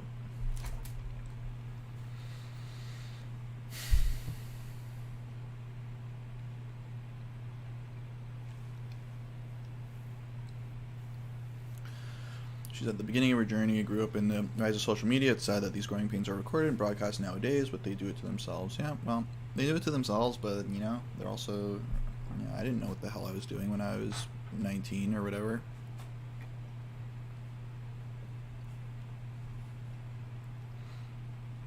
if people are honest with themselves, they've said a lot of, I think a lot of people really truly have, joking around, said bad things once in their life. Whoops, sorry, it's true. I know personally some people who accused her, I know personally that they said things like that. So it's all, it's just like, it feels gross, hypocritical.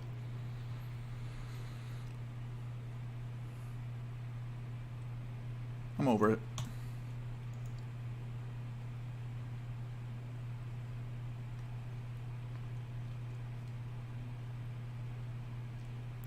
What is Liber 963, the treasure house of images, used for? That's a good question. It's actually used by probationers in AA, I believe.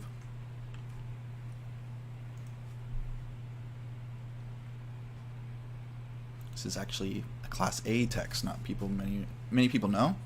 Not the treasure house of images, but this. It's considered actually a Class A text for some reason. I believe it's given to probationers in AA to start doing this.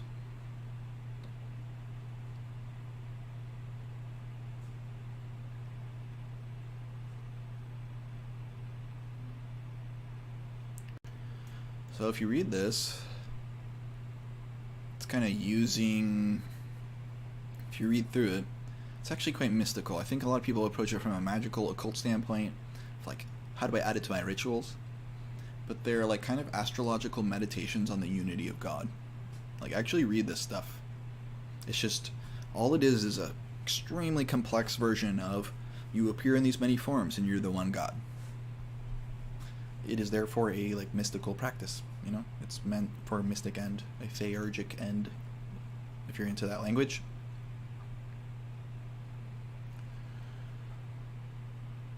Oh, Amazon didn't pull up the Michael Patrick book. Yeah, I don't. Maybe it's not listed. Amazon sucks lately, though. You can't find stuff that you used to. All the Aleister Crowley books are like weird versions and stuff. It's totally weird.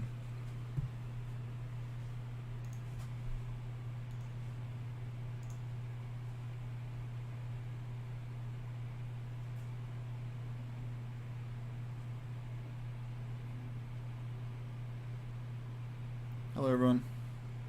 I'm not sure how there's still like 25 plus people here, but I guess feel free to ask questions about Thelema, Magick, OTO, as long as I last.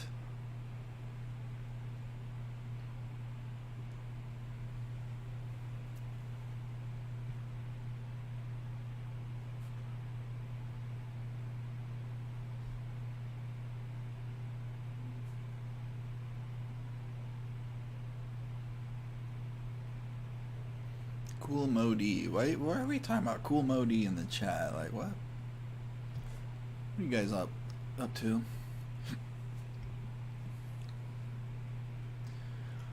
Thanks, yo. Yeah, man. Hey, what's up, man? Grandmaster Glick. Is that Jiminy Glick? Thanks, bro. Your channel's really helpful, although from many different views among all of us. We respect this forum. Enjoying the discourse. Kudos to you for doing it. Yeah. Just open up the discourse in the YouTube live. You stream for 24 hours. Hey, if you started like doing some super chats.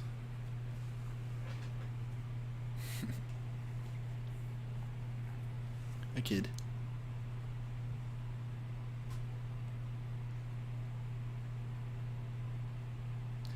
Have I read The Holy Science by Swami Sri Yukteswar? Maybe. I mean, I've read Yukteswar's stuff. What's that one about?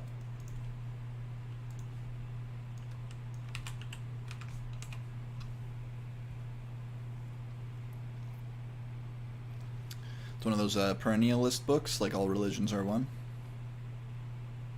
Showing the Bible and the Upanishads are similar. Yeah, I was into that kind of stuff for sure.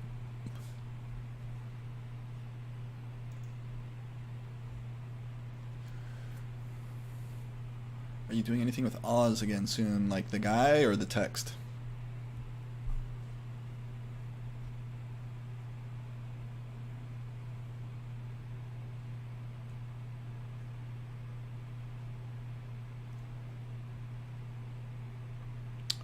from Long Beach wanted to learn more about Thelema and where it can attend services. Well, there's only one organization that provides something that resembles services.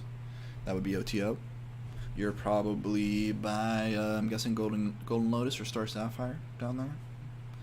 Used to go down there myself a few times. If you're down in the LA area, at least. If so, condolences.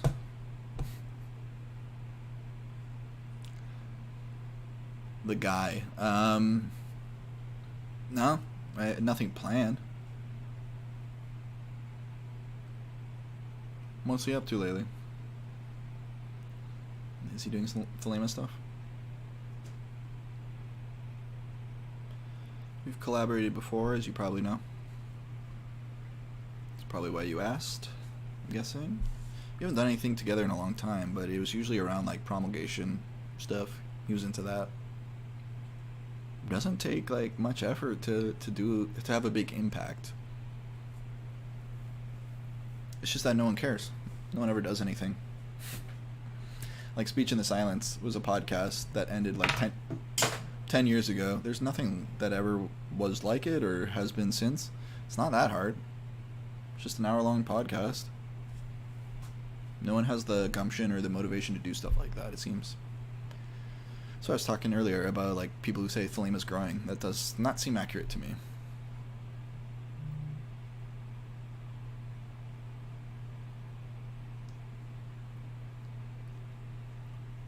I read your take on Gematria earlier and I thought it was pretty dumb. Well, cool, man. Thanks for coming in to say that. Obviously I'm right and you're wrong, but you are totally free to maintain that illusion for yourself. 562 in the house. The guy got new teeth, drives a truck now. Yeah, I saw the teeth. That's cool. Good for him. I think he's been a truck driver for forever. So, yeah. I mean, he does a ton of... Yeah, I guess I did see one of those videos where he was, like, in his truck. Again, it goes to show it doesn't take that much effort. Like, he's in a truck. He's doing all this content or whatever. Plenty of other people have lots of free time. They never seem to do much of anything. Not that everyone's a teacher. Not that everyone should be making videos, of course. That's another problem, I suppose, is people not knowing their own proclivities. Both level-headed and break it down for newbies. Much appreciated. Yeah, we're friends, I would say. Certainly friendly. I've only met him in person, I think, like once. But we definitely used to talk a lot more and work together when I was in OTO. I believe he's still in. I'm not.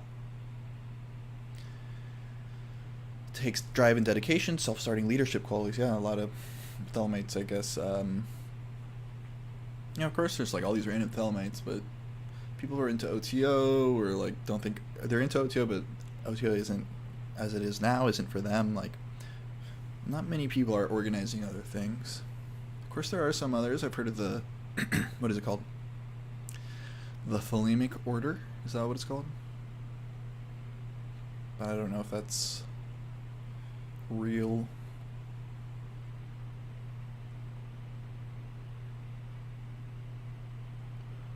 Oh no. The guy in my chat wants to debate Gematria. It's like literally the exact type of person I've been talking about. No, man. It's okay. How's it a Gematria key? When you say Stonehenge is Thelemic, I don't even know what that means. Like the stones? Like the landmark? It's also what makes something Thelemic. It's kind of a vague term. If it's like, if Thelemic means like relevant to like Thelema and pertinent to anything else Crowley ever said, then no, it's not Thelemic. If you mean it in like a generic sense of like, I don't know. 93. What's up? We got some French people. I think Stonehenge is a new construct. I mean, relatively speaking, in terms of the Earth, yeah.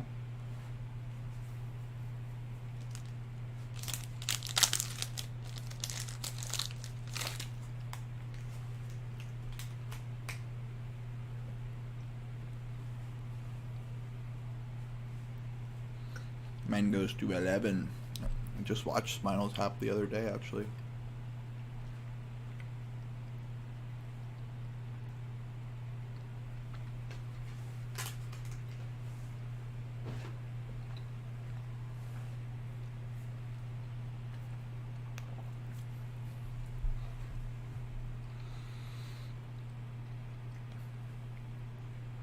My name is Cocaine in Gematria. Nice. That's cool. Go do simple English Gematria on it. Why? Why would I do that? Just like, look at the way you think about the world, man. First of all, what is simple English Gematria? It is one of like 200 English Gematria systems made up by some guy. If I add it up, it's going to come up to some dumb number. Like, what would it come out to and surprise me? 93? What could it possibly prove? It proves nothing. It's just like, it blows my mind that you look at that and it is convincing to you in some way. It just doesn't compute to me in a fundamental way. What do you think about David Cherubim, Thelemic Order of Golden Dawn? When I got started, he was posting his stuff online on like GeoCities or whatever. It's that one website that's like orange and red, if you guys remember it. And I read a lot of his stuff. I was influenced by a lot of his stuff. I believe I interviewed him for Journal of Thelemic Studies back in like 2007 or 2008 when he was doing like Illuminati, the band.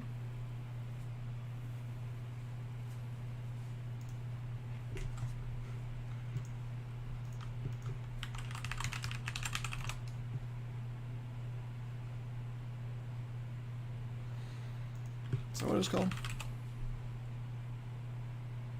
Illuminati.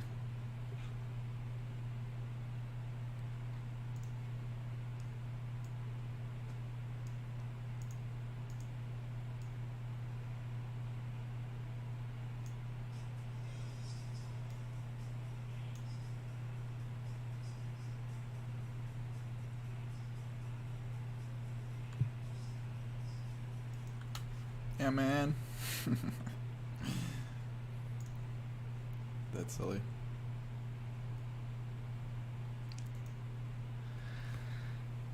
Yeah, I liked David Cherubim stuff. He seemed like a cool guy.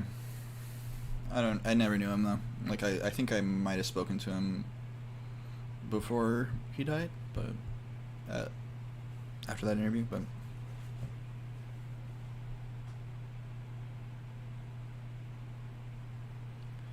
I'm all the way up the 605 freeway. Yeah, well, you're not going to get a local body that's closer than that. You're going to have to spend 605 hours on the freeway, my friend. David Chaim Smith. I think I read his stuff.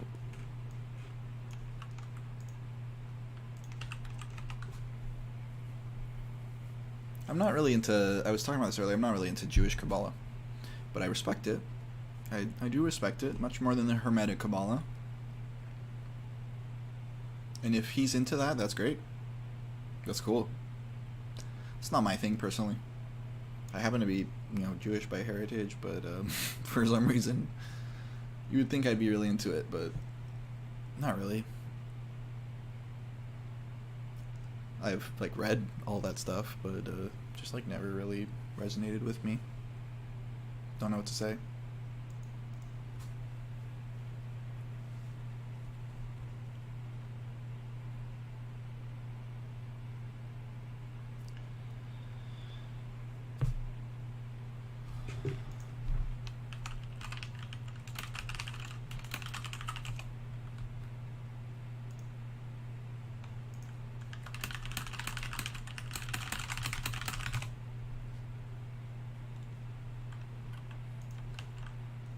So guy in chat, this is what you want me to look up? This stuff is nonsense. How can you look at this and be like, this is the key? I would recommend you study Philosophy 101 Logic 101, Science 101, understand the ways of thinking about the world that are through a critical lens, right? Critical thinking, understanding empiricism and falsifiability would be great as well. Then you won't be led into these like crazy beliefs that something that pops up like this is somehow significant. That's a big waste of time, in my opinion.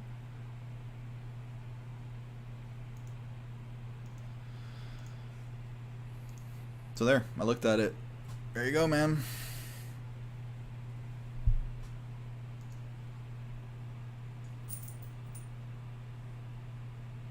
I've been in like the occult world for 15 years. I have dealt with like probably hundreds of people telling me their gematria codes. It gets really old how they all are the same and don't seem to think straight. It's just that simple. You just don't seem to think in the logical way that others do.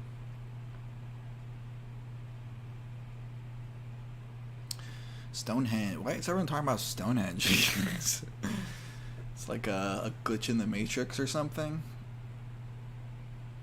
Love from Baltimore. Goodbye. 93, sir. Edgar. The Eons as Thelema is before Crowley and continues after. Yeah. I want to learn more about Thelema. Cool. If you want to learn more, I recommend Thelemic Union. Click this button up here that says new to Thelema. It's like a whole website giving you some good resources, good intro stuff.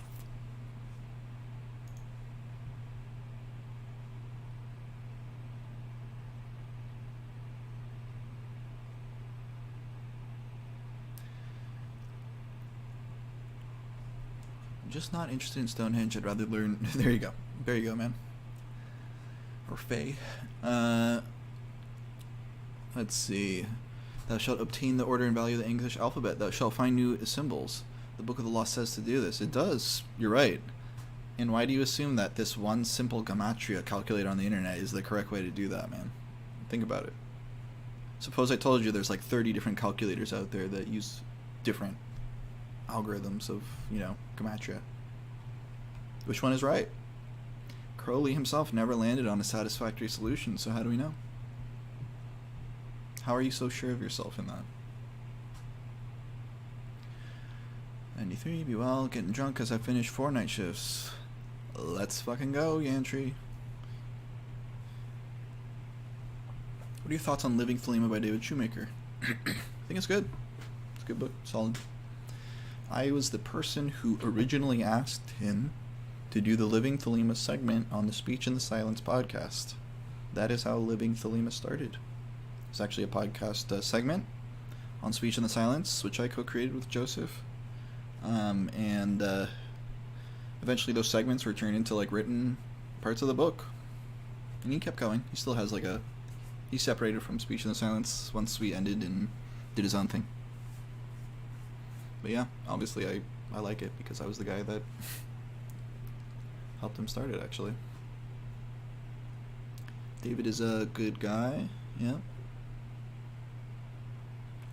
It's just like, his approach is just very kind of grounded, simple. It's a little too occult for me, a little too astrological, a little too Kabbalistic.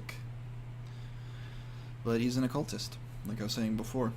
I don't really approach things from an occult angle. I find it very tiresome. A lot of my writings, like Fresh Fever from the Skies, is basically a giant book about approaching Thelema from an angle that isn't just pure occultism. That, I think, is what differentiates my writings from other people.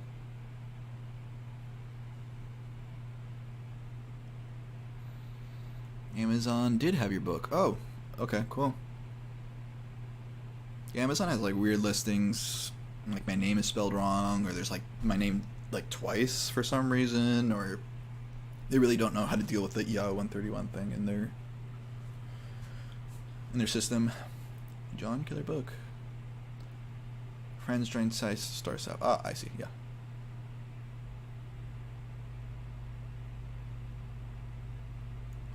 They printed the Diaries of Jane Wolfe, yeah. Like Shoemaker's groups publish some interesting historical stuff. I think that's true. Gunther's group publishes a bunch of like vanity projects for Gunther.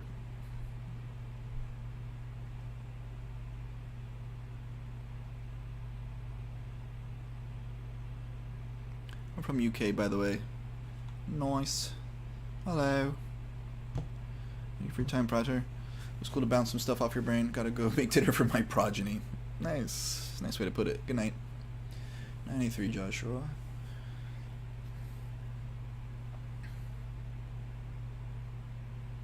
You don't think it's significant that it adds up to 444? No, man. Why would I? It could add up to 93, and I still wouldn't think that's significant. What does that prove in your mind? The fact that it's a repeating number seems cool or significant to you? Why?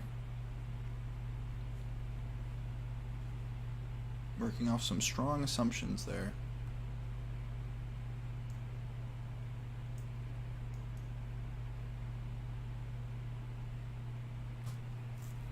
I know those verses. They do not say anything about English gematria. Is Thelema really a religion? Crowley certainly thought so. He saw it as something that was like even a religion and more. He saw it as like a new paradigm.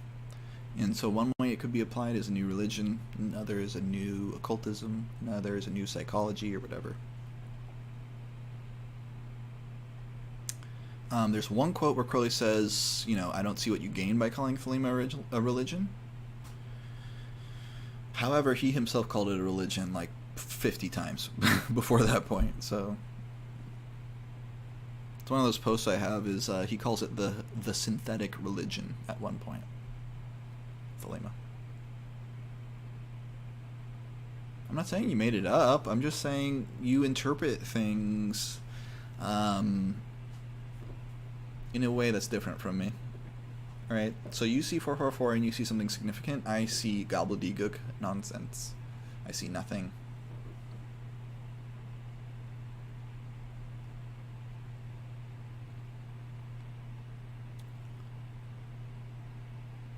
Thelemic Union. Hello, Geo.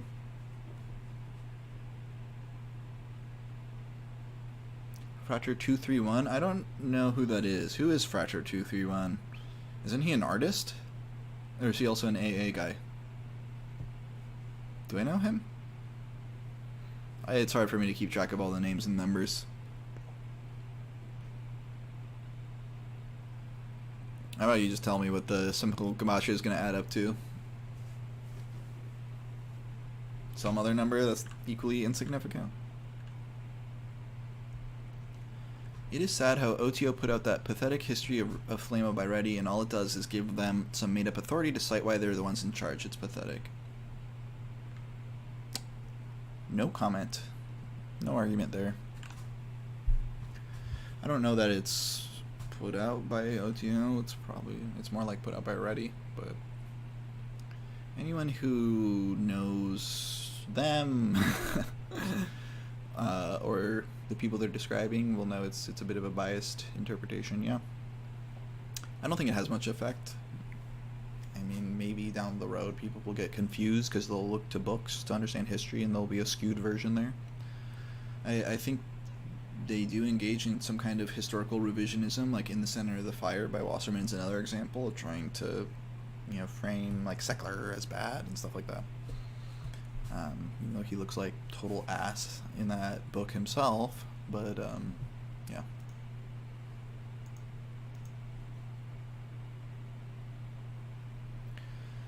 Okay, how are there like more people here now? That's ridiculous.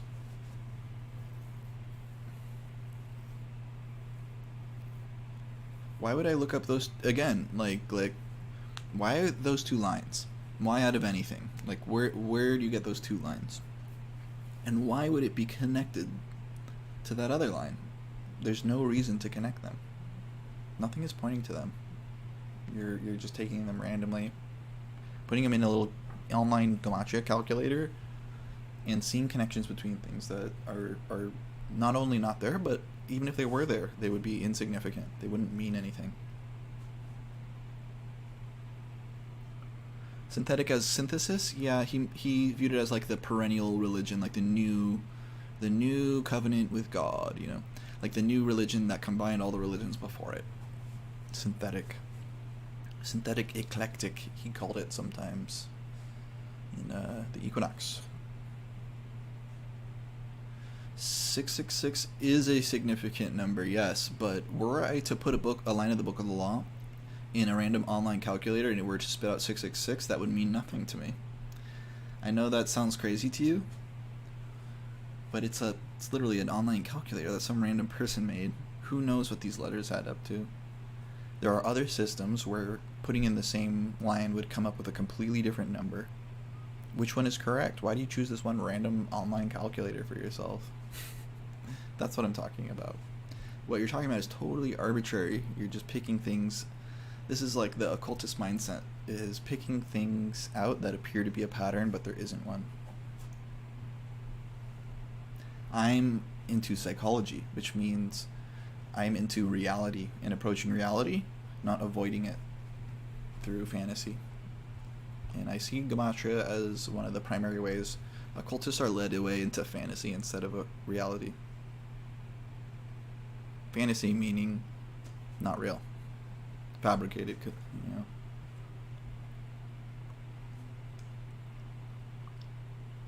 Two lines add up to 555 and 666. Suppose they did add up to 555 and 666. So what? What does that mean to you? It doesn't mean anything. That's what I'm trying to say. I'm going to stop responding to you. I'm sorry, but if it's not clear to you how I think differently than you with me describing the process, then I'm sorry. I've been trying to be charitable to you and at least consider what you're saying. But it's boring. Just don't want... Thoughts on the enigma of 23. 23 is a great example of apophenia. Why don't we look it up, since a lot of people here suffer from it.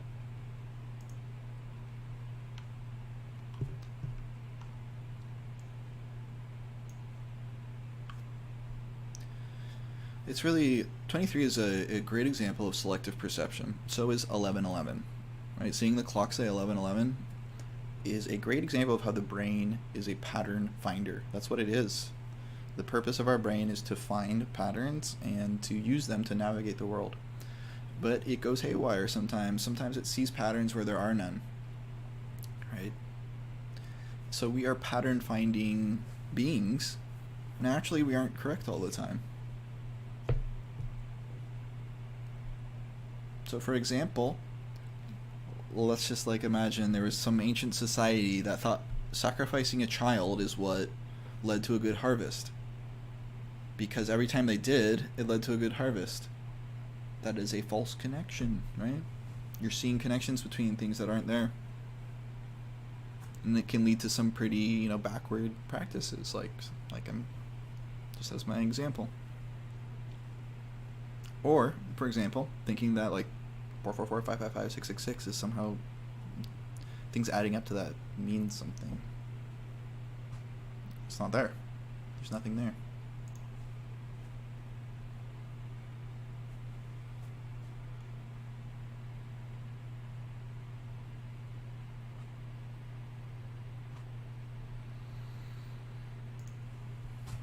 Alrighty guys, probably done for now, unless you have any final questions. Appreciate you guys hanging out, whoever was here. I know there's been a ton of people dropping in and out as we go, but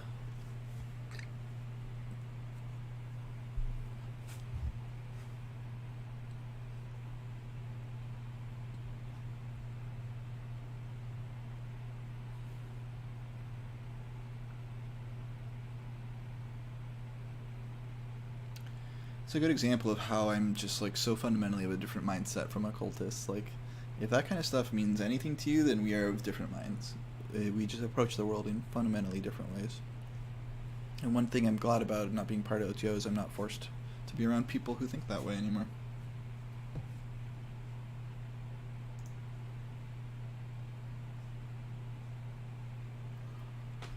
You didn't miss much of anything. If you like, you can go to our channel, click on live, go to the laser eyes. You can scroll back if you want. Yeah, for sure.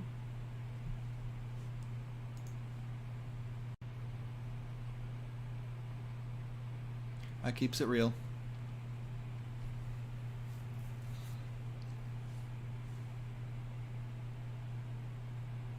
Thanks so much for our awesome channel. I appreciate your all your support, Jason. I do notice it. I appreciate it. Thank you. Appreciate you, Rapplegate. 93, y'all.